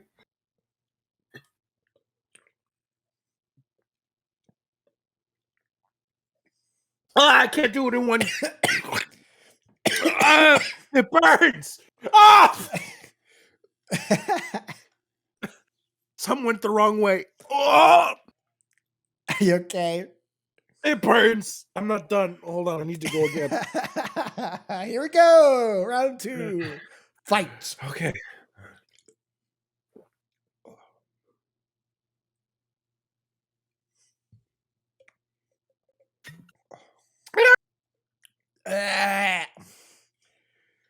That's it. It's done. Very nice. Everyone, round of applause for Isaiah. That was great. I love that.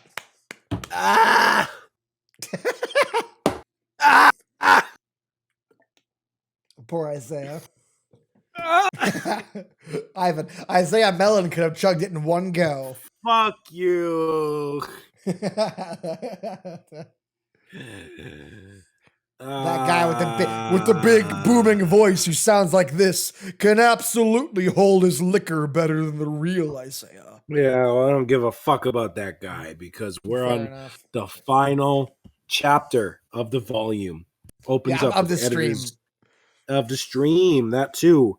This is the end of volume 19. Next volume is volume 20, by the way, guys, which means the volume count will be equivalent of that of Sora no Tashimono, and it's only going to keep going from there. Sad day. This is a very sad day. Agreed. Also, in the last chapter, I have a little more notes to cover. Hers in the middle of this fucking action scene is crying over the fucking clone guy who protected her because her character has been thrown out the fucking window and ruined. She's been a character assassinated. Thanks, fucking Minazuki. I hate you. Oh my god. We're now also adding a sad backstory for our evil as shit fucking Nazi rapey clone asshole. Like, why are we giving her a sad backstory as well? Like, do we need that really? Like, she was like, she's been pegged as the ultimate evil and the reason that everyone who's ever done anything bad the reason they did those things. And so it's actually all her fault. But now we're also giving her a sad backstory. And Minazuki expects us to feel fucking bad for her. Are you fucking for real? Are you kidding me? Well, don't you know, man? It doesn't.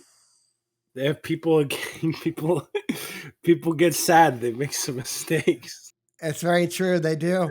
That's an amazing point you got there, Isaiah. Well done. If your mom left you ice cream and never came back, you might do global genocide. You don't know. That's very true. People have done it for less. Hitler did it because he got kicked out of art college. He got kicked out of art school. Yeah. Yeah. Very true. Okay, that's my fucking notes for 73. Fuck it, I don't care. Okay, 74, 75. The final one. This is it. This is yeah. The new generation Baron drugs. Father, there is a way. Where there's a will. A way. Where there's a will, there's a way. We don't want to go to war today. Turning this situation around. Chapter 75. I won't give up. I don't want to give up. I feel like that should be in the other order. Yeah, I agree. Yeah. What the fuck is all this bullshit happening in the background? What the fuck is all this crap? That's licks, I guess, or everyone. Or are they all just fine? How are they having a conversation right now? Fast. Everyone goes fast, dude. Everyone is moving at the speed of sound. I guess tracks, so. Quick as jog around, got ourselves a situation, stuck in a new location without any explanation. Definitely without any explanation. Time for relaxation. Don't blink. Don't think. Just go. Don't think. Don't think, definitely.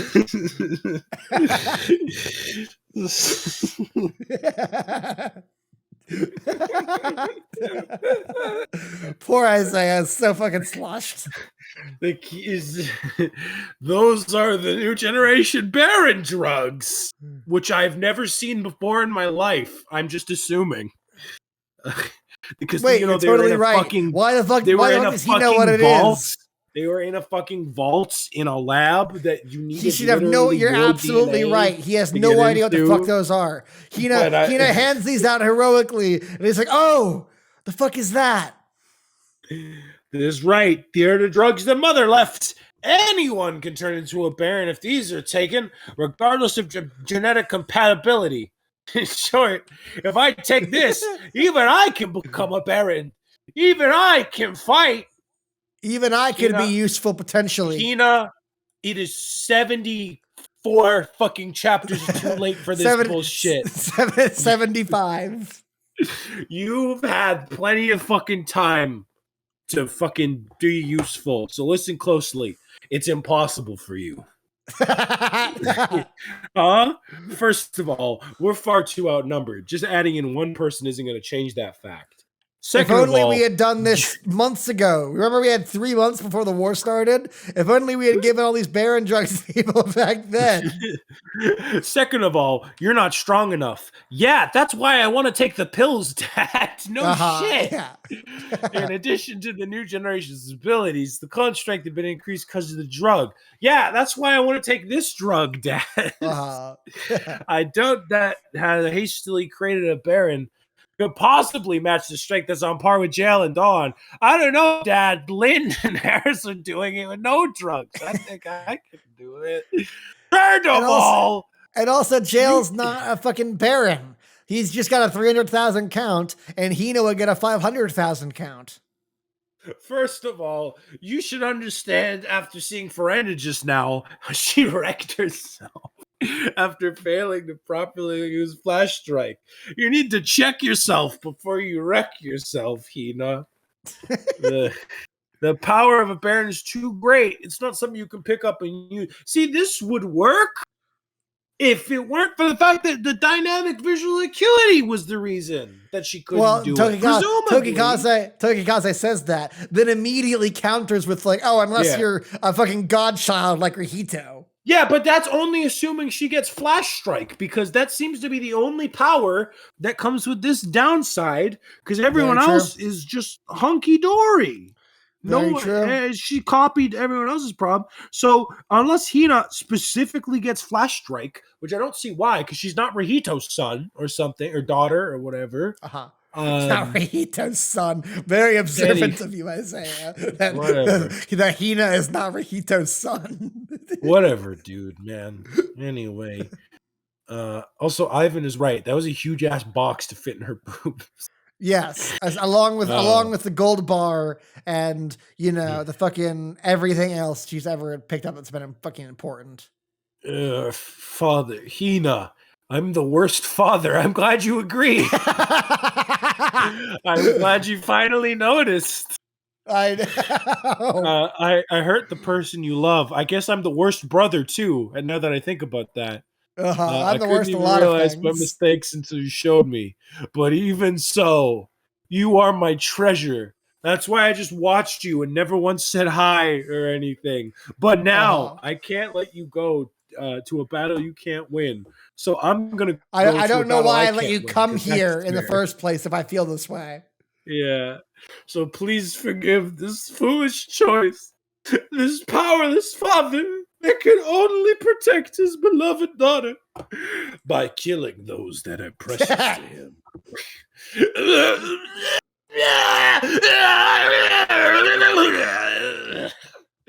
And he gets into his cool guy pose. He's got Rayman hands that are just floating. Like, I get that you're trying to show that he's moving, but you think you draw the arm and not just the hand. He rips his shirt.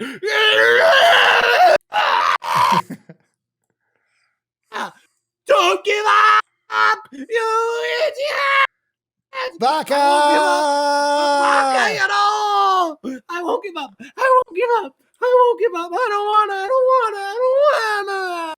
I don't want to live by sacrificing someone else. I don't want a future where those that are precious to you are there. We're going to live happily with everyone. With Einstein and Zway-san and the rest of them that aren't named yet. And Zway-san. You idiot!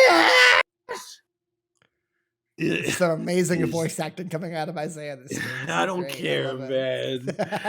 It's just as Hina says, Sakai. I don't remember my Doan voice, so I'm going to see. Hina, your daughter never gives up. She's absolutely persistent. Who did she resemble? Was it Tsukina? No. Okay, hold up. Hold the fucking phone. So fucking Doan is like, your daughter is absolutely persistent, just like you were. And to show this, we have a flashback of fucking Tokikaze defending Rahito from being bullied.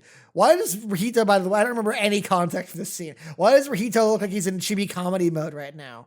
Because he is in fucking chibi comedy mode, because it doesn't fucking matter. Okay, yeah. So, okay. I'm going to read what I wrote. Okay. Okay.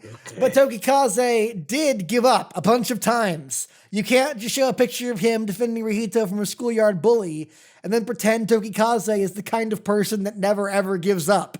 He gave up on Class 1A. He gave up on every Abyss kid he killed to get his count to 300,000.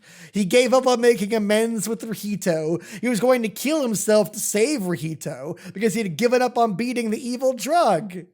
Rahito or Tokikaze gives up all the fucking time. You can't pretend that he's not the kind of character. He's the kind of character who never gives up, and that's why Hina is the way she is. It's true. This man gives up fucking 24/7. Everything. Every time. This man is a fucking joke. Are you actually that drunk, or are you putting on a voice for comedy's sake? No. What are you talking about? You're slurring so hard. I don't right say now. slurs, man. I'm a good kid. Okay, Isaiah is just that far gone, everyone. I'm sorry. Anyways, like stupid jail comes up. Besides, Hina isn't the kind of person who spouts ideals without a reason. I disagree. I disagree with that. Disagree too. I would say that is her whole character. In fact, I completely agree. That's all she ever does. Right now, at this very moment, she has zero plan. And so is absolutely just saying killing people is bad without having an alternative. She is right now spouting off ideals without a reason. She must still feel a kind of possibility, quotations, in the new generation Baron drugs. She said when she got those drugs, she talked to an apparition. Yeah, that sounds like something that would happen to someone after they took some drugs. No, man, I really believe it. She went on like a spirit quest, bro. Oh my god. And also the line below that, which is the translator's like, I totally forgot they live in a world with technology. Like, no, that's not what he says. He says, I forgot they live in a world with like zero electronics, which they don't. Oh, okay. That's why Jiao called it an apparition instead of like a hologram or something. Yeah. Oh. Like okay, jail, I guess that makes sense for jail. Even then, he knows technology. Anyway, she must have learned something back then? Question mark. And no one ever asked her about this or thought to inquire about this before. Literally right now. That's right. What did Mother say back then? Hina, you shut up, Father. Lately, Ferenda has taken some interest in this research. I'm afraid of her. No, not that. Earlier. And then he rewinds the memory tape. Yeah. She presses the backspace button on the YouTube the video rewind button. Frames. Like, It's rewind. There was a time. problem. There was a problem. If one becomes a baron by taking this new drug, they will also gain that power that exceeds human comprehension. No! Earlier! I'll get straight to the point. In the midst of the abandonment war. It's literally a SpongeBob joke. They do this joke in SpongeBob. Ferenda and I were doing research on the owl thing. From that, I noticed something, that the barons, those who can receive the energy of the owl thing, can live without eating anything. Live without eating anything. Why are you I just finally now know how to this? Get my summer body, baby. Well, surely Lynn should be saying that if anyone's saying that, because we all know she's fat. Lynn, right? You're not gonna get fat anymore. Just take some drugs. If it's and this also way, don't eat rice. But I love rice. Well, suck it up. No, son. Can you send me to the past again right now? And to the past? Why? Can you not? Okay, yeah. I can, but judging from my remaining count, I can only send you once. And during that time, I'll be completely defenseless. Don't worry, Nana. You've not existed in this space. You've not existed in this space until we needed you. So I think you'd be just fine. Like, she's just like standing here. She's not fucking. She looks perfect. She hasn't got a speck of dust on her, despite all the bullshit that's been happening right now. In this situation, I can send you for a minute. No, 30 seconds is the max. There's also the fucking line where Nana says, like, and during that time, I'll be completely defenseless. Unlike normally, where I have like incredible swaths of bullshit magic powers, some crap. Like, you are as defenseless then as you will ever be normally. You just are fucking defenseless. I don't know why you're here. Care, please send me. The place is the time is Why do you want to go to Nana? Send her. I won't even let a spingle speck of dust touch you because it hasn't happened yet. Yeah. Damn right. On Minazuki too. They've been doing a great job of that so far. Stop, and this is so funny because Sonohara is drawn like looking stupidly badass for the first time in the whole manga. Like she's got this, like, she's looking bad, she's all serious, she's looking like a whirlwind out of her gun. From now on, I'll protect everyone. Send her, Nana. Trust me. Like, she's the one that convinces Nana. Like, all of a sudden, Sonohara is a boss-ass bitch who doesn't afraid of anything. And she... Which is completely out of character for her, because she has been a fucking laughingstock, useless piece of shit the entire rest of the manga.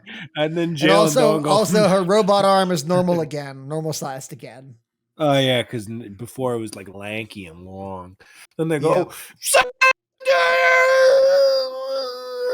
So she does it, and they go whoop, and she's gone. And then Pele uses mind reading to tell how long is left instead of count.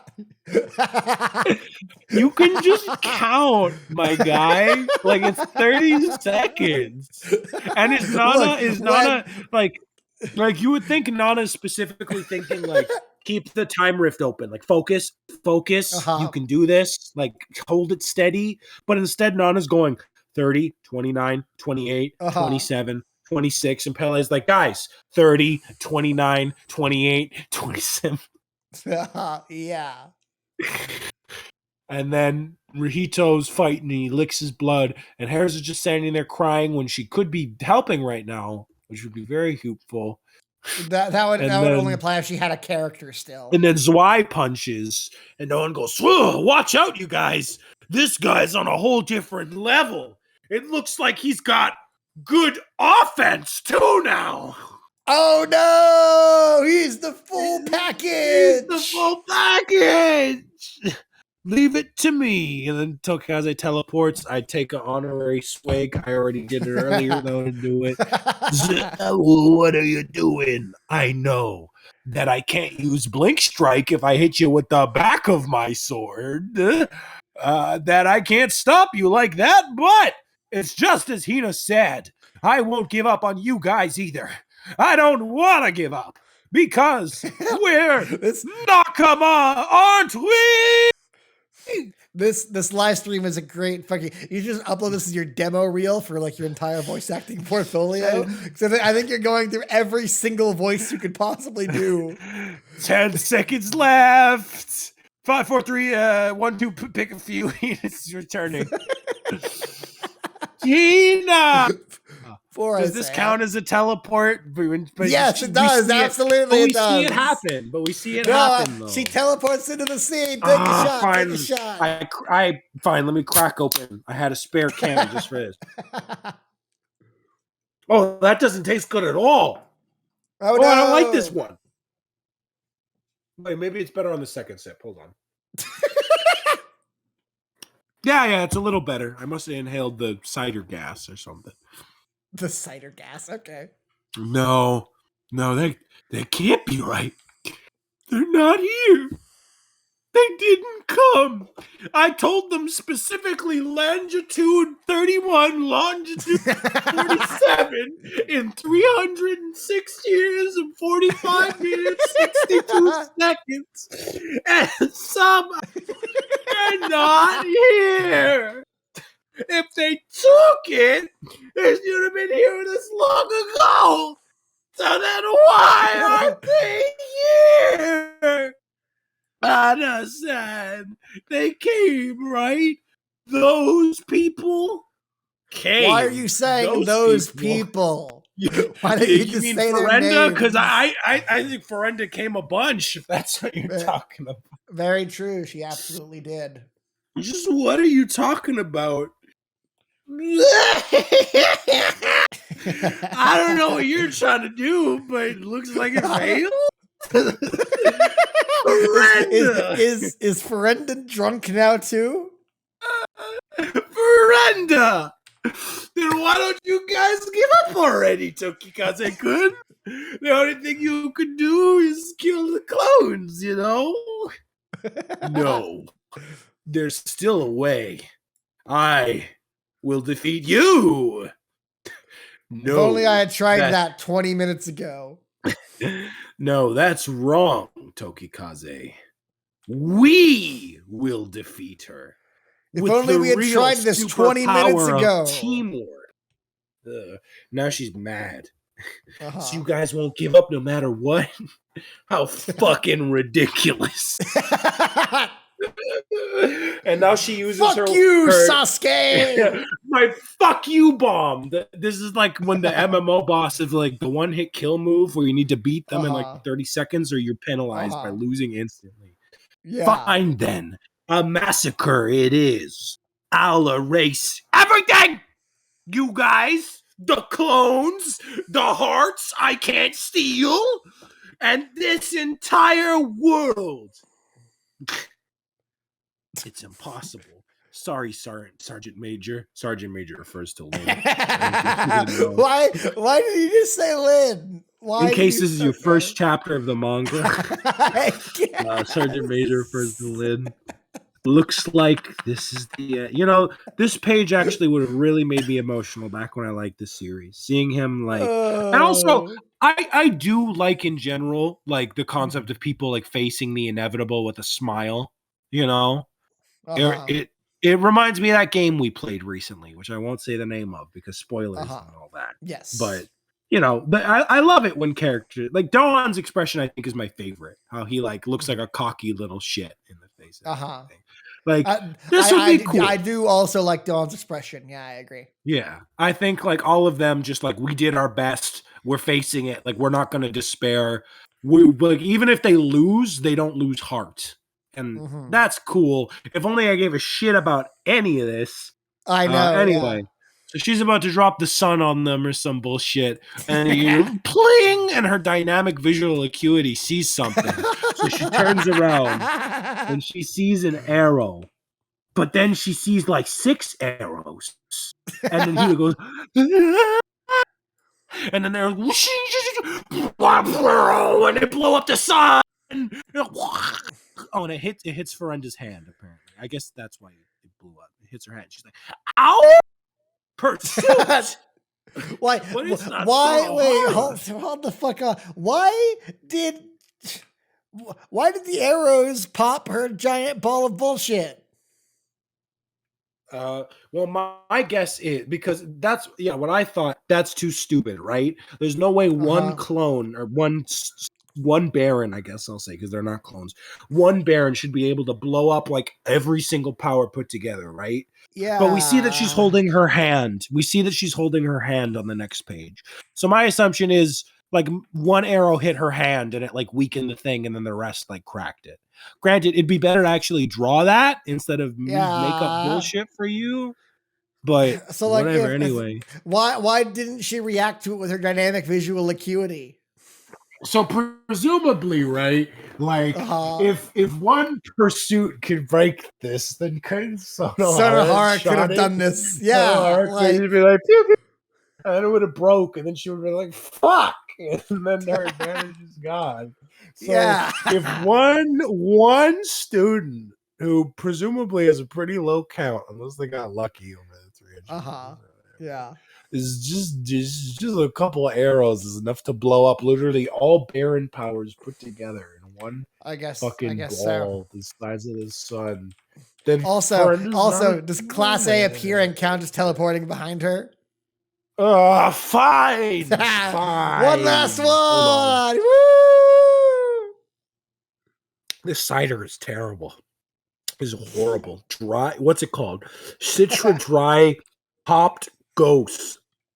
Whoever made this, Citra Dry Popped Ghost. Hopped Ghost. Hop like a bunny rabbit. Hops. Fuck you. I'm sure there's a market for this, but it's like it's biting back. It's like it don't like me when I sip it. It's like bitter, and I don't like bitter. I like sweet drinks. That's why that soju was smooth. Anyway, Tokikaze, something's wrong with me. Yeah, no shit. Me too. It's almost like we're horrible characters. I'm seeing things. No, Rahito. You're not seeing things. I can see them too. But you know, buddy, that's not very Maybe you're reassuring. both Since you said seeing something's things. wrong, he literally just said, "Hey, something's wrong with me too." But now all of a sudden he's like, "No, Oh, no, yeah, actually, you're right. no." Maybe Tokikaze thought they were talking about their morals in the previous sentence. And so He's like, "Yeah, me no, too." you know what? I'm fucked up too. And it looks like, no, not that. Like, I think I'm seeing hallucinations. Tokikaze's like, oh no, I see those too. No. Yeah. Then again, I only have one eye, so I can't particularly tell very well anymore. Literally, yeah. And then the next page, everyone. Bonds exceed time. And then he puts, is that you, Yu-Gi-Oh? Because it's the name of a Yu-Gi-Oh movie where Yugi and the guys and all the new protagonists meet up. I know that. So, the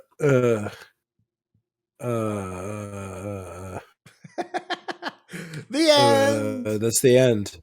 That's the end of the volume. I don't know why we don't see them when it's so fucking obvious. Like, there's literally no one else. Like, what do we expect next page? Fucking, it's the people from Homo. She gave them all the drugs. They're gonna show up and they're gonna be like, they're gonna show up and they're gonna be like, Lynn, that skirt is too short. You've been eating too much. And then they like pile drive Ferenda, and like the fish man like summons, like he's like Aquaman, and he hits her with like a flood of fish, and he's like, don't you know they're on sale today?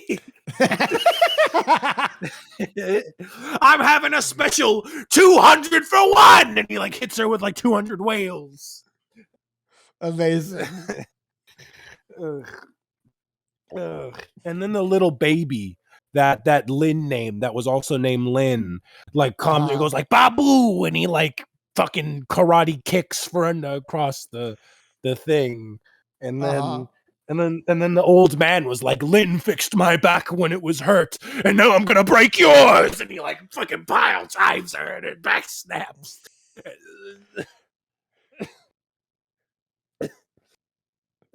This is amazing. I love it so much. And then the mom is gonna be like, Lynn changed my baby's diapers, and now you're about to shit yourself. And she hits her, and then fucking.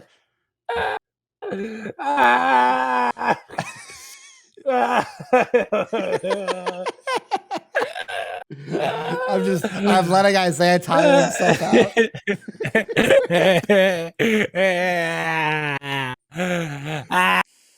I could go all day. This is embarrassing for you. Oh man, but yeah, I don't know why he doesn't bother showing the clones, because seriously, like, who else is gonna be? We get it, you can, but no, we need the cliffhanger so that next chapter you see them and you're like, whoa, there's the clones. Ivan doesn't get it. Ivan's wondering who the fuck it is. Not the clones. Oh, okay. It's Class 1A. She went back in time. She went back in time and she gave Class 1A the drugs, because they said that if you're a baron, you don't. They got abandoned in the abyss, and so they starved to death. So by giving them the drugs, they killed themselves. Actually, they killed themselves. They did that because they were going to starve to death. No, they did that because the orphans didn't have enough food. Remember? So they killed themselves so that Tokikaze could feed them. It's not that they were going to starve to death. But anyway, so now they don't need to eat, meaning they could have stayed behind and helped the orphans. But here's the thing. So for the time continuity to not get totally fucked up, that would mean Tokikaze should have like memories of them being there now. Unless, and this is the only way the timeline can stay fixed, they fake killed themselves and left Tokikaze alone by himself to murder families in the abyss for 300 years. That is the only way the timeline does not break and get rewritten and change. That's absolutely correct. That is literally the only way.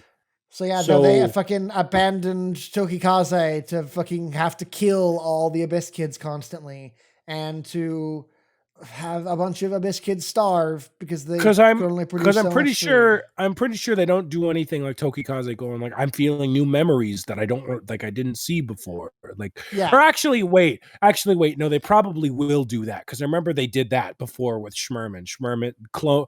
Wait a second. Schmerman's a Wait. clone. So why did he Uh-huh. say I'm seeing two memories of two different things? Oh The wait, you're clone totally wouldn't have right. it because it's already been established clones don't share the memories of their Right. other people because these clones, unless Sherman was made different, but that doesn't make sense. So this No, it breaks doesn't. everything. It breaks literally everything. What So chapter? Let's go look at Tokikaze that. What chapter? When did they come 30 back from the something. It's fucking I want to say 32 maybe. I want to say 32, but I'm not something positive. like that? Maybe. But yeah, it's right. Yeah, but Tokikaze or Sherman shows up and he's like, "I'm seeing two memories in my head right now." And Dawn says the same thing. He's like, "I remember you brats, but you weren't there the first time." So going back in time does alter No. people's memories. When you return to the present, the timeline is altered, and people have like two different memories of past events. Mm-hmm. So Tokikaze right now should be like, "Wait, I remember, I."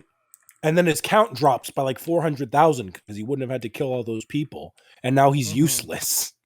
Mm-hmm. Unless they just let him kill the people still, which in that case, they're all shit friends. Yeah, you're right. So Clone Sherman does say, I wonder why I'm remembering two different things. Ah, it's Nana's doing, right? What a terrible child. Yeah. So unless for some reason Clone Sherman was made different from the others and was given the memories, even though no other clone, not even Uh-huh. David, who was their friend, by the way, retained his memories. And I guess that could have been by choice. I guess you could have not given the clones their memories or given David his memory. But I just assumed that just happened because otherwise, wow, they're shit friends to David then. Which I guess they Yeah. just are now. Yeah, that tracks.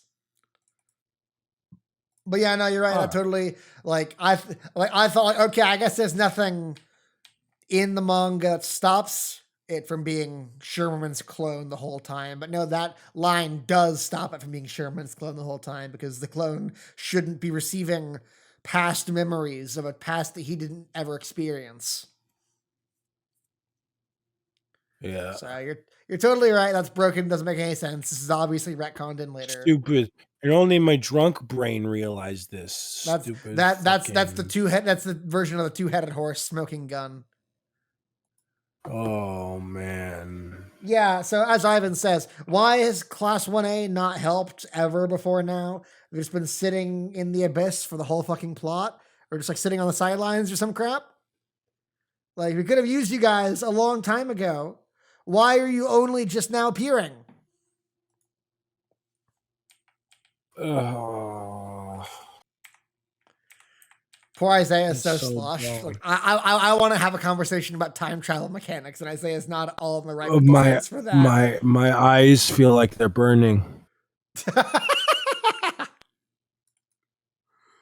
Okay, well, I guess I'll just talk about time travel shit, and Isaiah can just sit there and suffer, I guess. Yeah, say it. Bring it on. Okay, fun. And I won't expect any decent commentary as a result of that. I've been given the best commentary of my life tonight. I'll have you know. I don't know about that. We'll see. I'll show you. Mm-hmm. Okay, let's just finish notes for 74. If Tokikaze wants to protect Hina above all else, why let her come to the battle in the first place? If he doesn't want her to, what's his exact quote? I don't want you to like, yeah, you are my treasure. I can't let you go to a battle you can't win. Why the fuck did you let her come here to this battle of crazy fucking bullshit happening all around you guys right now, if that's the case? Tokikaze has 3 reasons for not letting Hina use the Baron drug on herself. all three of them are counteracted by if she had brought this up months ago and we had given the drug to like a couple dozen people back then and like trained them to use their powers and bullshit and brought them into this fight. And that would have made everything way easier. And Hina's a fucking horrible character because she never mentioned the fact that she had a fucking Chekhov's gun that could win everything. A fucking MacGuffin. Nana says that she has a count of 2 right now. Using time travel will bring it down to 1, which means she can't use time travel anymore. Why can't she go to 0 or below 0? Does she die? Does it just not work? I don't know. The manga. Well, it said she had a limited number of uses, but we didn't know what would happen if she used all of them. Right? Yeah, we don't fucking know.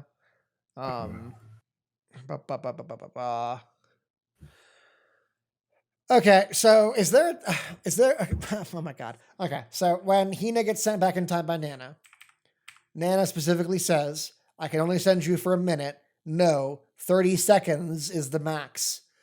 So does that mean that she has 30 seconds when she arrives in the past to do shit? Or is there a time delay where like 30 seconds, it's like Inception, where like 30 seconds in the current present time is like 2 hours in the past or some crap? Because I seem to recall during the flashback arc, they stayed in the past for like months or some crap. So was Nana just sitting there channeling the time spell for months? Well, remember they when they came back, Nana, they were in a completely different place. So I think it was equivalent, honestly, because Nana was like, we need to escape the pursuers, and then I remember like almost 2 years have passed in the manga because it was like year 306, and I feel like that's impossible unless the time they were in the past like was the actual amount of time they were gone for. Maybe. So I'm guessing that she had 30 seconds to do it.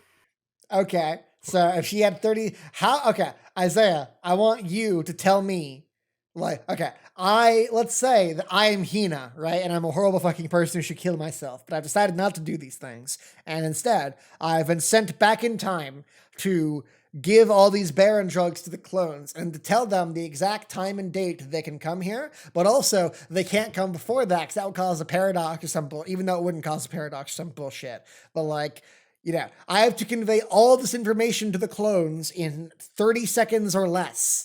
How do I accomplish this goal? Guys, take drugs. You'll live forever. And there's way more to talk about. Wait, what? Hina, you're back alive? I thought you disappeared like 10 years ago. What are you doing here? How have you been? You got 20 more seconds left. You're acting as Hina right now. Guys, listen here. I'm from the future again, just like I was the first time. Listen, if you take these drugs, you won't need to eat. You can live forever, and you get superpowers. And then in 300 years, live forever. How does that work? You don't need to eat. Just listen. I need you to save me in 300 years. Be here or be square. And then whoosh, Hina's gone. What an amazing. And then class 1A is just like confused, looking down at the pills, like what the fuck just happened just now.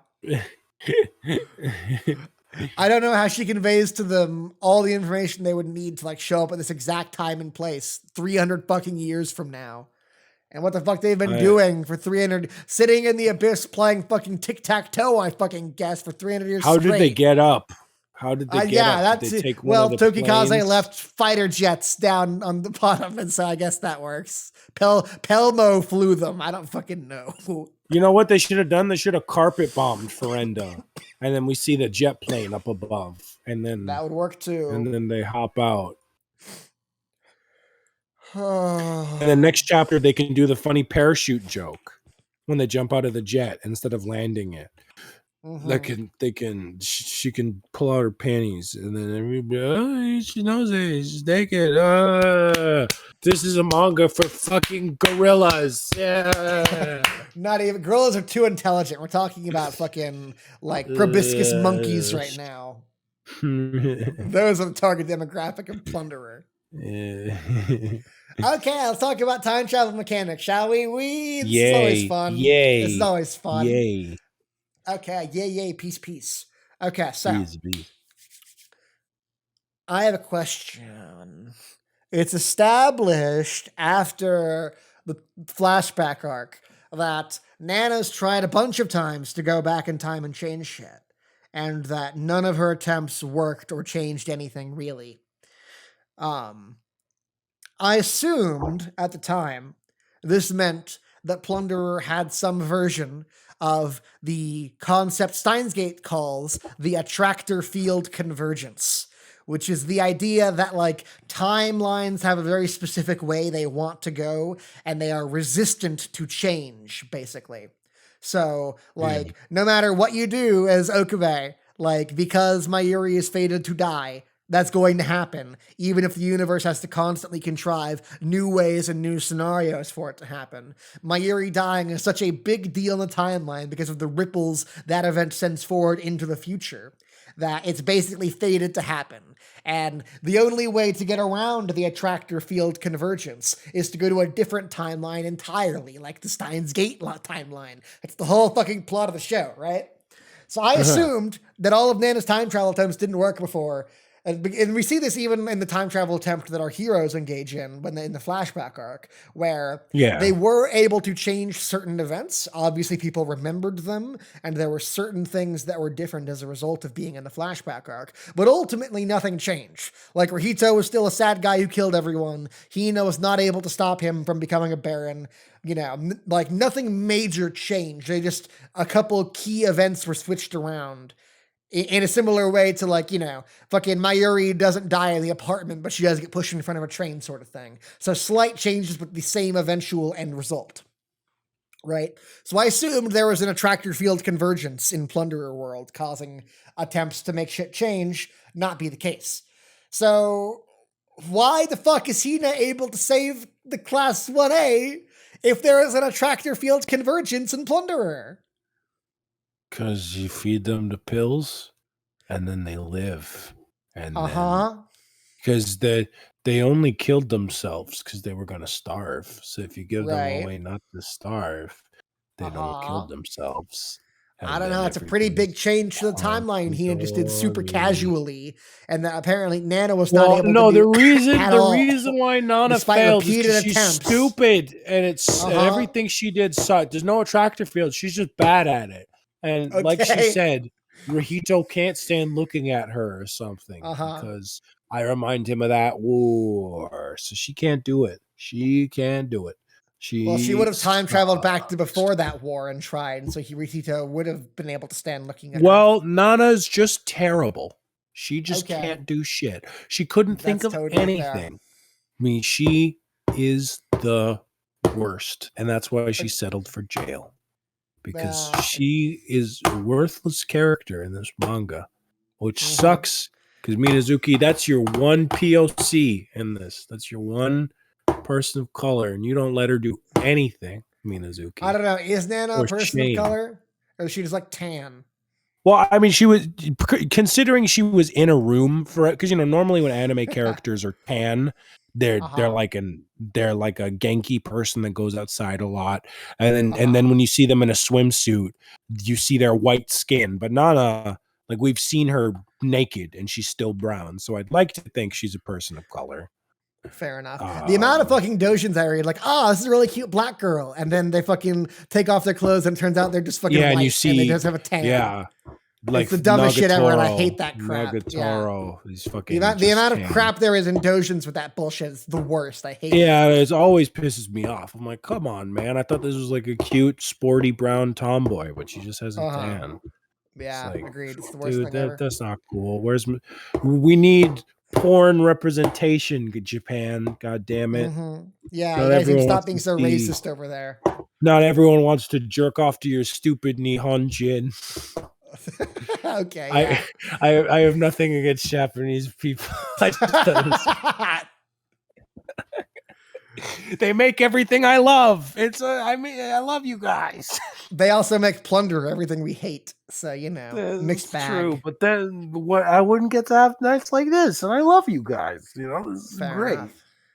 In addition to that, I also wanted to just talk about the fucking. I sort of wanted to ramble about a fucking book series that I really hate at this point called Off to Be the Wizard. Off to Be the Wizard. Wizard of Oz. So, okay. I've recommended Osby the Wizard to Isaiah before. I know that. Wait, did you say you hate it? Yes. Well, sort of. I thought you loved it. I do. I really like the first book, and it gets progressively worse and worse and worse and worse as it goes to the point where I can't fucking stand it anymore. The first book is still like a really good self-contained story, and then book 2 is like meh with like some highlights and some negatives, and book 3 is mostly shit, barring like a couple of decent jokes or something. And then book 4 is fuck awful, and then book 5 is like one of the worst things I've ever read in my entire fucking life. And one of the like 10 things that makes book 5 awful is the idea of fucking the author not acknowledging the attractor field convergence when trying to tell a time travel story. I feel like trying to figure out when I'm watching a time travel story, does the show have an attractor field convergence mechanic is something I'm like really paying attention for, because that like really influences the way the time travel works and how the narrative works. And I'm sort of trying to figure out, does it have it? Does it not? You know, what rules are we playing by sort of thing? Can the show please establish these things? And Off to Be the Wizard. So, okay, in the very first fucking book, one of the very first things the main character does when he realizes he can, the very first time he tries time travel, what happens is he tries to go forward into the future. He puts in a future date into the file or whatever, hits enter, and nothing happens. And he's like, what a shame. And then from behind him, he hears, why don't you try going backwards in time instead of forwards? And he turns around and it's himself. And he's like, whoa, what the fuck? This is so weird. And then future him teleports away, and then he's like, okay, and he tries going back in time, and he goes back in time like 20 seconds, and he sees himself standing at the computer in front of him, and he's so sad because he's tried to try and travel forward into the future. It didn't fucking work. And so he feels bad for this past version of himself and says, hey, why don't you try going backwards in time instead of forwards? And him from the past jumps and turns around like, whoa, what the fuck's happening right now? And we're like, boring, and then teleports away. So, and every other time we see time travel happen where the characters interact with themselves, there appears to be a attractor field convergence like that, where everything that happened in the future necessarily has to be reenacted by them. You know, they then have to go back in time and do the same things again a second time for the time travel shit to work in the show. This seems to be a very consistent theme of these books. And then, one of the many things that makes book 5 fucking infuriating is that one of the characters who has time travel powers spends the entire book, there is like an assassin after his life. There's an assassin who like tries to like fucking hurt him, and like I think one of the times he's like there's like a fucking Looney Tunes style metal cage that gets dropped on him, but like every single time this happens, like fucking like he's like, oh, like yeah, a cage is about to fall where he's about to be like walking to, but he's like, oh, a dime, and looks down at the floor and picks it up, and the cage falls on nothing instead, and he just barely missed it or whatever the fuck. Or like, you know, the assassination attempts always fail, and he doesn't like he never even realizes there's an assassin trying to kill him because it fucks up somehow. And then, at the very end of the book, after all this bullshit, it is revealed that the assassin was, in fact, him from the future who came back to the past to try and warn himself that he was going to make a big mistake in the future. And he's like, and so every time he's attempting to like stop him from making this mistake, like by dropping a cage on him, he's doing this despite knowing for a fact, having lived through the fact that the cage didn't work and his assassination, his like attempts to stop him from doing this thing didn't work. He knows this before he even fucking tries, but he still goes through the exact same fucking thing. He still does the exact same stupid cage bit, and it still doesn't work for the same stupid reason. And no character at any point ever stops and asks him like, hey, why don't you try doing it differently? Or why don't you do ever, like, this is not like, there is no attractor field convergence in the world of Offbeat the Wizard. It's just the characters are fucking idiots and don't think to ever talk about this or question it, or like, hey, can we experiment with this? Is it always 100% of the time going to happen like this? Or like, can we do something to fix it? Like they're just fucking idiots who don't even bother to give a shit to try to see how the fuck their time travel works. And it's the most annoying fucking thing that I've ever seen in my entire goddamn life. I'm sorry, man. That's not so good. The first book is still decent, but like, oh my, I hate everything. And the sixth book, by the way, the whole plot of the sixth book, I have not read the sixth. I gave up at 5. 5 was fucking infuriating. But the sixth book is like the main character and the love interest from the first book. They have kids, and the plot of the sixth book is it's their kids who are the main characters, and they discover the file that allows them to have time travel. It's like literally the author ran out of ideas and so decided to rewrite the first book in the sixth book by just doing like a reboot of his own fucking story because he ran out of fucking ideas to write about. Oh my god. Poor Isaiah is dying while I'm just ranting about something no one fucking cares about. It's okay. I care about it. I care about you and the things you care about. Well, listen here, man. That sounds like some bullshit, and I'm sorry you read so many fucking books just for them. Yeah, me too. Get stupid. This is why I don't read some comics and manga and dumb shit. Oh man, you can go to bed right now if you want. I've got more shit to talk about Ferenda and like bullshit like that. So if Isaiah wants to go take a nappy, that's totally fine because you sound like you want to. Any of that? I'm not losing nothing, man. You need to listen here. Fair enough. Why stick to the end of this? Like you said, I'm a co-executive man, and we see everything through together till the end. And we're gonna see forever, no matter how long. We're gonna get to this right from now until the end of time. Now we're gonna figure this out. So you get through them notes. We keep going. We're not done. Okay. So, let's finally return to the big fucking paragraph that is called "Everything bad that's ever happened to anyone in the entire manga is fucking Ferenda's fault somehow." Absolutely. Okay.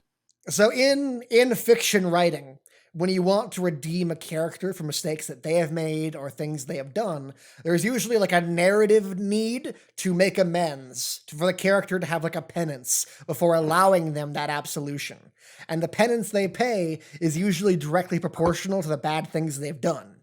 For example, if the villain in your show burns down an orphanage, the audience won't just forgive them because they helped an old lady walk across the street.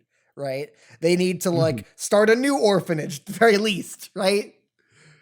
So like if they do bad things, they need to do good things in equal proportion to the bad things they've done before like the character should be willing to forgive them and before that's why they usually sacrifice themselves and die. Like usually when you want to redeem a villain, they usually just die. Yes. Well, there are ways to do it without having them die. There are. I'm just saying that's like the easy way out. Where like, agreed, in order to absolve, like, even if they can't like undo the things that they've done, they can give up their lives in order to protect other lives. That's usually the easiest way to do it. Like as a writer, you have to realize that sometimes the actions your villains have taken are unforgivable. For example, Kayaki from Monogatari is revealed to have had like a soft spot for Senjo Gahara and like a desire to like want to help her. But like on the whole is still a fucking con artist who makes his living by like ruining children's lives. And he has done this for like decades, basically. Like the fact that in the final arc with him, that he's sort of a good guy who's like trying his best to do a good thing. Like that action is nice, but does not outweigh the entire lifetime of bad shit before him, which is why Kayaki has to die. And of course, Oisin brings him back anyway, but that's fucking stupid and he should have stayed dead. So it's inconvenient for the point that I'm making. But ideally, Kayaki would have stayed dead for this exact reason. Because he does not deserve to live. He's still a really bad person, despite being a really interesting, complex character who I fucking adore. He's the best. He's the best character in the show. But yeah. I fucking love Kayaki so goddamn much. Now, for an example of a character that can be redeemed, we can look at maybe the most famous and well-regarded redemption arc in all of fiction, which is Zuko from Avatar: The Last Airbender. So Zuko spends the first 2 seasons trying to kill our main characters, which is obviously really bad, but crucially, he never actually achieves any form of this. All of his fire bending is either blocked or deflected, and in every battles, our heroes walk away basically unharmed despite Zuko's best efforts, right? Comparatively, if every battle they walked away from, they were like horribly burnt with shit they had to treat for like weeks, a redemption arc would have been much more difficult to pull off for Zuko, if not impossible, right? Yeah. So this means the sins he atones for are relatively minor, trying to hurt them but never actually having done so. In addition, narratively, the worst thing Zuko ever does is to betray the heroes and Katara specifically at the final battle at Ba Sing Se, which is why Katara is the most difficult person to convince and the last character to come around to his side. She's sort of like the final boss of his redemption arc. But like ideally, point being, like, you need to like actively weigh the character's sins with the amount of good they do before you can have a redemption arc for your character. Minazuki, on the other hand, despite wanting to make an edgy as fuck manga where every character exists in shades of gray and where people in difficult situations make hard decisions that negatively affect others, he wants to have his cake and eat it too, which is why he has this page where he piles every single bad thing that has ever happened to fucking any character in the entire manga and makes it all Ferenda's fault. So that, like, Robert wasn't bad for, fucking kidnapping children of the abyss, and, the fucking evil rapey clones were just a fucking because of Ferenda, and everyone Rahito killed in the war, it's not his fault, and, the children of the abyss that Tokikaze had to kill, that's not his fault. Sherman's not to blame because there's a clone for him, fucking, like, every single bad thing that any character has ever done in this alleged manga that has shades of gray and where characters make difficult decisions where sometimes people have to get hurt. Turns out that, like, basically no character has done anything wrong ever except for Ferenda.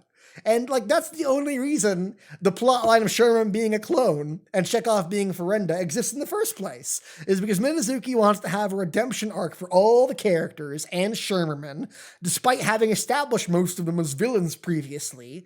And so we're told that all the bad things we thought they did were actually because of his clone, or because Ferenda made them evil, and the person puppeteering everything was her. And so our wannabe dark, edgy story is reduced back down to childish black and white, where Ferenda is the devil and every other character is morally absolved. She's fucking like the anti-Jesus, where like every other bad character is now forgiven because they were only bad because of her. So like she died for their sins, literally. Yeah, it's stupid as fuck. It was very stupid as fuck. And the last thing I wanted to mention was just Ferenda being characterized as a whore.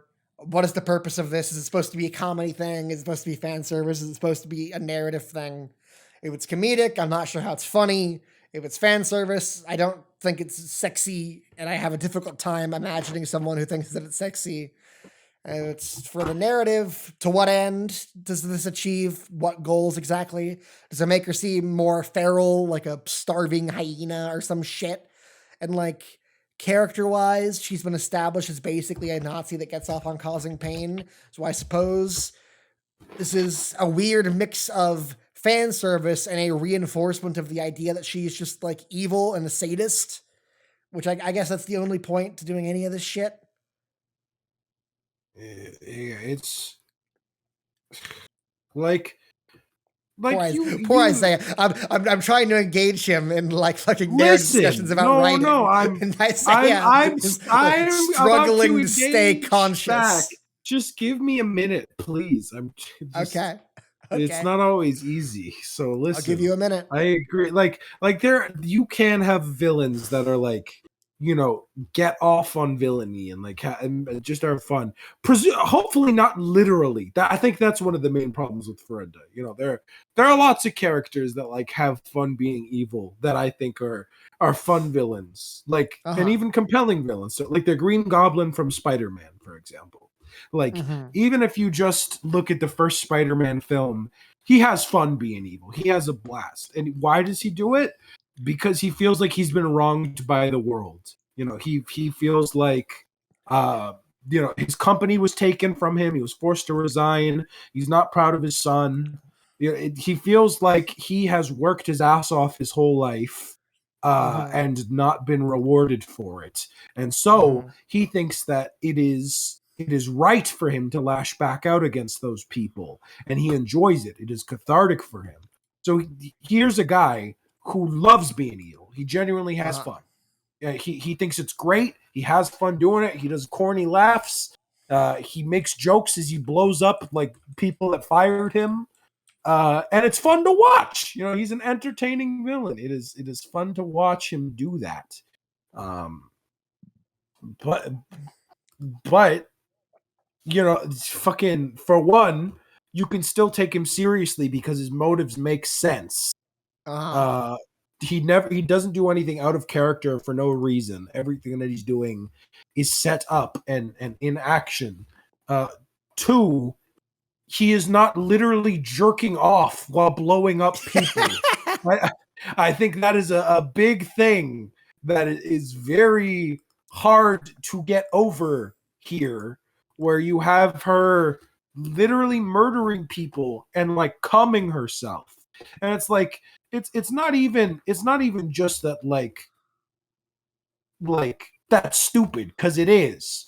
But it's like, what am I supposed to feel at looking? Am I supposed to jerk off to this? You know, am I supposed to feel horror? Am I supposed to feel scared? Am I supposed to be worried? You know, am I supposed to feel fear? Like, you can't put those two things together, because like, am I supposed to fucking come to Lynn getting strangled in front of the person she loves, or am I supposed to think this is a morally reprehensible thing and cry over it? Right. And the funny thing is that you can't tell, because depending on the panel, it could be both. Yeah. Here's sad Lynn. Here's fucking stick a dick in her mouth and Photoshop Lynn. Yeah, here's her like also looking like she's coming while Ferenda's coming, and then here's another one where she actually looks like she's on the verge of death, and Pele is like sobbing and like begging himself to get up. Like, and then the next page we go back to fucking her. And then we go back to her like creaming her pants on the ground. Yeah, it's like I don't even know what I'm supposed to feel, because you're throwing all these things at once. Yeah. Completely agree. The very last note that I have in my fucking thing is, but not only is making her like a horror character who gets off on being evil completely unnecessary, it actively detracts from the other aspects of the scene. Ferenda does not appear scary or like a real threat. The tongue thing and the Ahago faces brings her more to the level of a Jar Jar Binks type comedic relief character. A really misplaced joke that kills the tension and isn't even the slightest bit funny, except instead of being a comedic relief character, she is the final boss and ultimate evil of the entire fucking manga. Yeah, it's like this is what you would do for David. You know, for like the generic side villain who you'll never see, like as like the spice, like, and this is the horny villain of the week. Like their thing is that they're horny.